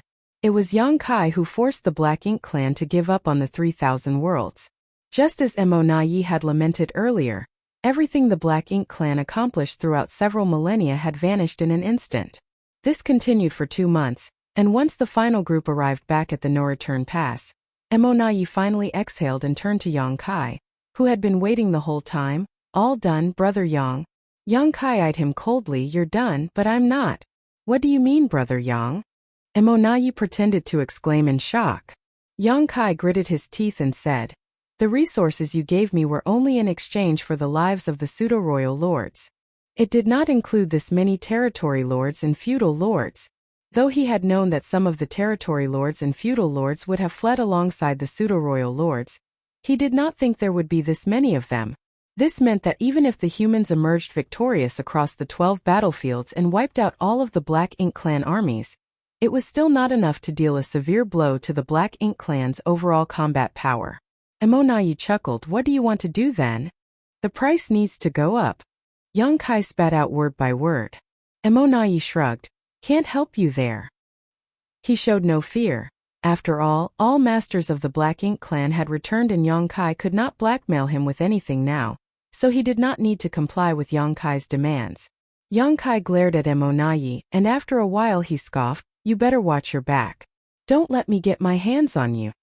Although he was powerful enough to mess around at the no-return pass, there were too many masters gathered here right now. If he did try to do something, it would not be as easy for him as it had been back then. This was the reason why Mo Nai had grown a spine and took a tougher stance now. All of the Black Ink clan's most powerful masters were now gathered at the no-return pass. Even if all of the Ninth Order masters came over, there was no guarantee that they could achieve anything, let alone Yang Kai. There are too many pseudo-royal lords. Move. Yang Kai snarled. Mo Nai turned around and waved his hand at the pseudo-royal lords gathered in front of the territory gate. They swiftly retreated and cleared a path between them. Mo Nai gestured to Yang Kai. Go ahead, brother Yang. Yang Kai snorted and took a step forward without any hesitation. In a flash he was right outside the territory gate. At the very next moment a low growl rang out. Now! All at once, a fiery storm of attacks shot out from all directions and rained down on Yang Kai, who could not even say anything before he was shoved into the territory gate. His muffled roar rang out, I'll kill you, Mo Nai. Mark my words. Mo Nai's expression was grim as he stared at the territory gate that was slowly swirling. This attack that was launched at the very last moment had not been an attempt to kill Yang Kai. He knew full well it was impossible to kill Yang Kai so easily. He simply wanted to get Yang Kai to leave as soon as possible. Perhaps they managed to injure him just a little, but not to the point where it made any difference. Then Mo Nai turned his eyes back on the pseudo-royal lords and sternly commanded, remember this humiliation. One day we'll pay it back many times over.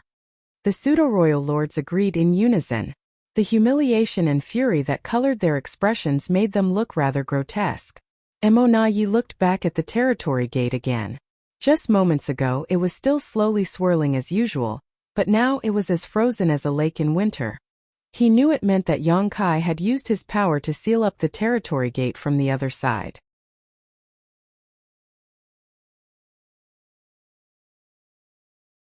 Marshall Peak, Chapter 5850 Current Situation.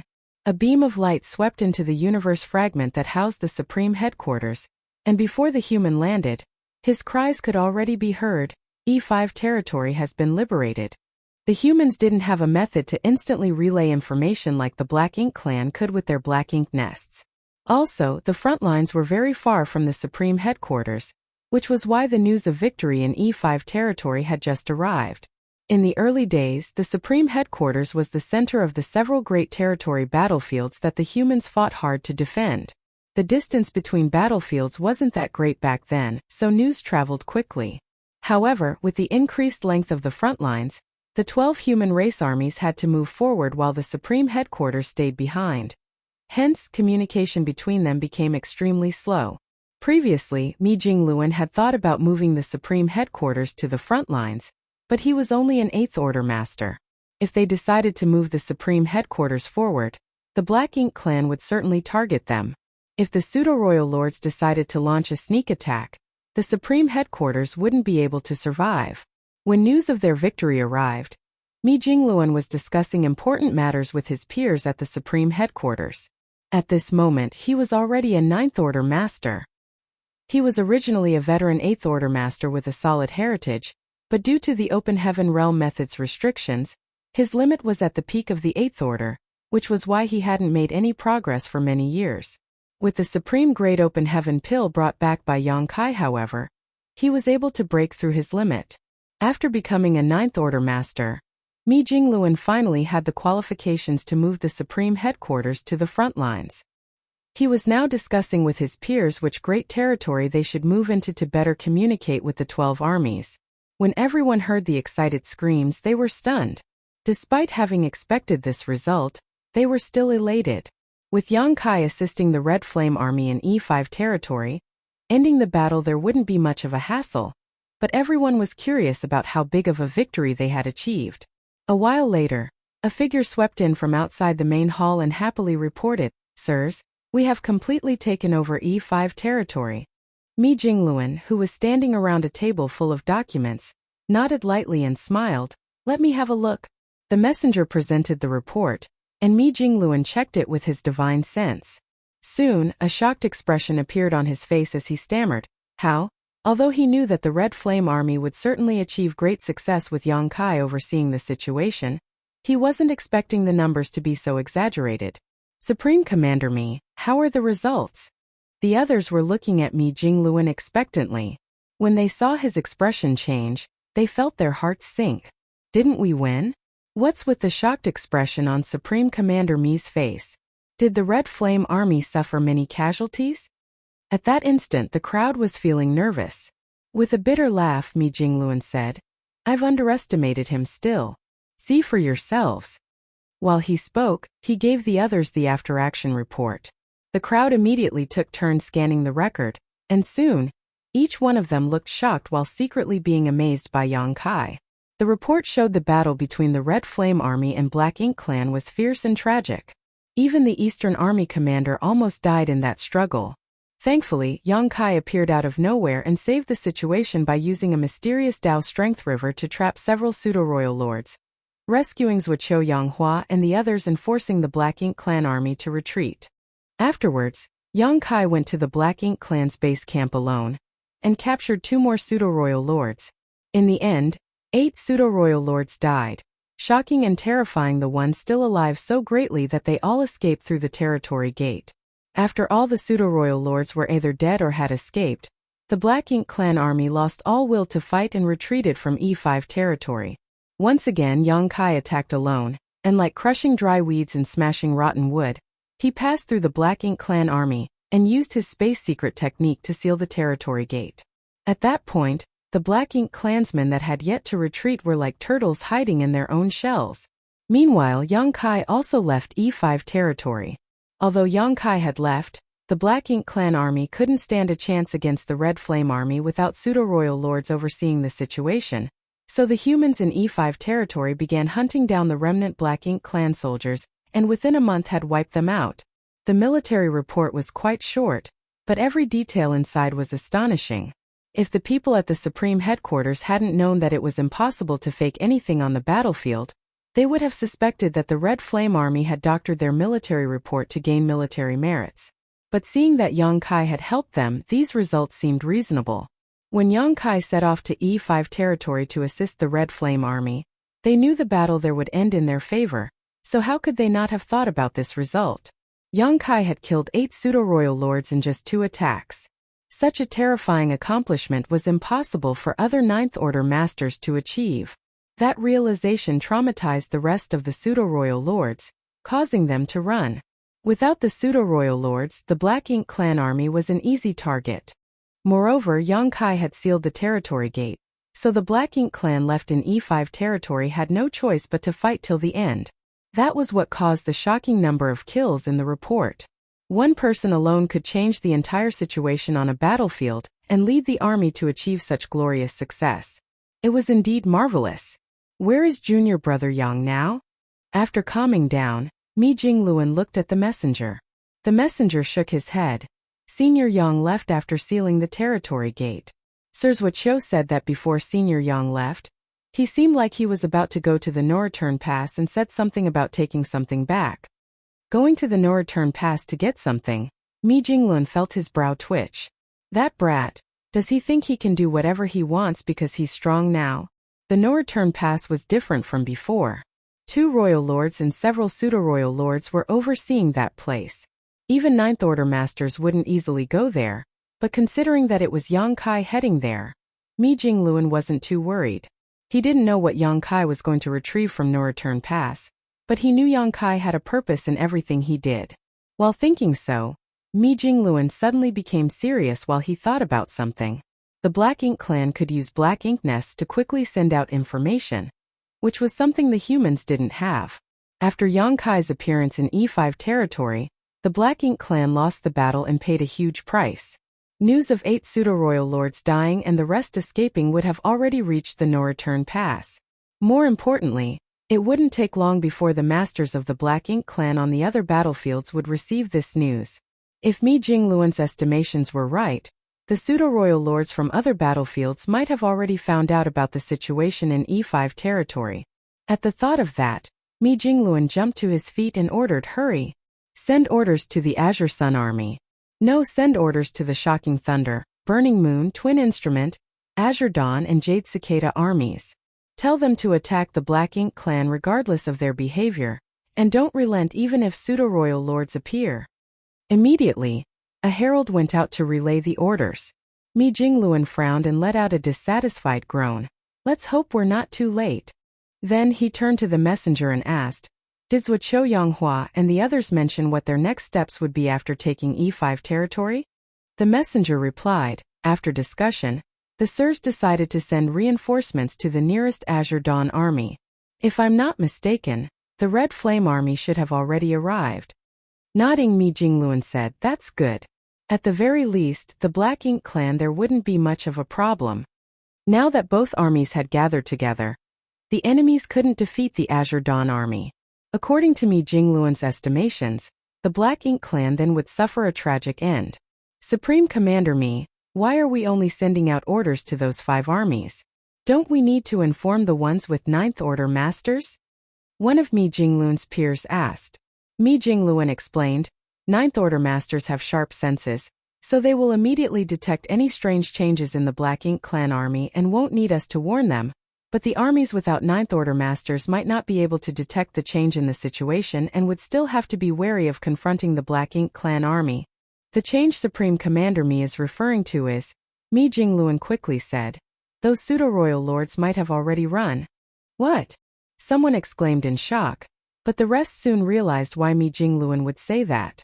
The Black Ink clan had paid a tragic price during the battle in E5 territory, and even lost 8 pseudo-royal lords, the masters which currently gave them the greatest advantage. From the recent military report, it was clear that pseudo-royal lords didn't stand much of a chance against Yang Kai, and Yang Kai had the ability to seal the territory gates and cut off the Black Ink clan's escape routes. How could the Black Ink clan not be worried about such an enemy? Yang Kai had only joined one battle in E5 territory yet almost wiped out the entire Black Ink clan army there. So, what if he appeared in the other great territories? No pseudo-royal lord had the guts or confidence to face Yang Kai head-on. Even if they could muster up the courage to fight with Yang Kai, the always prudent Emona Yu wouldn't let them do so and would instead order them to save their strength and immediately return to the no-return pass. Therefore, All of the pseudo-royal lords at the front lines should have already evacuated. The 6 human race armies with Ninth Order masters would have noticed such movements, but the rest might not have. If the Black Ink clan acted like they were ready to start a fight, the humans might not dare to act recklessly, giving the pseudo-royal lords the time and opportunity to flee.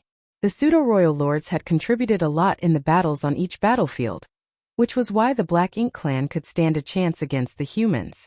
Now that they were gone, the Black Ink clan had lost their capital to fight against the human race armies.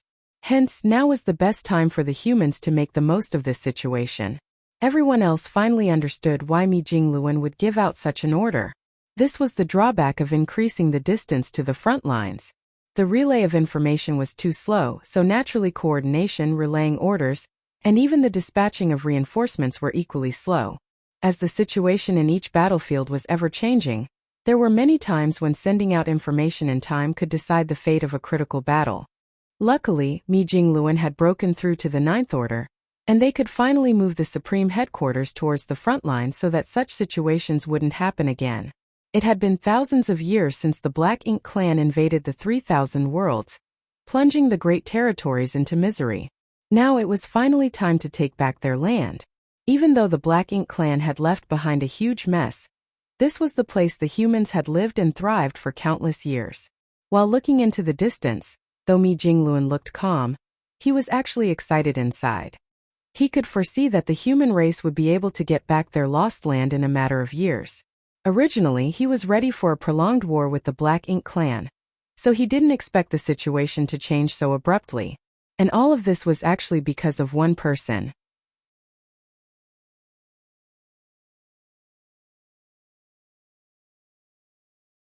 Marshall Peak Chapter 58-51, Defeating the Black Ink clan. After returning from the No-Return Pass, Yang Kai sealed the territory gate linking the Barren Territory and the No-Return Pass, the territory gate linking the Shattered Heaven to the Barren Territory, and the territory gate to the Shattered Heaven. After sealing those 3 territory gates, the Black Ink clan army left in the 3,000 worlds would be like turtles hiding in their shells. Even though the masters of the Black Ink clan at the No-Return Pass had the ability to forcefully break these seals, Yang Kai was certain that with his knowledge of Mo Na Yi, he wouldn't bother. That was because the Black Ink clan were lucky enough to be able to save most of their main forces. As for the rest of the Black Ink clan army left on the front lines, the Black Ink clan couldn't do anything to save them. Meanwhile, Mo Na Yi didn't intend to, nor could he afford to care about the deaths of those left on the battlefield, so he naturally didn't have to waste time and effort to break the seals on the territory gates. At the same time, large battles had broken out on each frontline battlefield. Like Mi Jingluan had guessed, the 6 Ninth Order masters overseeing their battlefields had sensed the change on their enemy's side. After all, the commotion from all the pseudo-royal lords, territory lords, and feudal lords evacuating wasn't small. It was impossible for such masters to leave without a trace, especially when both armies were at war. When the Ninth Order masters noticed this change, they immediately led their respective armies to launch a probing attack. Soon they discovered that the enemy they had been fighting for many years suddenly lost a large deal of their more powerful combatants. All the pseudo-royal lords were gone. Although the Ninth Order masters had no idea what happened to the Black Ink clan, they wouldn't give up such a good opportunity. Therefore, the 6 battlefields with Ninth Order masters in command launched all-out assaults and slaughtered large portions of the Black Ink clan armies. However, the other 6 armies without Ninth Order masters, such as Shocking Thunder and Burning Moon, didn't have such keen senses. Furthermore, the pseudo-royal lords had planned all kinds of misleading tricks before evacuating. They had ordered the Black Ink clan army to show aggressive behavior from afar, so that the humans wouldn't dare to act recklessly. The only exception was the battlefield where the Azure Dawn army was stationed. A war broke out quickly because the Red Flame army, that had fully reclaimed E5 territory, came to help after a short period of recuperation. The 2 armies working together greatly increased the human race's combat power. Since the Red Flame army had just won a great battle, they weren't afraid when facing the Black Ink clan. They originally thought it would be a fierce struggle between 2 evenly matched opponents, but when they began fighting, the humans discovered that the Black Ink clan's resistance was hollow and weak. The superiors of both armies quickly discovered that there weren't many masters from the Black Ink clan fighting on the battlefield. Suoqiu Yanghua was also a quick thinker, and soon realized the most important factor of this situation. This was the aftermath of the battle led by Yang Kai in E5 territory. If this was the situation here, it should be the same on the other battlefields. So, he immediately sent messengers to those battlefields. Before the news from the Supreme Headquarters arrived, Shocking Thunder, Burning Moon, and the other armies had already received intelligence updates from Zhuoqiu Yanghua. All the human race armies quickly began attacking. Since the Black Ink clan couldn't withstand this fierce assault, they were swiftly torn apart and routed. The war had barely begun, yet many Black Ink clansmen were already escaping through the territory gates with human soldiers in hot pursuit. Several months later, a Black Ink clan army remnant, led by a territory lord, was frantically fleeing in the direction of the no-return pass. This army had tens of thousands of Black Ink clansmen, which was no small number. There used to be even more of them, including 2 other territory lords, but the humans had caught up to them at some point, killing many of them. Hence, they were all that remained. Before them was the territory gate leading to the Shattered Heaven. Once they passed through it, they would be able to pass through the Shattered Heaven to the barren territory before entering the no-return pass. That way, they could finally escape from the humans chasing them. Having escaped death several times already, this Black Ink clan army was feeling overwhelmed, and after months they finally arrived at this place. The tired Black Ink clansmen finally saw a ray of hope. When they looked at the territory gate from afar, the leading territory lord suddenly became solemn as he vaguely felt like there seemed to be something wrong with it. Usually there should be a spiraling whirlpool where the territory gate was situated, but at this moment that territory gate looked like the surface of a frozen lake. Before he could figure out what had happened, he heard a carefree voice beside his ear. The voice wasn't loud, but it sounded like a thunderclap to the territory lord. "Another batch has arrived." "Who?" the territory lord bellowed. The rest of the Black Ink clan soldiers were also shocked. Once the territory lord finished speaking, he finally saw the face of the person speaking. That person was openly sitting not far from the territory gate, and though he didn't look conspicuous, he was by no means a person who could be easily ignored. At this moment he had a bored look on his face while looking at the newly arrived guests. The territory lord couldn't figure out why he couldn't see this person earlier, but when he did finally see the person's face, he understood everything. The difference in strength between them was too large. If this person was deliberately hiding just now, how could the territory lord possibly notice him? Yang Kai, the killing star. Instantly, the territory lord felt his blood run cold, and his head felt like it was about to explode. "Run!" The territory lord only managed to scream one word before he felt pain all over his body, followed by his vitality draining away. Beside the territory gate, Yang Kai opened his hand and waved it in the direction of the defeated army. Space principles surged around him, and the local space instantly became a killing ground filled by void cracks. Tens of thousands of Black Ink clansmen didn't even get the chance to make a sound before they were wiped out. Only the territory lord was able to withstand a little while longer before he too followed the others. Meanwhile, the void cracks that had sliced through the remnant army didn't disappear immediately, but continued to expand. Then, like huge mouths, they completely devoured the broken limbs, and even the Black Ink strength left over by the fallen. When Yang Kai clenched his fist, the void cracks faded away and the space stilled, as if nothing had happened. Even Yang Kai's figure was gradually fading before completely disappearing. After he sealed the 3 territory gates, he decided to stand guard here because he had expected today's scene.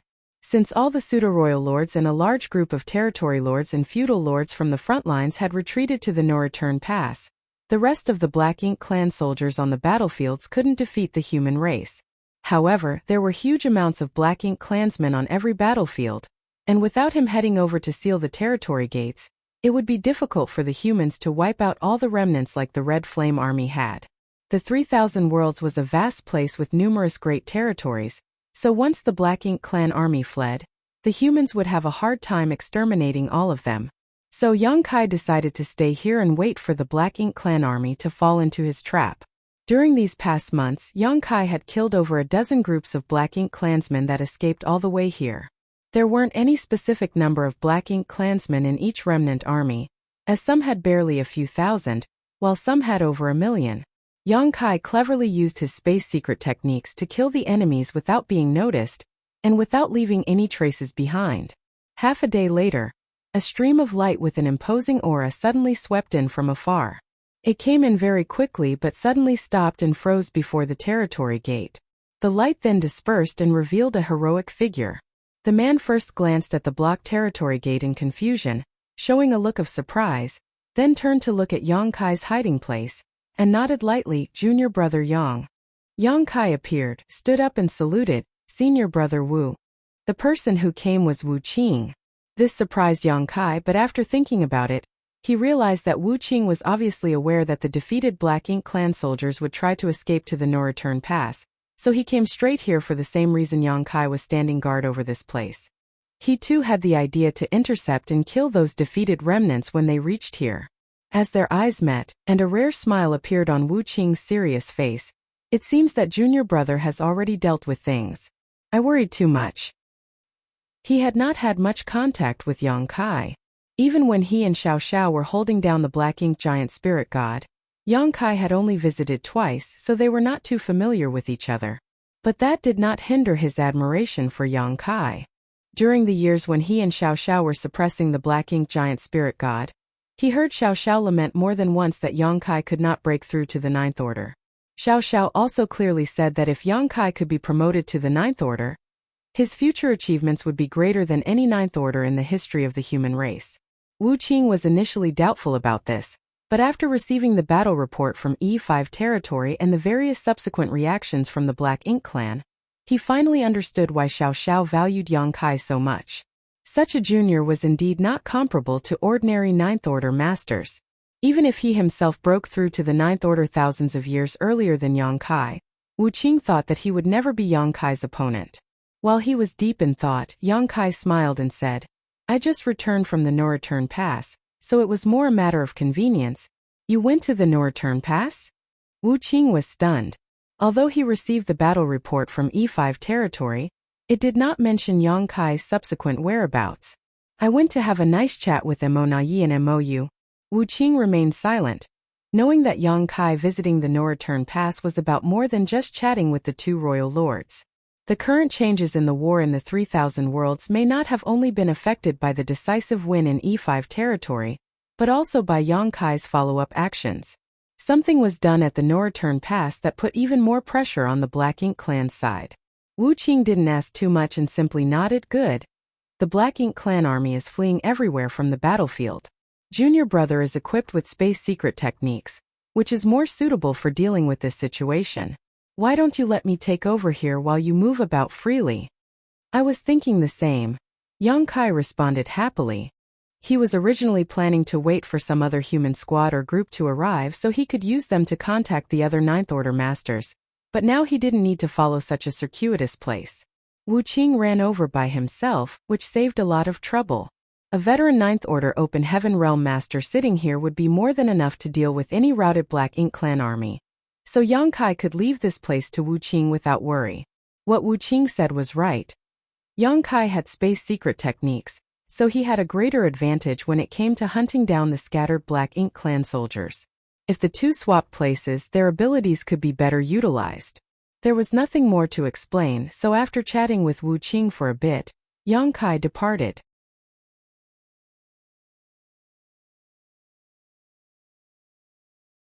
Martial Peak Chapter 58-52 Victory. All the front lines had achieved a great victory. Everyone was in high spirits when the news of the armies defeating the Black Ink clan traveled back to the human race's rear camps. Since the Black Ink clan invaded the 3000 worlds, the human race was forced to evacuate and many were forced to abandon their homelands for High Heaven territory, giving up the place of their birth and the foundation laid by their ancestors. To the humans, that was a painful and humiliating incident. But before they could recover from their pain and humiliation, they were met with a huge war to decide the survival of the human race. The humans were trapped in the dozen or so great territory battlefields and were constantly at war with the Black Ink clan for thousands of years. During all that time, all humans endured great regret and humiliation while accumulating their strength. A few hundred years ago, the universe furnace suddenly appeared, breaking the stalemate between the two races and causing an all-out war to erupt. Relying on the gains they achieved in the universe furnace, the humans were able to achieve a massive victory and subsequently reclaimed numerous lost lands. However, when the Black Ink Clan army began retaliating in full, the war reached a stalemate again. No one knew how long the war would last or if they could live to see who achieved the final victory. No one had expected that victory would arrive so unexpectedly. One after another, the Supreme Headquarters made announcements filled with good news. When the ones trapped and unable to battle saw the number of enemies killed and the progress of reclaiming their lost land, they felt like they finally saw the light at the end of the tunnel. In just a few short months, the 12 human race armies had completely defeated the enemy, all but wiping out the Black Ink Clan in the 3,000 worlds. The humans rejoiced. After another half a year, there were no longer large-scale battles and the 12 human race armies dispersed into divisions that scoured the great territories, hunting down and killing any remnants of the Black Ink Clan. Now the humans had finally fully reclaimed the 3,000 worlds, which had been in the Black Ink Clan's hands for thousands of years. Throughout all of this, there was one name that all humans would remember in particular, one name that was key to the human race's reconquest of the 3,000 world. Yangkai, a great emperor of the Star Boundary, sect master of High Heaven Palace, and one of the new generation of Ninth Order Open Heaven Realm Masters. After using various channels to get the latest news, the humans finally understood why the war ended so quickly. It was because Yangkai was a huge threat to the pseudo-royal lords, and his amazing space secret techniques deterred the Black Ink Clan, forcing them to recall all the pseudo-royal lords to the no-return pass. Without the pseudo-royal lords, the Black Ink Clan armies were like tigers without teeth and could easily be defeated. Therefore, during this period, one name was spoken of everywhere humans lived. At the same time, outside the Supreme Headquarters universe fragment, Yangkai and Mi Jingluan were standing side by side. The latter was puzzled because he didn't know why Yangkai was trying to be mysterious by dragging him out here. After parting ways with Wu Qing, Yangkai had a fruitful journey as he traveled about while killing any Black Ink clansmen he found along the way. However, the Black Ink Clan soldiers were scattered throughout all the great territories, and with the current situation it would be hard to find them all because they would be in hiding. Since Yangkai couldn't do much about it alone, he decided to hand this matter over to the 12 armies. They had separated into individual divisions and were now sweeping through the great territories, wiping out any remnants of the Black Ink Clan who were in hiding. Yangkai believed that the Black Ink clansmen left in the 3,000 worlds would be entirely annihilated in a matter of a few years. Only then would the 3,000 worlds be considered fully reclaimed. Of course, reclaiming the 3,000 worlds only had a symbolic significance to the humans, because the current 3,000 worlds was a barren land with nothing but destroyed universe worlds and broken universe fragments floating about the void. Therefore, even if the humans had fully reclaimed the 3,000 worlds, those who left their homeland still couldn't return to them. It could be said that this was an extremely sad situation, but nothing could be done about it. As such, Yangkai didn't waste any more time searching for remnants of the Black Ink Clan, and instead returned to the Supreme Headquarters to find Mi Jingluan. He had gathered quite a lot of things and it was now time to share them. "Junior brother, what are we doing here?" Mi Jingluan couldn't help but ask. Yangkai said dismissively, "Calm down, senior brother. I have a surprise for you." While saying so, Yangkai reached into his robes and took out a sphere he had shrunk using his space-time river before throwing it out. Feeling confused, Mi Jingluan looked upwards and saw the small space-time river was filled with dense Tao strengths. Even as a Ninth Order master, he couldn't help but feel astonished. He sensed something special about the space-time river. Also, he knew that although they were both Ninth Order masters, Yangkai's attainment in the various Grand Daos was much higher and more numerous than his own achievements. The space-time river was spinning like a ball of loose thread, and it would expand a little with every turn. As time passed, it expanded to become something majestic-looking.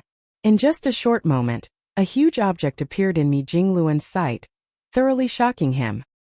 He had realized what it was when it had just begun taking form, but he wasn't sure until he finally saw the full, majestic, nearly intact Great Pass. Yangkai raised his hand and summoned back his space-time river, returning the Tao strengths back to his body. Then, he turned to look at Mi Jingluan. "Senior brother, how about using this as the future Supreme Headquarters?" While gazing at Yangkai with mixed emotions, Mi Jingluan nodded. "Good idea." He grabbed Yang Kai's arms and ushered, "Come. Take a look with me." Side by side, the two strode towards the majestically standing Great Pass, and when they arrived at the entrance, they looked up at the worn characters engraved there and fell silent. This Great Pass used to be a critical weapon in the war against the Black Ink Clan. For hundreds of thousands of years, legions of humans had shed blood in and around this Great Pass. The humans managed to keep the Black Ink Clan trapped in the Black Ink battlefield in large part thanks to these Great Passes. The void was silent, but when they arrived before the Great Pass, the two felt like they could still hear the sounds of the brutal wars fought here long ago. They were the sounds of human soldiers fighting against the Black Ink Clan, along with sounds of the last moments of their lives. This Great Pass used to stand majestically on the Black Ink battlefield like all other Great Passes. It had also previously accompanied the human race army on its crusade to the primordial heaven source Grand Restriction. However, the humans were ultimately defeated and forced to abandon this Great Pass outside the No-Return Pass. Having fallen into the hands of the enemy, the Black Ink Clan naturally wouldn't cherish this weapon. Although the Great Pass was mostly intact, the inner sanctum was a wreck, and there were all kinds of traces left behind from the Black Ink Clan removing their black ink nests. Two figures walked around the Great Pass and soon arrived before a huge monument. Every Great Pass possessed a monument of heroes which recorded the names and origins of every soldier that died in battle there. This monument was also the only trace their ancestors left in this world because, during the battles, most of the soldiers who died would perish without corpses. After cleaning away the thick layer of dust on the monument of heroes, Mi Jingluan sighed, "Junior brother, you're too thoughtful." With this Great Pass, the Supreme Headquarters could move around more easily, and didn't have to simply remain in one area. Moreover, Mi Jingluan had become a Ninth Order Master, and with the help of this Great Pass, he would be able to make even larger contributions in future wars. "It's a pity that I couldn't bring more of them back." Yang Kai shook his head. As the Black Ink Clan also knew about the power of these Great Passes, letting Yang Kai bring one of them away was already their limit. It was impossible for Monai to agree to Yang Kai bringing more of them back. Of course, it was not like Yang Kai could bring another one with him anyway. "Do we still have pure Yang Pass core?" Yang Kai asked. Every Great Pass had a core, as operating such a huge Great Pass wasn't easy. When the Great Evolution Army reclaimed the Great Evolution Pass, they couldn't find the core, and it almost delayed the human race's crusade. In the end, Yang Kai entered the Void Crack and found the core. Since Great Evolution Pass had a core, pure Yang Pass would have one too. According to what Yang Kai knew, the humans brought all the remaining cores with them when they withdrew to the barren territory. So, pure Yang Pass core was most likely with them, but Yang Kai didn't know who was guarding it. "We still have it. All the cores from the Great Passes are with senior sister Xiao Xiao. I'll go and ask her for it later," Mi Jingluan replied. But then he suddenly felt frustrated. It will take a lot of resources to repair this thing. When the humans abandoned the No-Return Pass, they not only brought away the cores, but also all the artifacts and spirit arrays they could take. Those that they couldn't bring away were destroyed lest the Black Ink Clan used them. Therefore, this Great Pass was now just an empty shell. If they wanted to restore it to its full potential, they would have to renovate it almost from scratch, which would cost an unfathomable amount of resources. Right now, the humans' biggest concern was the general lack of materials and resources. In simpler terms, they were dirt poor. Yang Kai laughed and took out a number of space rings, saying, "I forgot to tell you, pure Yang Pass isn't the only thing I brought back from the Black Ink Clan. There's also this." Mi Jingluan's eyes lit up when he saw the space rings. "How much is there?" Yang Kai replied, "About 100 million sets of fifth-order materials." When Mi Jingluan heard that, he was so shocked that his face visibly twitched. How could the Black Ink Clan have agreed to this? If Yang Kai hadn't had such a remarkable battle record, Mi Jingluan would have thought he had made some sort of secret deal with the Black Ink Clan. Otherwise, he wouldn't have gotten such a frightening amount. It wasn't up to them whether they agreed or not. While Yang Kai spoke, he threw the space rings over to Mi Jingluan. With so many resources on hand, the humans had one less thing to worry about. Moreover, the 12 army should have looted quite a lot on their recent conquest. After all, the Black Ink Clan needed a lot of resources too, so every Black Ink Clan army would carry many valuable materials on them, all of which belonged to the humans. But Mi Jingluan still couldn't believe that Yang Kai could snatch so much from the Black Ink Clan. It was clearly something that benefited the enemy. Yet the Black Ink clan still agreed to it, which showed how wary they were of Yang Kai.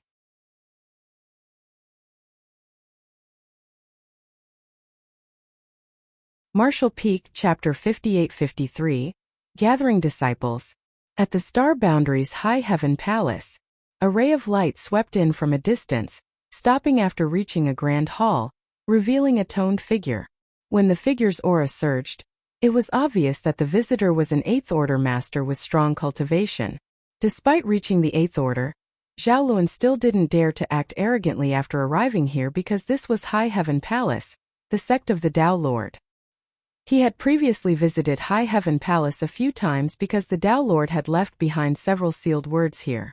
All disciples from the Void Tao Temple had trained in those sealed worlds and received rewarding results. When Zhao Luan was still in the Emperor realm, he already believed that the Tao Lord was very powerful, and the more his cultivation increased, the more he realized how unfathomable the Tao Lord was.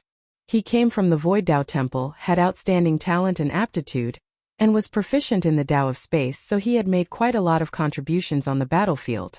Also, he had previously led fellow soldiers into battle, and even beheaded an enemy commander, while facing millions of enemies. He was also considered a well-known figure in the Profound Nether Army because, as an Eighth Order Open Heaven Realm Master, he was a powerhouse no matter which army he was in. More importantly, he had directly ascended to the Seventh Order back then, and was expected to become a Ninth Order Master in the future. A month ago, he received a transfer order from the Supreme Headquarters, directing him to return to the Star Boundary's High Heaven Palace immediately. Despite not knowing what happened, since this was a direct order from the Supreme Headquarters, he wouldn't dare to disobey. So he dropped everything he was doing and immediately flew back. Even so, he had a vague guess. Since this was an order from the Supreme Headquarters that involved High Heaven Palace, it must be related to the Tao Lord. Since the battles at all front lines were almost at their end and looking for the surviving Black Ink clansmen was a tedious but not dangerous job, he didn't mind being absent. I wonder why the Tao Lord summoned me. Maybe it's something important. Zhao Luan felt excited inside and fixed up his clothes before entering the grand hall. When he walked inside though, he immediately felt several pairs of eyes looking at him. He was surprised, but then burst out laughing as he realized that he wasn't the only one who had received orders from the Supreme Headquarters. It's Senior Brother Zhao Luan. Senior Brother Zhao, over here. Someone called him. Looking in that direction, Zhao Luan saw a few familiar faces. He smiled and nodded before approaching them. There were many people inside the grand hall, about 70 or 80 gathered into small groups while chatting with each other. Zhao Luan found some fellow brothers and sisters he was familiar with, and then noticed that all the people called here were disciples from the Void Tao Temple. Also, all of them were proficient in the Tao of space. Not only them, but there were also some from the Phoenix clan. However, unlike the enthusiastic atmosphere among the fellow disciples from the Void Tao Temple, the Phoenix clansmen were quietly sitting upright to the side and seemed a little unapproachable. All high-level humans had more or less had some interaction with the Phoenix clan, and even if they didn't, they would have experience with other divine spirits. They knew divine spirits were mostly arrogant, especially ones like the Phoenix clan, so they weren't bothered by this. The Void Tao Temple disciples had large age gaps because the flow of time in Yang Kai's small universe was different from the outside world. With Yang Kai being a Ninth Order Master and his attainments in the Tao of Time reaching new heights, the difference in flow rate was already 10:1. In other words, 10 years inside his small universe was equivalent to 1 year outside. As Yang Kai had brought them out from the Tao Temple in batches, the gap between some fellow disciples was measured in tens of thousands of years. If it were in an ordinary sect, such an age gap would only appear between members several dozen generations apart. However, the Void Tao Temple wasn't just any ordinary sect. Moreover, age didn't matter because being born from the same place gave them a natural bond with one another. So all the disciples from the Void Tao Temple would help each other regardless of whether they were familiar with each other. Frankly speaking, if the disciples that Yang Kai trained in the Void Tao Temple were all gathered together, their heritage wouldn't be much different from any cave heaven or paradise. Those disciples with the right to leave the Void Tao Temple and break through to the open heaven realm were all very talented. Even the weakest of them would directly break through to the Fifth Order, and there were a fair number who directly broke through to the Seventh Order. Many years had passed, and even the weakest among them would at least have reached the 6th order, while there were thousands of 7th order and 8th order masters scattered among all them. The group of cultivators proficient in the Tao of Space gathered together and exchanged pleasantries for a while before casually sitting down and beginning to discuss their opinions and ideas about the Tao of Space. There were some times when another person's words could help someone better understand something and gain more benefits. Also, different kinds of thinking combined together would definitely yield outstanding results. The Tao of Space was renowned for being difficult to cultivate. Before Yang Kai, there were only a few humans in the entire 3,000 worlds that could be considered proficient in it. Other than that, only the Phoenix clan were lucky enough to have the Tao of Space be their bloodline talent, so they naturally had a high mastery over it once they reached a certain level of strength. But after Yang Kai, many disciples from the Void Tao Temple made use of this grand Tao to its fullest potential. Naturally, it wasn't only the masters of the Tao of Space that the Void Tao Temple produced. There were also quite a lot of cultivators who were now proficient in the Tao of Time.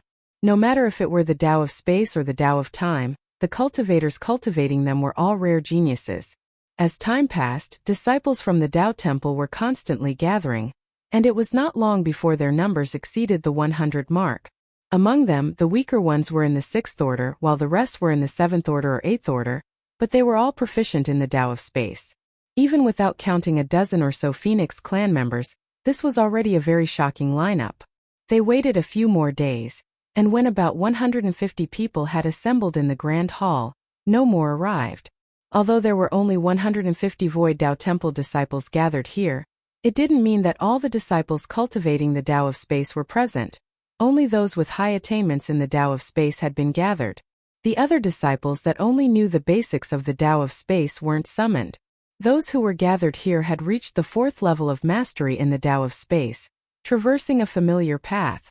They chatted with each other for several days before two figures arrived and instantly attracted everyone's attention. Both of them were in the 8th order and had solid auras. One of them was wearing full white and had a handsome face with a warm smile that even strangers would have a good impression of. The other was in black robes and had a steady, mature temperament. All the Tao Temple disciples became excited when they saw the man in black. Then they began calling out eldest senior brother Miao and greeting him. The Void Tao Temple disciples also greeted the man in white clothing, calling him senior brother Li. The one being called eldest senior brother Miao was naturally Miao Fei Ping. Besides the Tao Lord's 3 legacy disciples, Miao Fei Ping was the first disciple Yang Kai brought out of the void world, and the first disciple to break through to the open heaven realm. Also, he was the first temple master of the Void Tao Temple.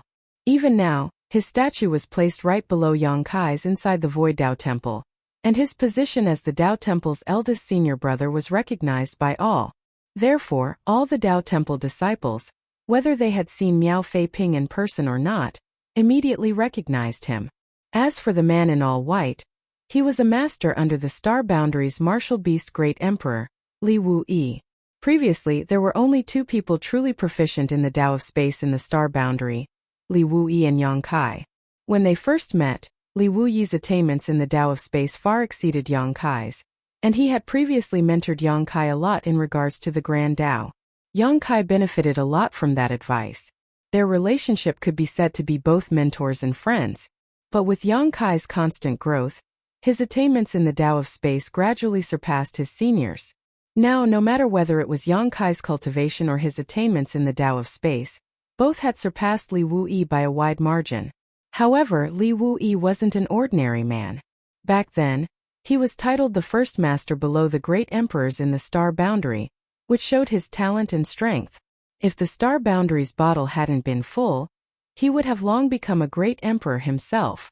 Over the years, his cultivation had soared, and though his attainments in the Tao of Space weren't as high as Yang Kai's, he had already reached the peak of the 7th level and would soon break through to the 8th level. During the thousands of years of war against the Black Ink clan, numerous humans had made names for themselves, and Li Wu-yi was one of them. The reason such figures weren't more famous was simply because they were all outshined by Yang Kai. In terms of attainments in the Tao of Space besides the members of the Phoenix clan, Li Wu-yi was now the first under Yang Kai. That was something even Yang Kai's eldest legacy disciple, Zhao Yibai, could not compare to. Of course, comparing their ages, Zhao Yibai was much younger than Li Wuyi, and attainments in any Grand Dao usually required many years of accumulation, so this only made sense.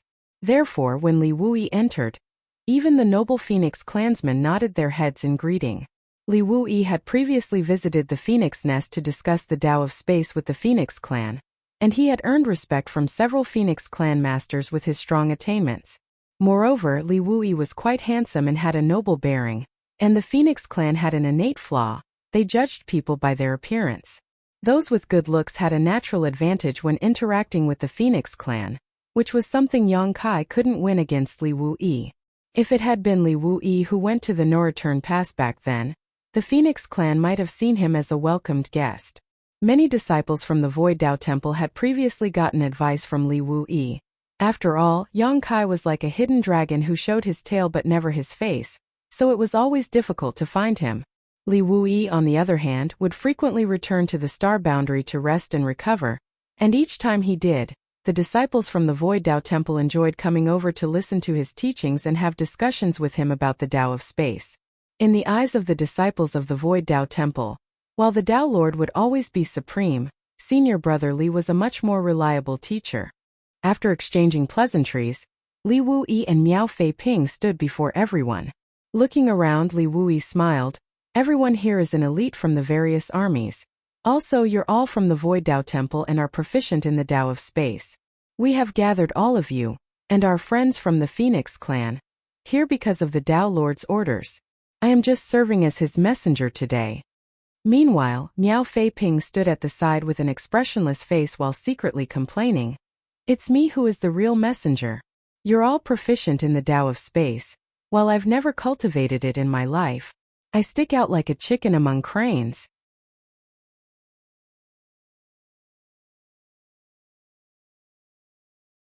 Martial Peak Chapter 58-54 Void Guard. The reason Miao Fei Ping stood there was that he was the so-called eldest senior brother of the Void Dao Temple. After all, not all of the Dao Temple disciples knew Li Wuyi because those who became Open Heaven Realm Masters on the Black Ink battlefield hadn't interacted nearly as much with the latter. Moreover, the Dao Temple disciples here all had high cultivation and were very talented, so they might be arrogant and needed the eldest senior brother to keep them under control. With his help, Li Wuyi could get these Dao Temple disciples to listen to them. Li Wuyi continued, all of you here were called back from the various armies, so you might already have a slight understanding of the situation. To sum it up, the Black Ink clan was cowed by your Dao Lord's powerful deterrence in E5 territory. They have recalled all their pseudo-royal lords to the No-Return Pass, leaving the rest defenseless. Our armies have broken the enemy armies and slaughtered many of their soldiers, so it is only a matter of time before we reclaim the 3,000 worlds. The group of Dao Temple disciples below all had proud expressions. Since they were from the Void Dao Temple, they were destined to be bound to Yang Kai's success and failures. The more powerful Yang Kai was, the prouder they were as Dao Temple disciples. Although the Dao Lord was always like a hidden dragon who showed his tail but never his face and always seemed unreachable, it didn't stop these disciples from respecting him. Li Wuyi changed the topic, but don't celebrate just yet. The 3,000 worlds originally belonged to us humans, but when the Black Ink clan invaded our home thousands of years ago, they defeated us and forced us to flee. Numerous families were forced to abandon their ancestral legacy and inheritance, which they had accumulated for tens of thousands of years. It naturally felt like they had let their ancestors down. At this moment, the humans have only reclaimed what they had once lost. Moreover, since all the pseudo-royal lords, and many of the feudal lords and territory lords retreated, the Black Ink clan hasn't suffered any substantial damage despite losing so many soldiers. That was because those masters were the ones that were truly difficult to defeat. The rest were all cannon fodder. Additionally, according to what your Dao Lord has reported, it might not be long before the Black Ink clan has new royal lords, so the victory in the 3,000 worlds is not the end, but merely a new beginning. Li Wuyi paused for a moment before continuing. Even though we have reclaimed the 3,000 worlds, there are still harder challenges and more difficulties for us to face, the first of which will be the No-Return Pass. The human race used to guard that place as it was the only entrance to the 3,000 worlds, but now it has fallen into the Black Ink clan's hands. If we don't take back the No-Return Pass, the Black Ink clan will eventually return someday. Even if we manage to take back the no-return pass, the Black Ink clan's reign of terror still will not end. The source MO is being suppressed and sealed inside the primordial heaven source grand restriction. That being is the origin of the Black Ink clan's invasion. The blood feud between the human race and Black Ink clan is absolutely irreconcilable. So, how could we let the enemy have it easy while we suffer? Only by killing MO can we finally rest at ease. Li Wuyi's words led the Tao Temple disciples to imagine all sorts of things.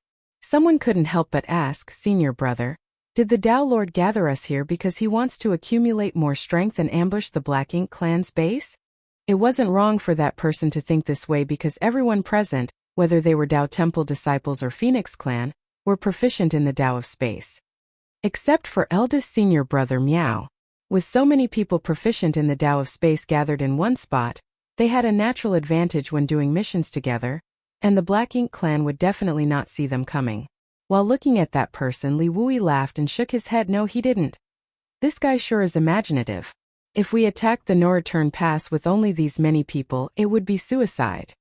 Li Wuyi wore a serious expression while explaining, "Your Tao Lord said that after taking back the 3,000 worlds, the human race and Black Ink clan would have a short period of peace. If we want to win the following battles though, we must act first and think of a way to take back the no-return pass before starting a crusade against the primordial heaven source grand restriction. Only then do we stand a chance to prevail." However, without mentioning the journey to the primordial heaven source grand restriction, even heading to the no-return pass is already a long journey. If we move together as one army, the journey to the no-return pass alone will take up a lot of time, and once the war begins, it will be impossible to end in a short period. Also, it will be a problem if we want to send reinforcements to the front lines. After hearing this, the crowd nodded. The 3,000 worlds was expansive, and the Black Ink battlefield was vast. Even with 7th or 8th order cultivation, the journey would still take a long while. Time was an essential factor during the war because the more time the army wasted in transit, the more time the enemy had to prepare. This was a problem that neither the Black Ink clan nor human race could solve easily. That is why. Li Wuyi looked serious while speaking. "Your Tao Lord has suggested forming the Void Guard. First, we gather the elites proficient in the Tao of space, all of you, and then we will use massive space arrays to pave a path from our home base to the battlefield in advance. That way, the Grand Army can save a lot of time traveling to the battlefield, and logistics and reinforcements can be moved to the front lines at any time." When the crowd heard this, they finally understood why so many Tao Temple disciples and phoenixes proficient in the Tao of space were gathered here. Indeed, if they succeeded in forming such a path with space arrays, the communication between the front lines and the rear would become much more efficient. However, this was a mammoth task that would require a lot of resources. On the other hand, even if they didn't build such a pathway, they would still require a lot of resources every time they deployed their armies, which the humans couldn't afford with their current heritage. Since this idea came from the Tao Lord though, he must have a reason for forming the Void Guard. If they succeeded, the benefits must outweigh the losses. In the future, the humans could use this corridor and secure a large advantage, whether it was the battle at the no-return pass or the following crusade to the primordial heaven source grand restriction. None of the open heaven realm masters here were fools, so they understood that point and were secretly excited. Zhao Luan cupped his fist and said, "Senior brother, since we're going to be the Void Guard, please give us our instructions on what we should do." The crowd nodded in agreement. Li Wuyi smiled and nodded. "The formation of the Void Guard has been submitted to and approved by the Supreme Headquarters, and your names have been recorded while you were en route. So, all of you are considered members of the Void Guard already." Then, he turned to look at the Phoenixes. "That includes our friends from the Phoenix clan as well." The Phoenixes, led by Huang Xinyang, all nodded. Afterwards, Li Wuyi became serious again and quickly said, "The Void Guard's first mission is to look for structures to house the new space arrays. Fortunately, we already have such structures and won't need to build them from scratch. All you need to do is look for them." "Senior brother, you mean?" Zhao Luan had a vague guess, but he wasn't sure. Li Wuyi explained, "The universe temples. Nearly every great territory has their own universe temple. When the Black Ink clan occupied the 3,000 worlds, a few of those universe temples were naturally destroyed, but most of them are still intact. So your mission is to visit each great territory, and move those scattered universe temples to the star boundary. We will repair those universal temples to use as the basis for the new space arrays. Once he finished, everyone understood. A universe temple was indeed a good choice as a base. It was initially something left over from the early ancient era, and could allow one to cross a great territory rapidly. Cultivators had previously used the universe temples to move to the center of great territories from their outer edge, having travel time at least. But since the Black Ink clan invaded the 3,000 worlds, some of the universe temples were destroyed, and those that weren't would have had their arrays destroyed, rendering them unusable. Letting the Void Guard search for those universe temples was the best choice because they were proficient in the Tao of space, so they could move more quickly and thus save a great amount of time.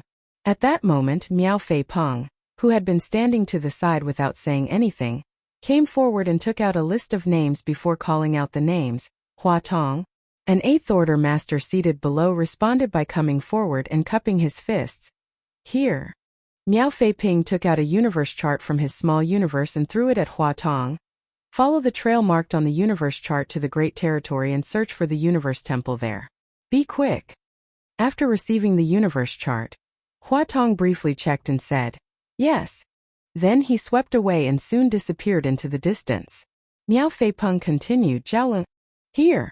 Zhaoluan responded and came forward. One after another, names were called out. The 7th Order and 8th Order masters moved alone while the 6th Order masters acted in groups. Following the distribution of the universe charts prepared in advance, the disciples in the Grand Hall gradually left. In the end, the dozens of phoenixes also received their tasks and departed. Soon only Li Wuyi and Miao Fei Ping were left in the Grand Hall. Once the last phoenixes left, Li Wuyi said, Junior brother Miao, I'll leave the rest to you. I'm leaving as well. He needed to search the great territories too, quite a few of them. Miao Fei Peng nodded, saying, Senior brother may rest assured. What followed was easy because he only needed to wait for his junior brothers and the Phoenix clansmen to retrieve the universe temples. As for being a Void Guard, he was only included because he was the Tao Temple's eldest senior brother. By the way, do you know where the Tao Lord is currently? Miao Fei Peng couldn't help but ask. He thought Yang Kai would be at High Heaven Palace, but after asking head manager Hua, he discovered that Yang Kai never returned. Li Wuyi frowned slightly before whispering, I heard he and the other 9th Order masters have gone to the Barren Territory, but I don't know if that's true. The whereabouts of the 9th Order masters were still confidential, and Li Wuyi only casually asked Mi Jingluan about it when he received orders from the Supreme Headquarters to form the Void Guard. After hearing that, Miao Fei Ping was shocked. The Barren Territory, but that's, since it was a group of 9th Order masters going there, their intentions were easy to guess.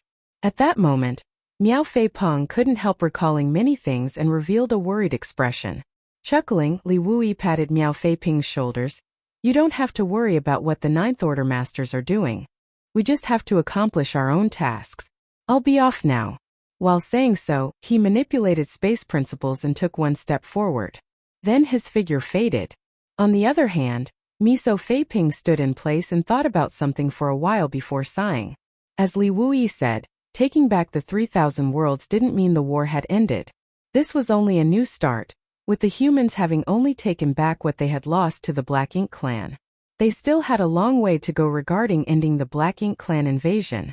You're tuning in to the Li Mei's Sword of Destiny YouTube channel. We're so grateful for your support, and don't forget to subscribe to join us on this incredible journey through captivating stories. Your generosity through donations truly makes a world of difference, as it's the primary source of revenue that allows me to expand and enhance this channel for you. Thank you from the bottom of my heart for being a part of this adventure.